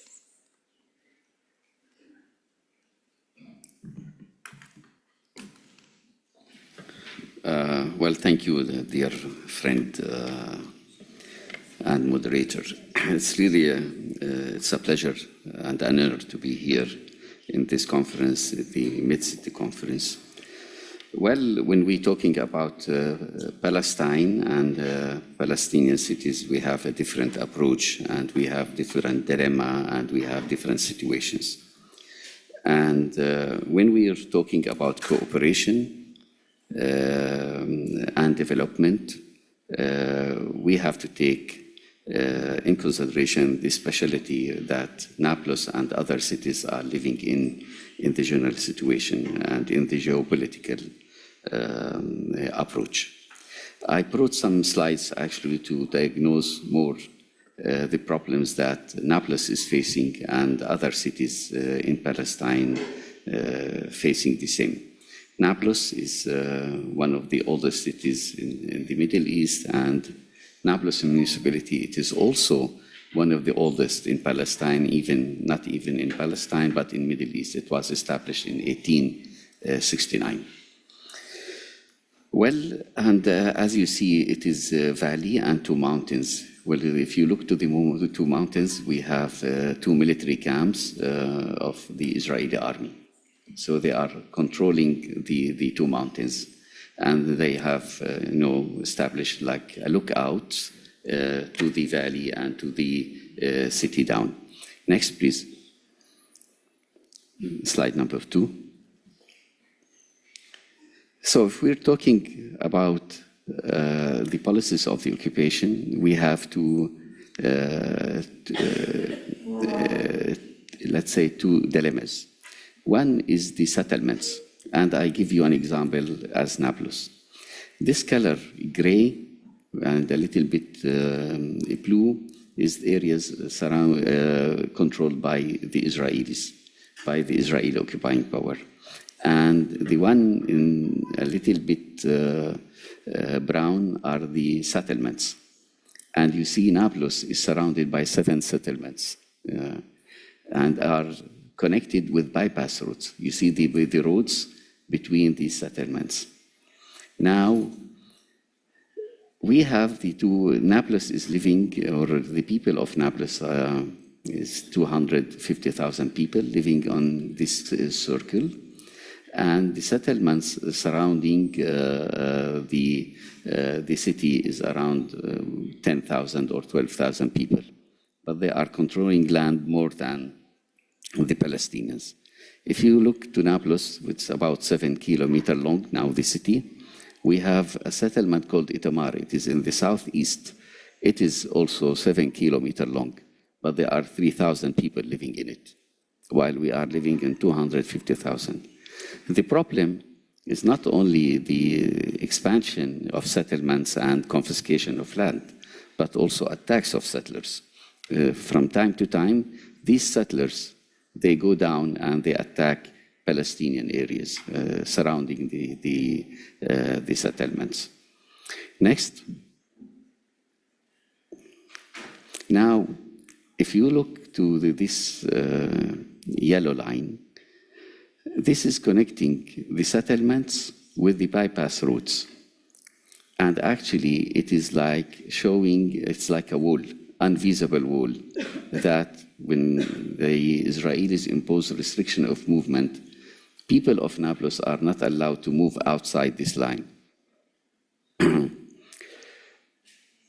You see, there is a checkpoints, and there are 7 checkpoints on this line.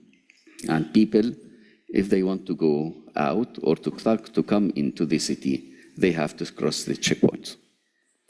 Now, sometimes you queue or you wait 1 hour, 2 hours, and sometimes it takes 5 minutes. But really, if you enter the city, sometimes it is difficult for you to predict when you can leave the city, because the checkpoints are closed, and it's up to 2 soldiers to close these checkpoints, 2 soldiers or 10 soldiers surrounding the city. This has had a bad impact on the general situation of the city. Like other cities, it has a bad economical situation. Actually, the economical situation has been deteriorated since the 7th of October, when this closure or this policy of restriction of movement was imposed by the Israeli army. Nablus is considered one of the trade centers. Actually, it is was considered the economical capital of Palestine. It is located in north of West Bank. It is one of the urban centers. You know, we have 3 urban centers in Palestine, where you have old cities. Hebron in the south, Jerusalem in the center, and Nablus in the north. And Nablus, as the other cities, have a big old city. Now, and it has, as you mentioned, my friend, we have the largest university, where we have 27,000 students studying at this university.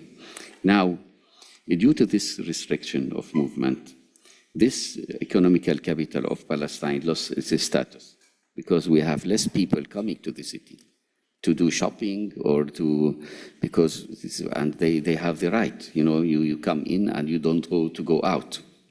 And for example, we used to have 120,000 people visiting the city per day. Now we are receiving about 20,000 visitors per day. We lost 100,000 per day, and this has had impact on all situation, especially the economical situation. Now, when we're talking about this is how the situation in general, it's a diagnosis of the situation. Well, when we talk about cooperation and we talk about development, what we give as a priority, because it is, we give the priority for the stability of the situation, to keep the services running normally. Because, in addition to that, please, another, if we have another slide. Yes. So what is really facing that we have raids, incursions on daily basis by the Israeli army entering the city. In addition to that, we have the settlers who are also attacking the people with the protection of the army. So in general, this is what we face, and this is why we give a priority for the stability of the services. And then we talk about developments. Then we talk about, cooperation. Sometimes you build a street, we paved a street with asphalt, and then next day it is destroyed. So we have to repair it again. So we do the repair, and we don't talk about the strategy of development. But in spite of everything, we have this strategy of developments and to improve our services in the city. Now, Answering to your question, yes, the cooperation and especially the finance, because I think the question is talking about finance, which I don't understand, which I'm not expert actually in finance or financial issues, but I think grants for joint investment projects should be very flexible, should be sensitive to funding modalities that allow adapting budget to be restricted when political or security situations change suddenly. And this is what we face.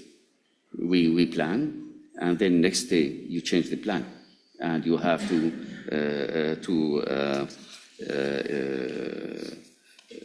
adapt to the new situation, reduce the bureaucratic requirements, shift from donor-driven agendas to local-led development. Well, we find projects that are resilient to conflict disruption as decentralized energy systems and digital services and local manufacturing. It creates fast response mechanism to repair or to replace damaged infrastructure. Programs should be designed with full awareness of political sensitivity, mobility, and restriction. Avoid conditioning requirements that are unrealistic for city under pressure. Now, in spite of everything, we have a good cooperation with different cities in the world. And we have a good relation, I think, with 17 cities. We have a twinning with the 17 cities all over the world. And we try to adapt and to create and to be innovative with this cooperation with the other cities. Thank you.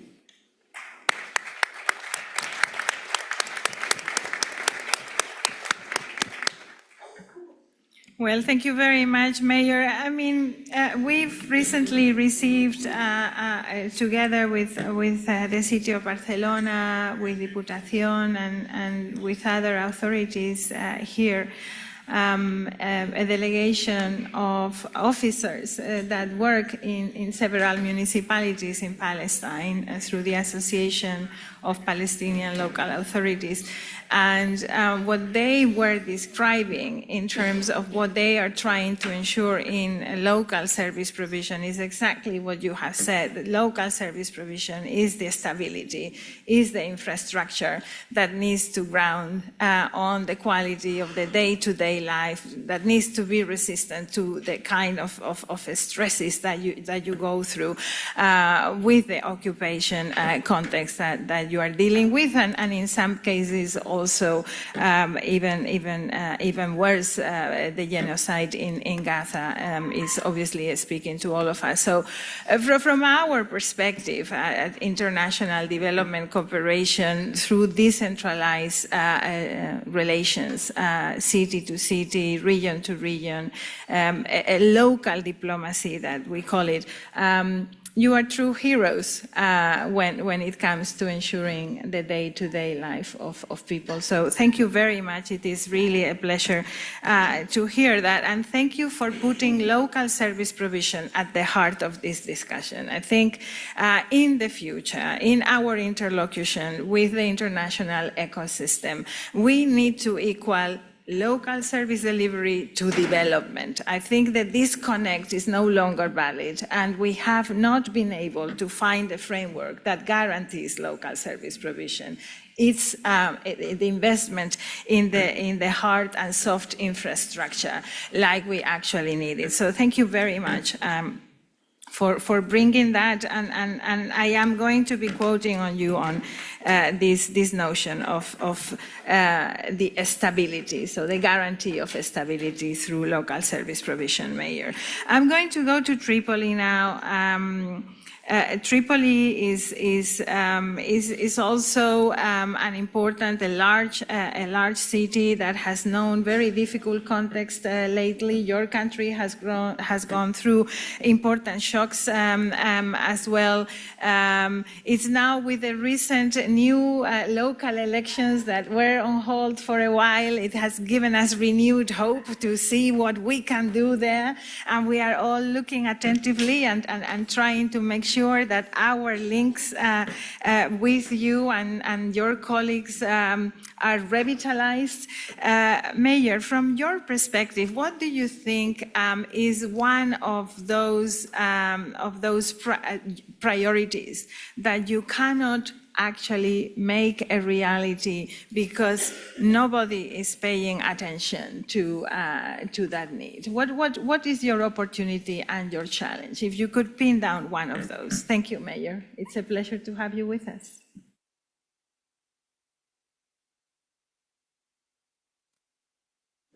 Thank you, dear Emilia. صباح الخير. أولاً أود أن أعبر عن امتناني وفخري أن أكون بينكم في اليوم الثاني في هذا المؤتمر، فشكراً لجميع المنظمين وشكراً للدولة المستضيفة على التواصل والاتصال. ثانياً كنا نحتفل بالأمس بانتساب 11 بلدية جديدة إلى هذه الشبكة، وهذا بالفعل أمر جيد، ولكن لا يمكننا أن ننسى بلدية ما زالت تعاني ما تعانيه، وأعني بذلك بلدية غزة. فكل التحية من أهلي في الفيحاء وفي طرابلس إلى رئيس بلدية غزة، ونقول له أن غزة ستعود وتنبض بالحياة مجددا.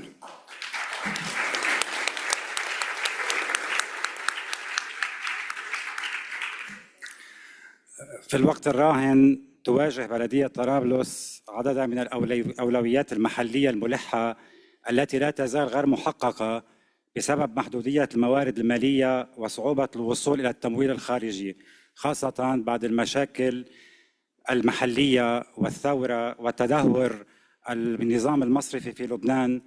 فأصبحت المشاكل عبء على البلديات والحكومات المحلية، ومن هنا تعد إعادة تأهيل الأبنية المتصدعة من أبرز هذه الأولويات، خاصة أن طرابلس هي المدينة المملوكية الثانية بعد القاهرة، فتشكل هذه المباني خطراً دائماً على السلامة العامة، وتتطلب تقييماً فنياً متخصصاً وأعمال صيانة وتدعيم ضرورية تتجاوز القدرة المالية للبلدية وللدولة اللبنانية ككل، ويؤدي تأمين التمويل اللازم إلى الحد من المخاطر وحماية السكان الأكثر عرضة للخطر ومنع تفاقم الأضرار التي قد تترتب عليها كلفة بشرية واقتصادية أكبر في المستقبل. أولوية ثانية بالنسبة لنا هي إحياء وسط المدينة التاريخي في طرابلس، وهو مشروع حيوي أجريت دراسته بالشراكة مع UNDP.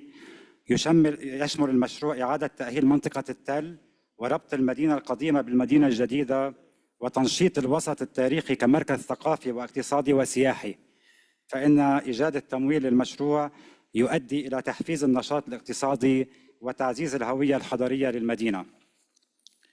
كما يمثل الحفاظ على البيئة تحدياً رئيسياً آخر، خصوصاً فيما يتعلق بتحويل مصبات مياه الصرف الصحي للمناطق المحيطة لمدينة طرابلس التي تصرف المياه المبتذلة مباشرة في نهر هو الوحيد في المدينة عنيت به، نهر أبو علي، بسبب عدم ربطها بشبكات إلى محطة الصرف الصحي الموجودة في طرابلس. وبدأ تحويل هذه المصبات نحو محطة التكرير خطوة أساسية لتحسين الأوضاع البيئية والصحية والحد من التلوث والامتثال لاتفاقية برشلونة، إلا أن هذا المشروع يتطلب أيضاً تنفيذ بنى تحتية واسعة، غير أن التمويل لا يزال غير متوفر. كما يعد النقل العام من الأولويات الأساسية للمدينة، فبالتعاون مع ماد سيتيز ضمن برنامج بناء القدرات المناخية الحضرية نعمل على تطوير فكرة المشروع، بالإضافة إلى الحصول على التدريب الفني والدعم من قبل هذه المؤسسة ليصار إلى إيجاد التمويل اللازم. سيساهم تنفيذ هذا المشروع في الحد من الازدحام وخفض الانبعاثات وتعزيز الوصول العادل إلى الخدمات الأساسية. وتظهر هذه المشاريع مجتمعة كيف يؤثر نقص الموارد المالية وصعوبة الوصول إلى مصادر التمويل إلى الحد من قدرة البلدية على تلبية الاحتياجات الأساسية وتنفيذ المشاريع ذات الأثر الكبير. ويتطلب تحقيق هذه الأولويات تمكين البلدية من الوصول إلى التمويل من الجهات المانحة الدولية وتعزيز الدعم الفني لإعداد مشاريع قابلة للتمويل وإيجاد آليات تمويل مستدامة تسمح لطرابلس بالانتقال من مرحلة التخطيط إلى التنفيذ الفعال. ومن هنا أقول أن احتياجات المدن المتوسطية متشابهة والحلول تصبح أقوى حين نصنعها معا. وشكرا.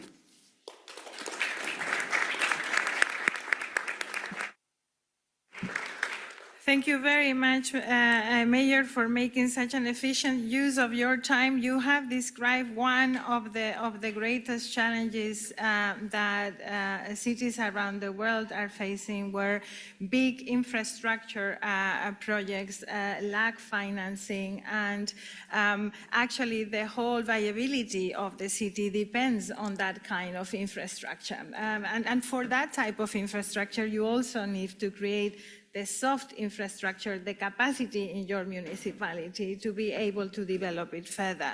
At this moment, I think the big question is the big dialogue that we are trying to have with the development banks around the type of projects that need to be seen as bankable and the type of support that is needed to invest in this kind of project is very, very relevant. I do hope that the new pact for the Mediterranean can change a little bit the perspective of the type of volume of investment that would be needed in your city and others in the region. It is a conversation shift that we need to manage to bring about all together. We still think that things are seen very much as a pilot project and not in the true dimension of development. And so I hope that that our session here and the advocacy that you are also asking us to do will actually come into fruition in some concrete investments. So thank you very much for that, and thank you to our colleagues from MedCity and others to support you to go into that endeavor. So now let's go to Tetuan. Someone has told me that Tetuan is going to be the Mediterranean capital city of culture and dialogue, which is a great honor to have and something that from our perspective is very well deserved. So congratulations for that. I am wondering, what are the perspectives of Tetuan right now and what it implies for Tetuan to go into this new responsibility as capital of culture, building on the existing relations that Tetuan has always had internationally. Tetuan has great international relations. So how are you looking at the next years? Can you share with us, Vice President, how you are looking into that? The floor is yours.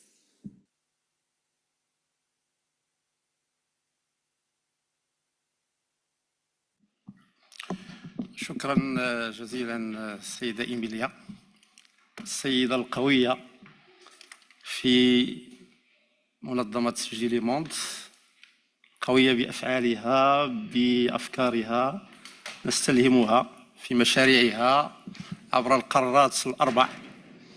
بطبيعة الحال ونحن جزء من هذه القارات الأربع. نحن في ميد سيتي نستقر في 3 قارات، نستقر في القارة الأوروبية ونستقر في القارة الإفريقية ونستقر كذلك في منطقة الشرق الأوسط، منطقة مينا. فبالتالي نلتمس من السيدة الأمينة العامة أن تكون هناك التفاتة لميد سيتي في مشاريعها المستقبلية في لقاءاتها العالمية، ونود أن تكون هناك شراكة قوية ما بين شبكة ميد سيتي وما بين سجل موند. المسألة الثانية حقيقة وأشرنا إليها البارحة في الجمعية العامة لميد سيتي ولاحظناها اليوم من خلال التدخلات القوية لمستشار محافظ القدس، لأريحة، لنابلس ولغيرها من المدن الفلسطينية، كما أردنا البارحة أن تكون الجمعية العامة هي عنوان عريض للدعم المطلق لفلسطين، للقدس ولغزة، نود اليوم كذلك أن نلتمسها كعنوان كبير لهذا المؤتمر، لمؤتمر 30 سنة على اتفاقية شراكة برشلونة، حتى نتذكرها في بقية من الحياة إن كانت هناك مدة زمنية، وأن نتركها لأبنائنا وأحفادنا، وأن نقول اليوم في 27 وغدا في الإعلان الرسمي لهذا الإعلان أنه تم الاحتفاء وتم الدعم المطلق لفلسطين ولغزة هنا في برشلونة. طبيعة الحال بعد الإشارات القوية من كل من بلدية برشلونة من خلال إضافة المقاطعة 11 كفلسطين، أو من الإشارات القوية الأخرى في المباراة الحبية وفي غيرها من الأنشطة، نود أن يكون هذا المؤتمر عنوانا آخر للدعم المستمر للقضية الفلسطينية، لا سيما أن اليوم في غزة وفي فلسطين وفي غيرها هم أحوج، لأنه لم تقف الحرب بعد، ولم يقف التدمير بعد، واليوم سكان غزة يسكنون في خيام مملوءة بالأمطار بالمياه، ليس لهم مكان يختبئون به، فبالتالي ما زال هناك دعم مستمر لفلسطين ولغزة. طبيعة الحال الإشارة إلى التجربة ديال مدينة تطوان وبلدية تطوان فيما يتعلق بهذا العنوان ديال الثقافة البارحة، وقد أشار إليها السيد رئيس بلدية بيت لحم. لا يمكن أن نتحدث عن حكامة، عن أداء داخل البلديات إذا لم يكن هناك سلام، ولا يمكن الحديث عن السلام إذا لم تكن هناك عدالة وعدل. فبالتالي كذلك هناك طبيعة الحال مبادئ أخرى لا يمكن الحديث عن أداء جيد وحكامة للبلديات دون استقرار. نحن ننعم طبيعة الحال في المغرب وننعم في تطوان بهذا الاستقرار، وهو سر من أسرار الأداء واستمرارية الأداء وتطور هذا الأداء. أضفنا إليه عنوانا آخر طبيعة الحال، إضافة إلى الاستقرار، إضافة إلى السلم المبني على العدالة، هناك مبادئ أخرى يمكن أن تكون آلية ديال التنمية والتطور والتواصل والشراكة مع الآخرين، هو عنوان الثقافة. أنا لن أذكركم بالتاريخ، التاريخ القديم والتاريخ المتوسط والتاريخ الحديث. الثقافة عنوان كبير في الشراكة، الثقافة عنوان كبير في الحوار، في التواصل. اليوم هنا على مستوى إسبانيا، في شمالها، في جنوبها، ونحن أقرب إلى الجنوب، نذهب إلى قرطبة ونذهب إلى إشبيلية ونذهب إلى مالاغا ونذهب إلى مدن أخرى، نجد تماثيل لعرب، فلاسفة، أطباء، علماء رياضيات وغيرهم، وفنانين وشعراء وغيرهم، هم عنوان الثقافة، هم عنوان الثقافة وعنوان التواصل ما بين الحضارات المختلفة، ونعتبرهم أنهم قد ساعدوا في شق جسور التواصل والشراكة يعني في الضفتين. من هذا الانطلاق وبطبيعة الحال بتجربة مشكورة الاتحاد من أجل المتوسط بطبيعة الحال، ولمؤسسة أنا ليند ولرئيستها الأميرة، على نبوغ الفكرة وعلى إبداع الفكرة المرتبطة بمسابقة حول المدن المتوسطية الثقافية بطبيعة الحال من الضفتين، من الشمال ومن الجنوب، حتى يكون هناك تلاقح قوي. كانت التجربة الأولى في سنة 2025، والتجربة الثانية اليوم في 2026 ستنطلق قريبا. التجربة الأولى كانت ما بين الإسكندرية وإحدى المدن على مستوى شمال إيطاليا على ما أظن، والتجربة الثانية ستكون ما بين تطوان شمال المغرب وكذلك مدينة إيطالية أخرى ماطرة الإيطالية. فقدمنا ترشيحنا. بطبيعة الحال هذا الترشيح أفتح فيه القوس، يأتي من تراكم ومن تجربة ومن خبرات جمعناها من هذه التجربة ديال شراكة مع برشلونة وشراكة مع ميدسيتي وشراكة مع مؤسسات أخرى. حقيقة تجربتنا على مستوى تطوان ترجع إلى 40-50 سنة سابقة، أيام السبعينات والثمانينات هنا في إسبانيا. قبل أن تنضم إسبانيا إلى الاتحاد الأوروبي كانت هناك شراكة قوية، وهذا راجع إلى أن في تلك الفترة ديال السبعينات والثمانينات كانت هناك تدبير لأحزاب اشتراكية عندنا في المغرب، وكان هناك تواصل قوي مع أحزاب اشتراكية أخرى قائمة هنا في برشلونة وفي ضواحي برشلونة. فكان ذاك هو منطلق الشراكة. بطبيعة الحال انضممنا إليه فيما بعد إلى شبكة ميدسيتي، وقمنا بعملية تسيير شبكة ميدسيتي لفترتين، رئاسة شبكة ميدسيتي، ونحن ما زلنا اليوم مستمرين في هذه الشراكة المفتوحة. كذلك نقوم بتطوير الشراكة باستمرار، واليوم نحن في شراكة قوية مع بلدية برشلونة من خلال اتفاقية شراكة تربطنا، وهي تعزز الشراكات السابقة من خلال هذه المرة تركيز على محاور جديدة ومحاور مفتوحة على المستقبل، مرتبطة بالشباب، بالنوعي وإدماج النساء، مرتبطة بالرقمنة، مرتبطة بدعم وتنمية الاقتصاد إلى غير ذلك من الأمور الأخرى، وهي كلها شراكة تعزز. لأعود وأقول استلهاما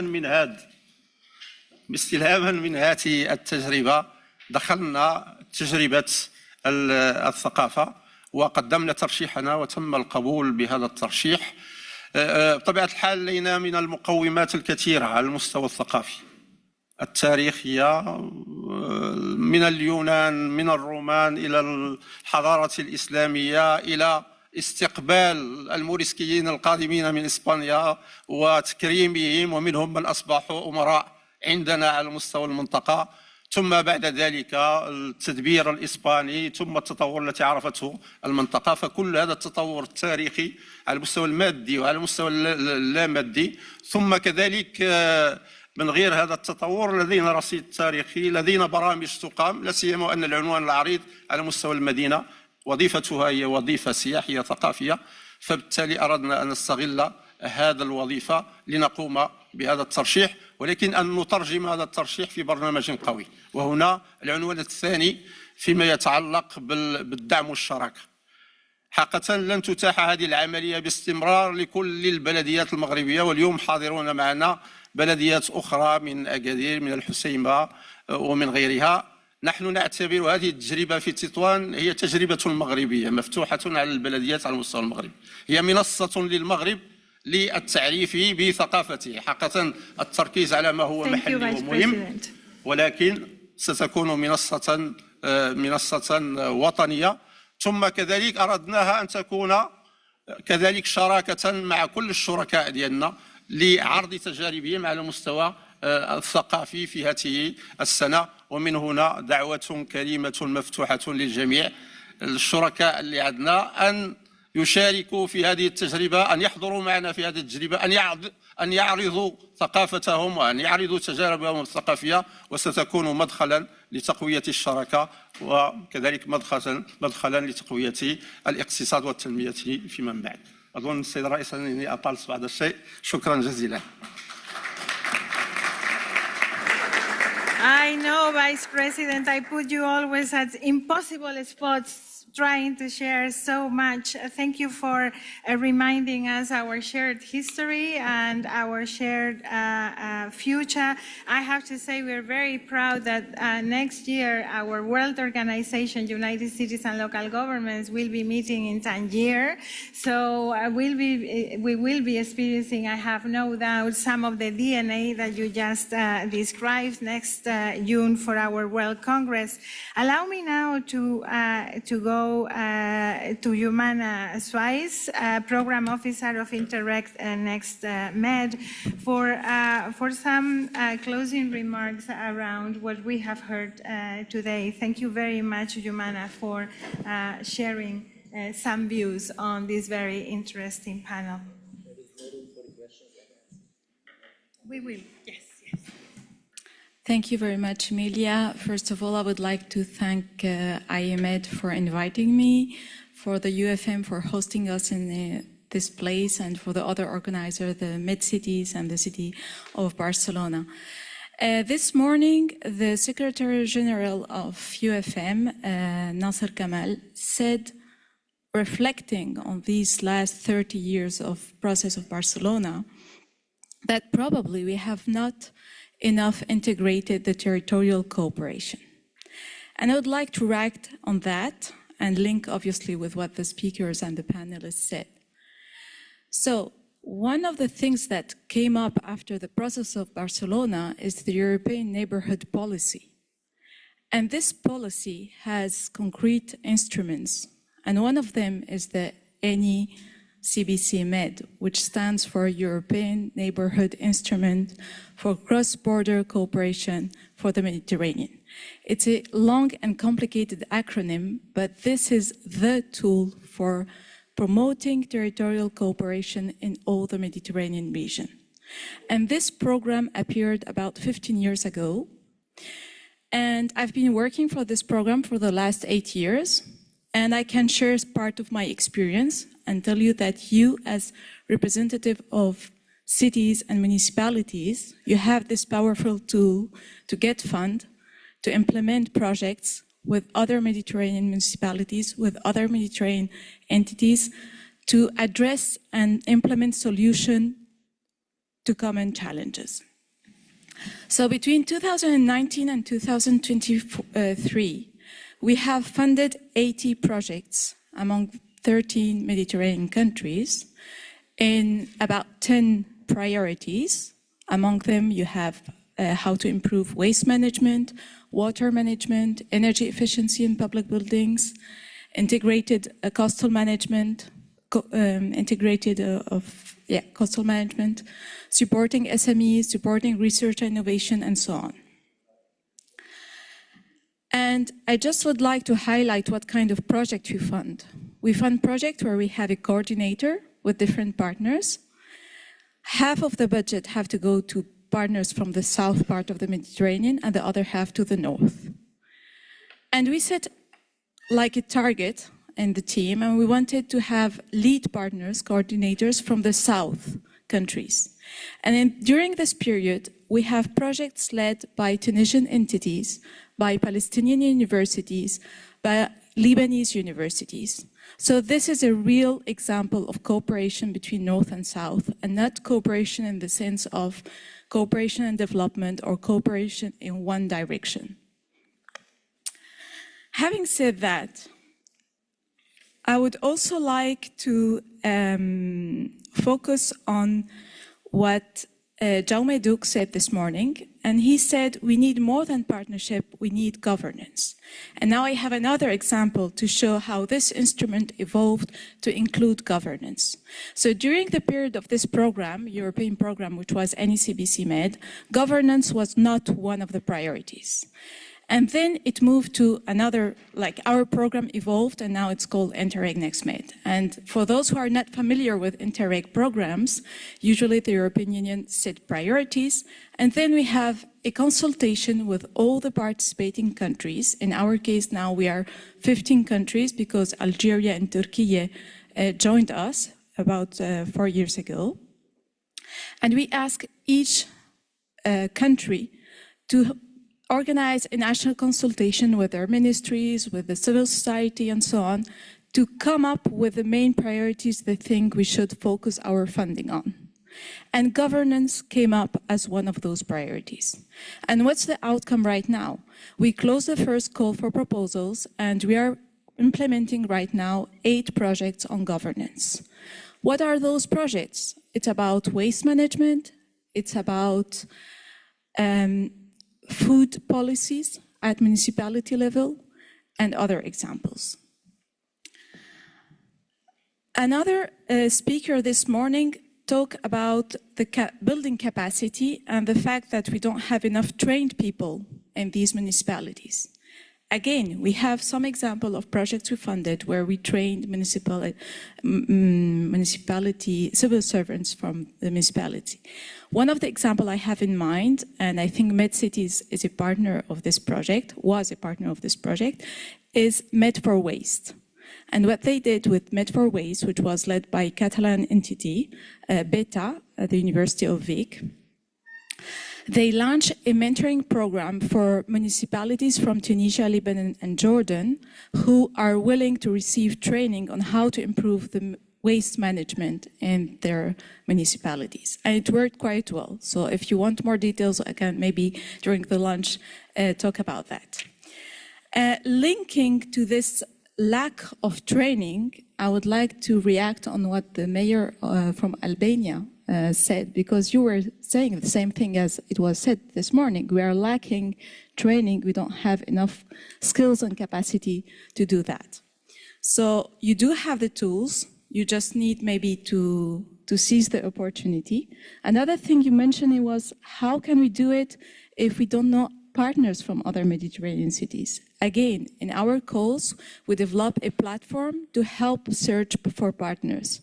So if you are a municipality from Albania, you can look for partners in different Mediterranean countries who are willing to work together on wastewater management, on adaptation to climate change, and so on. I wanted also to react about what he said, the mayor of Nablus, about providing local services. We are right now implementing a project on this. I cannot remember all the partners, but I can check on that and tell you. I would also like to highlight that Nablus is very active in our program. The University of Najah was a lead partner in one of the projects on renewable energy in public universities in the whole Mediterranean. And it was a push for them to set a strategy to reduce their electricity bill by 30% and to turn into renewable energy as much as possible. As for Lebanon, they are also very active. Well, the American University of Beirut led a couple of projects about sustainable tourism, but we also have some examples in the north of Lebanon, such as how to support traditional salinas in order to manage salinas. So we have the example of Anfa that probably you may know. And we have just included a new priority about adaptation to climate change, and one of them is about fighting wildfires and increasing prevention of wildfires. And one of the partners is the University of Balamand in north of Lebanon. I see that I'm running out of time, so I want to conclude. We as Interreg NextMed really believe in the power of territorial cooperation. We believe in local power, in people, and in the power of young people. So just you have the tool, maybe we have to get to know more about these opportunities, but tools exist and maybe we have just to focus on that. Thank you very much.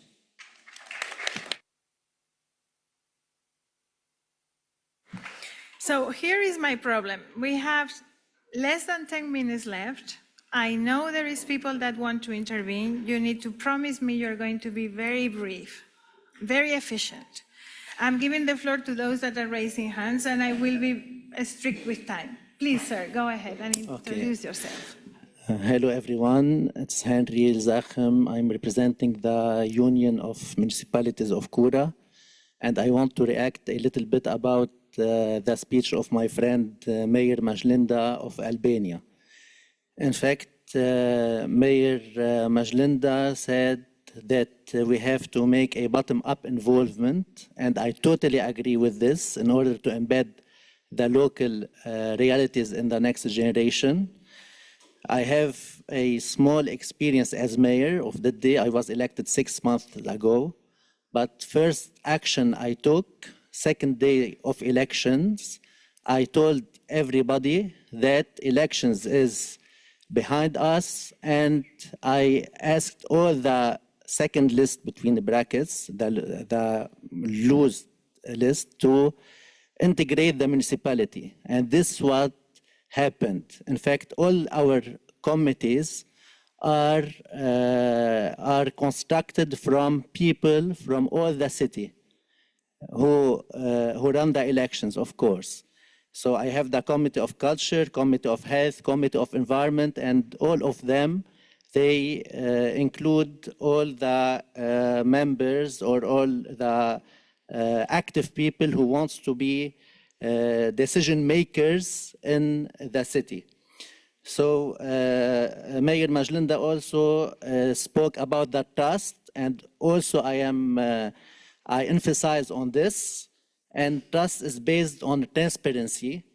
We have to share all what we do, all what we spend, and we have to vulgarize the results, and we have to take advantage of the social media nowadays, because we have this tool that enter to every home, and all the people they are, yes, I also, I hurry, do not worry, President. So we have to organize activities that tackle all age groups. So for youth, we can organize sports events, we can organize conferences for parents and musical and festivals for all the city. And finally, also to embed the local realities, we can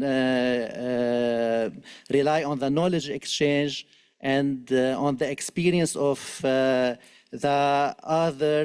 peers across the region. Thank you so much.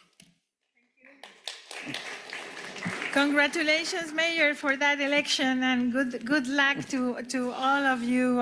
Thank you for carrying on this bottom-up approach. I have seen you, Madam.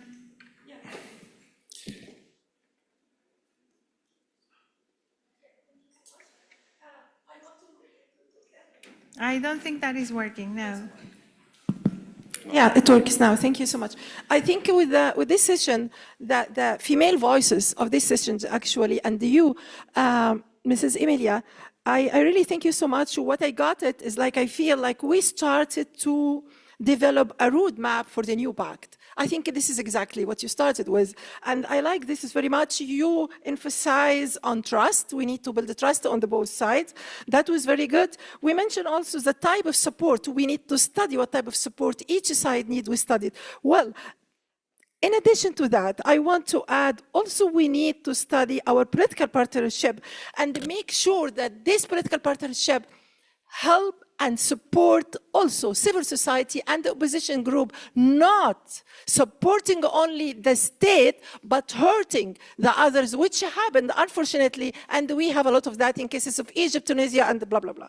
The second point is our economic partnership. We need also to emphasize that this economic partnership must be benefit on both sides and must respect also the natural resources at both sides, because it didn't happen also maybe with some other pacts. And the last point is I want to also emphasize on the capacity building, but not only capacity building for the NGOs on the Global South, but also capacity building both. We need to know each other more. And the last point, when Syrian came to Germany in 2015, the German human resources were asking Syrian, do you have schools in your country?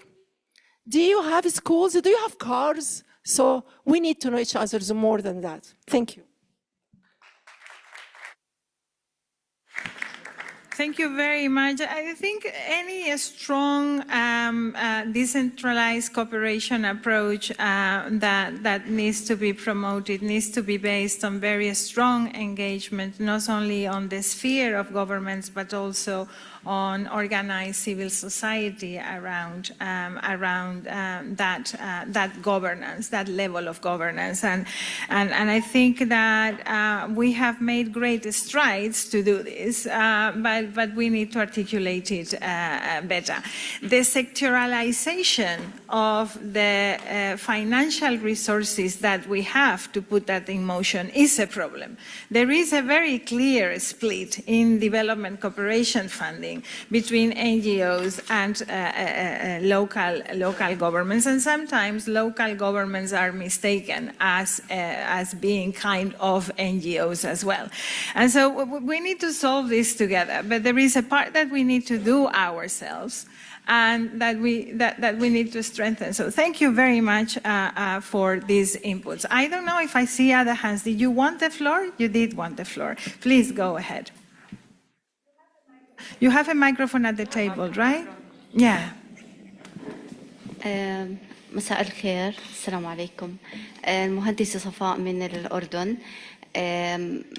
في البداية حابة أشكركم كتير على دعوتكم لنا لحضور هذا المؤتمر القيم، وحقيقة يعني أنه استفدنا كتير من المعلومات اللي تم طرحها خلال هذا اللقاء. أنا بدي أحكي شوي عن بلدية المعراض. بلدية المعراض تقع في شمال الأردن، مساحتها 62 كيلومتر، تشتهر بالغابات والمحميات الطبيعية. أيضا عدد سكانها 70,000، بالإضافة إلى وجود لاجئين سوريين ولاجئين فلسطينيين اللي هو مخيم غزة يقع ضمن أراضي بلدية المعراض. بلدية المعراض بتشتهر بأنه طبيعتها جبلية وعرة، فالبنية التحتية فيها نوعا ما تحتاج إلى أعمال كثيرة بسبب التوسع العمراني. طبعا احنا بحاجة إلى أعمال بنية تحتية. كذلك أنا بمشروع الانتريك كونه بيهتم في الكاباسيتي بيلدينج، كونه بلدية لساتنا يعني متوسطة، فنحن بحاجة إلى بناء قدرات، وسواء كان لمجتمع محلي، نساء أو من الديسابيليتي ذوي الإعاقة، أو حتى موظفين البلدية. فأنا بتمنى أنه تكون بلدية المعراض من ضمن اهتمامات الشبكة، كونه إحنا يعني انضمينا جديد للشبكة، فبتمنى يكون لنا دعم كتير كبير من قبلكم. شكرا مرة ثانية.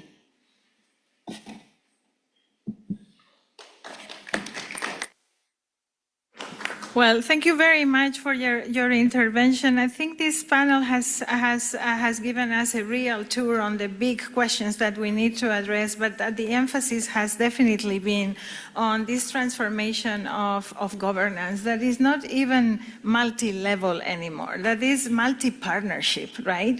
Is governing in partnership. That will be the transformation that we need to address, and it's not only in this region of the world, but this is certainly a very important space where, given the historical links that we have, the many instruments for cooperation that we have been putting together that have been sustainable throughout times and through very diverse shocks and crises that the region has gone through, I feel have great potential to innovate.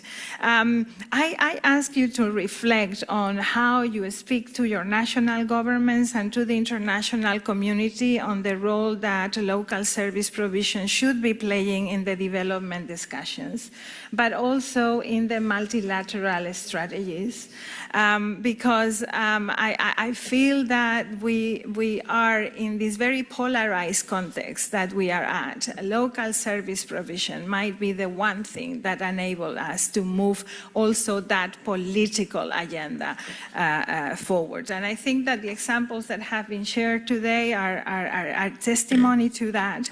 I want to highlight the importance of linking peace to justice, and considering how justice needs to be also linked to democratic processes, and how you cannot have one without the other, and that is a part of the conversation that is in jeopardy not only in this part of the world but in many other spaces. So I hope our sphere of government and our organized partnerships can drive us to that. Thank you very much for sharing your true sense and your emotions with the role that you have in servicing people. Allow me to thank you for bearing me and allowing me to facilitate this this panel, and I cannot say no to a mayor, and even less to a woman mayor. So go ahead, you have the last word. Thank you very much. Yes, my last word. I truly believe that with a good collaboration, partnership between us, focus on trust, exchanging the best practices, we will shape our future. And thank you very much for your excellent moderating. Thank you, Josep, for all the work that you are doing, and congratulations to MedCities on a wonderful assembly yesterday. Thank you, Barcelona and colleagues, for providing this environment.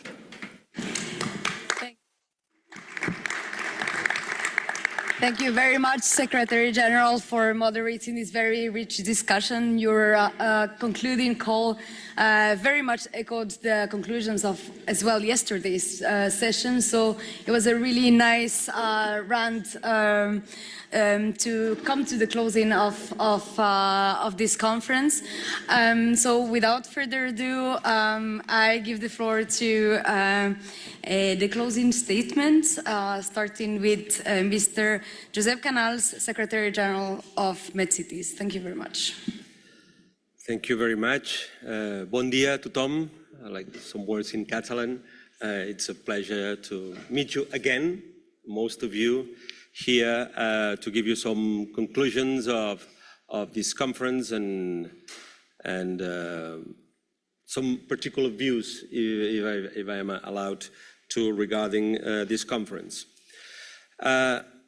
Regarding the conclusions, my first conclusion would be that, and I think it would be the main one, that we are all supporting the Palestinian people. And here represented by our esteemed members, Bethlehem, Ramallah, new member Nablus from yesterday, and of course the empty seat that we had yesterday of the mayor of Gaza. So of course the others non-members as Jericho and Jerusalem here, I think I'm not forgetting anyone. And I would like also to mention, maybe not to mention also the support of our Lebanese friends that also have suffered a great military aggression, and it has to do with the resilience aspect that we have heard today.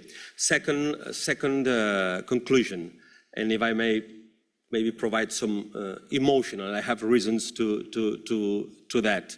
It's that I am very proud of being part of MedCities, and because this is what MedCities is about. This is a culmination. There is much beneath. There is the projects, the providing technical assistance, exchange among members. But this is what it's about. A group of more and more numbered members, mayors here. I know that not all of you are members of MedCities, but the majority members of MedCities gathering together around the table, despite that you are from different states, different countries, different flags.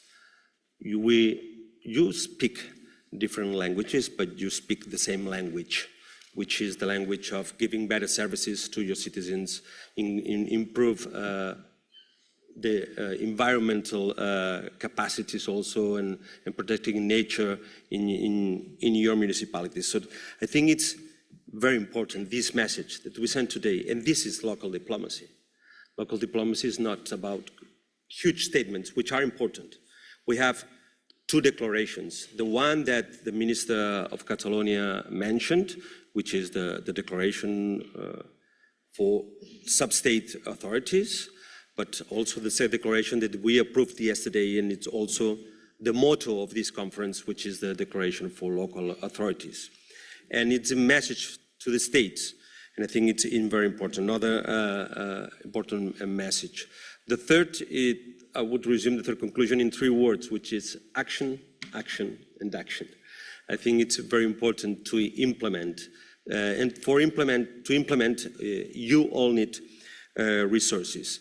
I like to mention that at first hand, I have lived this as a mayor. I have I had to deal with catastrophes, atmospheric catastrophes like wind, snow, wildfires, with some deaths too. But there is another scale when we speak about the military aggression, refugees, how our friend the mayor of Saida had to deal with this crisis, what the occupation that you are suffering in Bethlehem or Nablus, for example, or the genocide in the Gaza Strip. So this is kind of resilient approaches that you need tools to do that. You need capacitation, you need human resources, you need financial resources, and working together is a way of improving this issue. Of course, we have the climate crisis. We have to acknowledge cities are one of the main causers of climate crisis, but also one of the main sufferers of the climate crisis. So it's this combination of mitigation and adaptation to effects. That has been said, if local authorities fail, states also fail. So I think it's important to highlight, to stress that the Pact of the Mediterranean is a good point, a good tool that has been provided to us. I have felt for the first time that this important document, an important international document, recognizes the role of local authorities.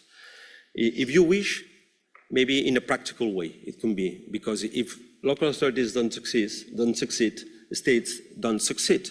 But it's also a thing of justice, that you need resources, because you have to deal with all these issues, all these problems, all these catastrophes, all these aggressions, the climate crisis or military aggressions, whatever they are. So it's important that the new Pact for the Mediterranean, which cities we have contributed to, giving voice to these necessities, I think we have to salute this new instrument that we have. And of course, we have said to the Commissioner and by our President and myself to the team, we are ready to act on the action plan. Another important ideas that I would like to stress that have arisen today, the talent partnerships, the structure, co-decision and co-creation of local authorities with international partners, regional partners and states, to institutionalize the role of local and regional authorities. I think it's very important. And of course, has been mentioned, I would like to highlight also the words of Julia Sostero and our president, how citizens, the importance of citizens, we are closer, local authorities, to citizens, how citizens can put the accent and how to co-create and work together. And of course, among these citizens, young people. It's very important, young people. I take note very much of the words of our president on these mid-cities youth. Why not? I think it's a very relevant idea that we would try to implement. I would like to mention some of the two projects that we have done during these recent years regarding this. I remember with the help of the government of Catalonia that we helped to create this local municipal council in Msaken, in Tunisia. It was a great opportunity to create, with even an electoral campaign among the young people, and the commitment of the mayor to receive and to work back to back of the municipal council with the local council. Sadly, there are no more local councils in Tunisia anymore. So the local council, the young local council, there isn't either there. But this experience is there. This experience should be maybe inspiring to others. I had the opportunity also as a mayor to create the local council and also the migration council. Why not? Because migration is another thing. While some voices maybe link security with migration, here has been said that many voices link migration with human rights. So, and I think it's important also, the local authorities are the ones that have to tackle with this reality, but also providing human rights to people that lives in the streets, in the houses. Some of them, sadly, in the streets, are part of the cities. They have to decide, and we have incorporated their vision too in our projects. Just to finalize, I think it's, again, very important that this conference happened alongside our General Assembly. This conference started as a co-organization of different institutions. After our General Assembly, maybe I could say that this conference was organized by only one institution, which is MidCities. Why? Because the Municipal Council of Barcelona is part of MidCities, because the Provincial Council of Barcelona is part of MidCities. You represent both. And from yesterday, IEMET is part also of MidCities family. So I think that the three institutions have the logo here as a justice, but we are all together on the same page, on the same institution. And just now to finalize, I would like to give, some people maybe divide technical cooperation from the political diplomacy. I would like to stress that MidCities is an example. The political value, so the diplomatic value of the technical cooperation, because it's through projects, through connecting projects, through working together that we create cohesion, we remove some prejudices, barriers, working together. So I think this is a very good message what you represent, your teams and your staff. Thank you very much. I hope that this won't be only the first, but not the last one.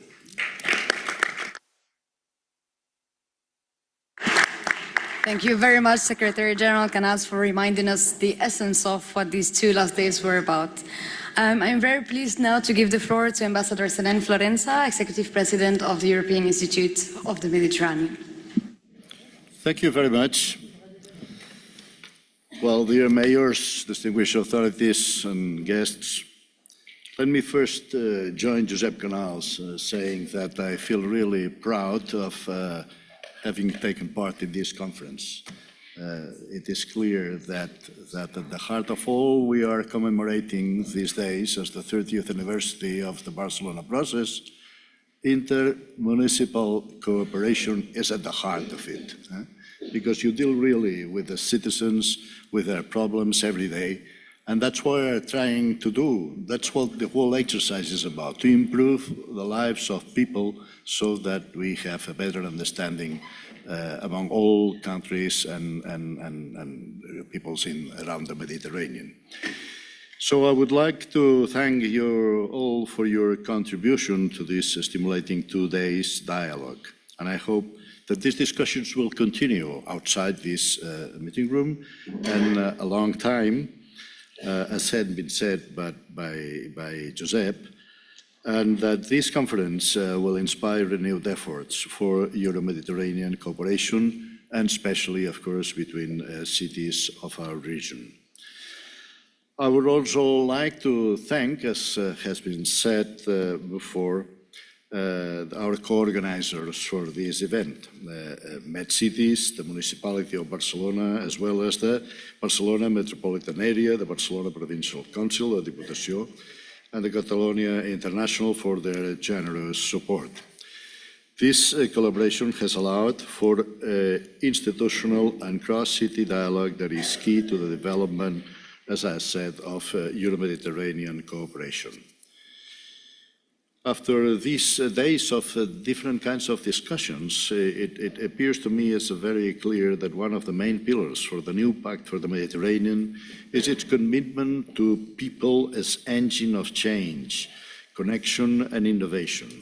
This vision calls for a decentralized territorial approach that leverages the capacity of local authorities to manage complexity, to foster cohesion, to deploy targeted development strategies to generate tangible change for the Mediterranean as a whole. Cities, given their proximity to local realities, can help lead the implementation of the new pact if they are empowered and with the right tools.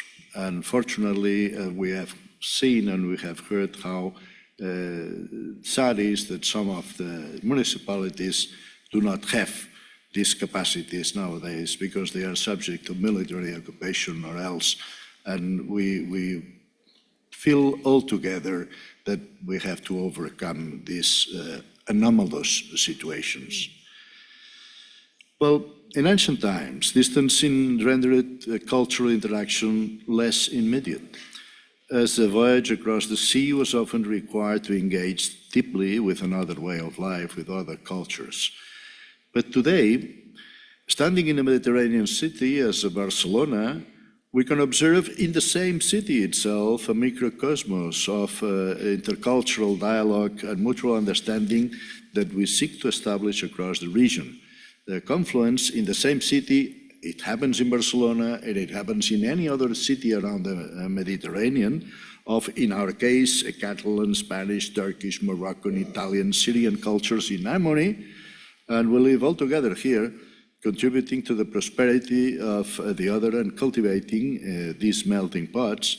Cities have shown a commitment, bolstering the sense of belonging to a collective identity that unites the Mediterranean region.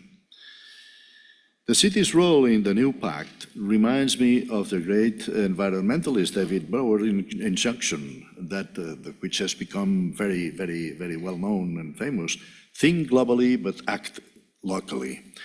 The challenges we face at an international level are daunting, but we have seen today that there is much to learn and much inspiration to be gleaned in observing how Mediterranean cities, from their vantage point at the front line, are producing creative, locally adapted solutions to this global crisis.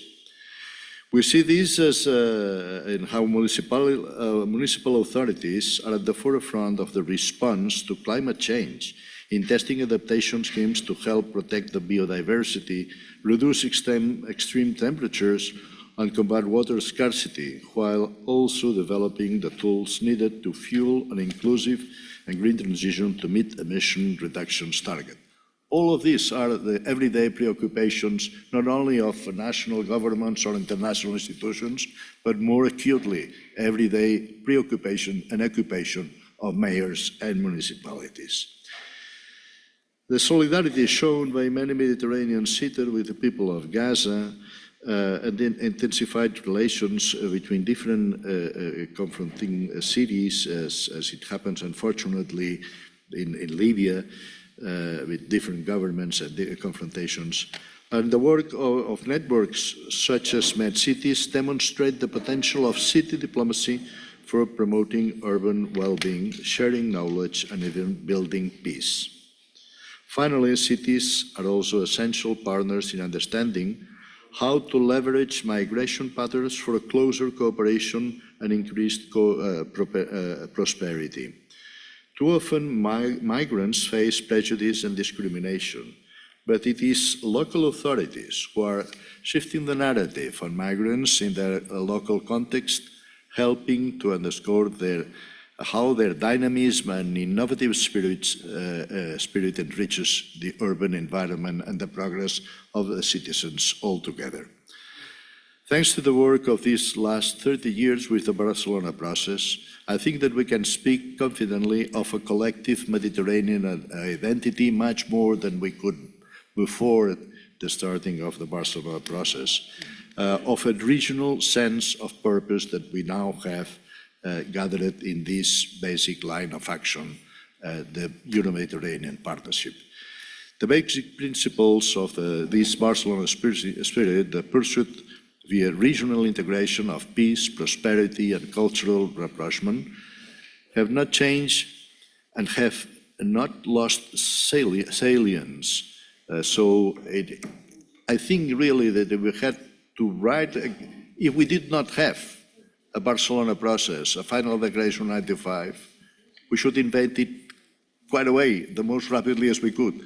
And I am convinced that if we were now to do it, we would do again the same kind of final declaration, and continues to be a valid inspiration for the work ahead to build these big goals of building around the Mediterranean an area of peace and stability, an area of shared progress, economic progress, and cultural understanding. But the context has inevitably shifted, and we stand before existential challenges that know no borders. The only path, the only solution then, is to forge a response through closer international cooperation based on a firm foundation of trust and shared values. Today, we have reaffirmed this cooperation can begin among cities, which gives the power through concrete, context-sensitive initiatives to be pioneers in regional integration and to translate the new Pact for the Mediterranean into effective transformational action. So thank you very much for your attention, and my really deep congratulations for all you have achieved these 2 days. Thank you very much.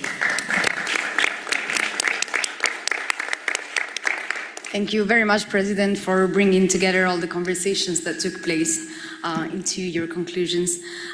Without further ado, it's my honor to give the final words to Maria Eugenia Gai, representing both the Barcelona City Council as second deputy mayor in charge of international relations, as well as the Barcelona Provincial Council as sixth vice president and deputy delegate for international relations and Agenda 2030. The floor is yours.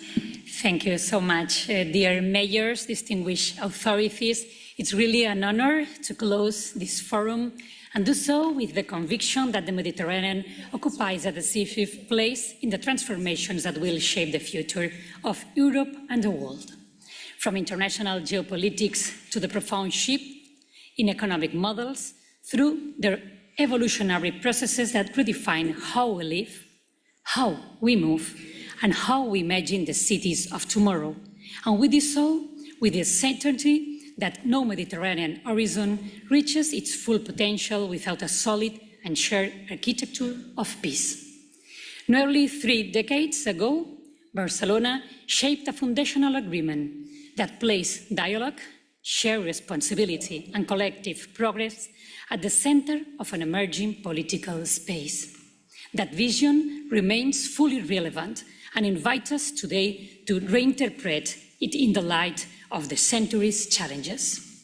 The climate crisis that demands bold responses, the technological governance that shapes our daily lives, the social harmony that sustains democracies, the effective equality that dignifies community, and the transformative role of an emerging talent in increasingly plural societies.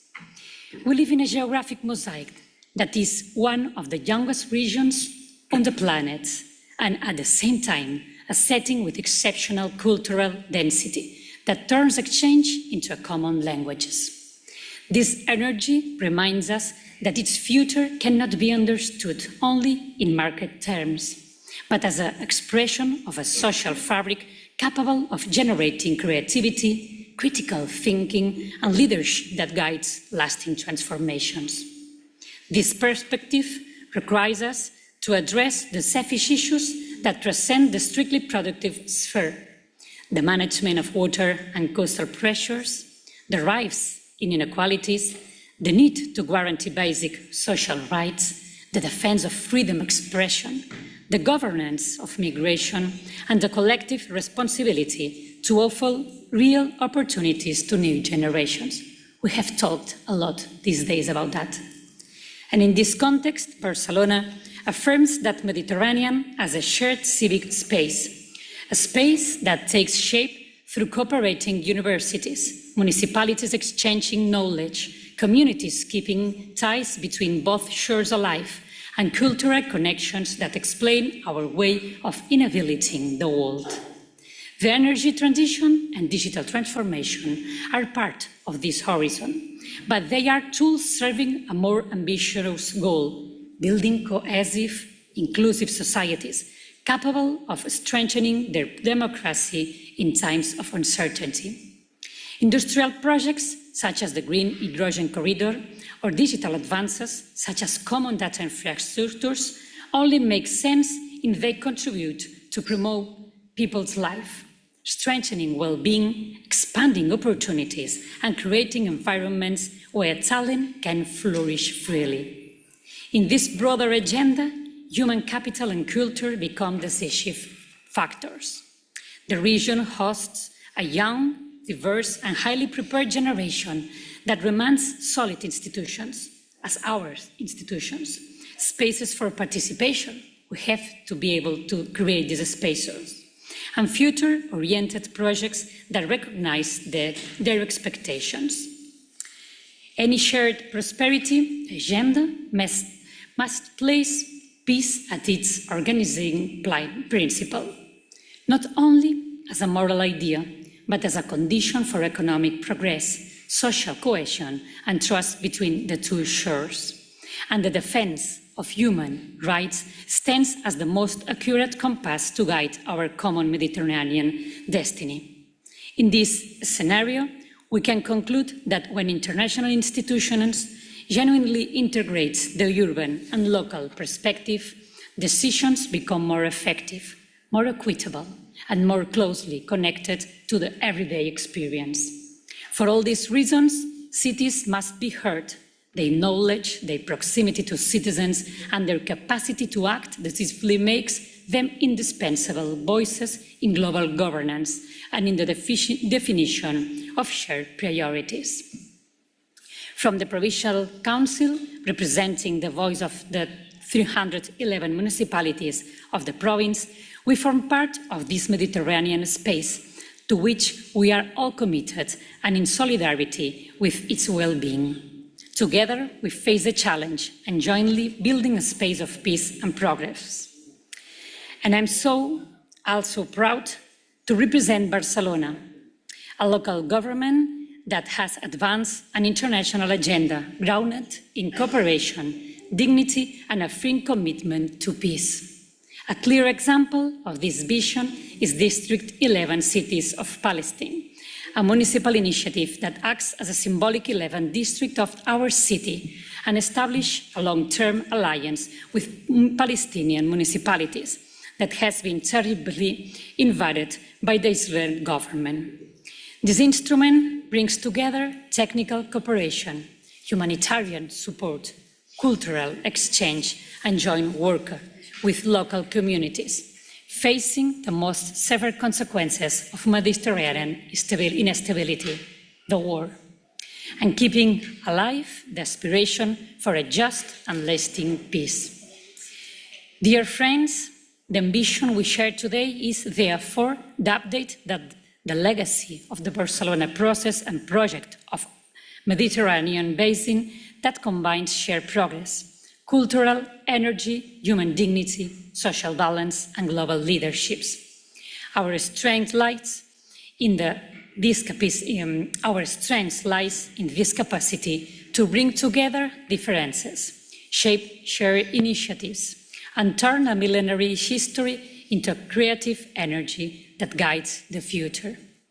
An idea that Manuel Marin, one of the great intellectual architects of the common spaces, summarized with precision.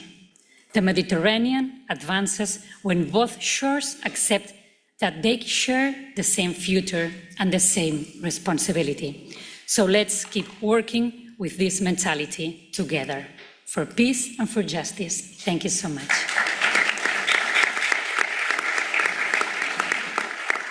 Thank you very much, Deputy Mayor. With these words, we finalized these 2 days of conference.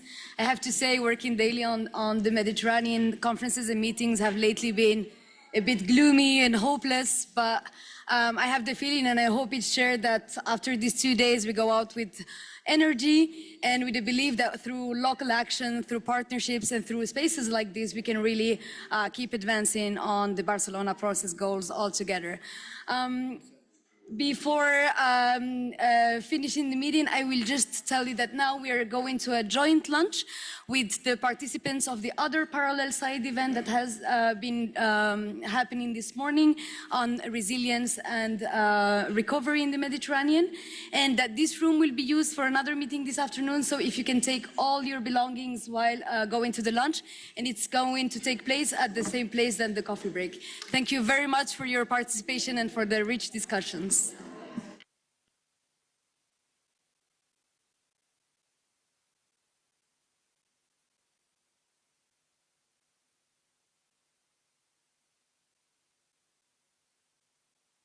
ما كنسمع حتى واحد.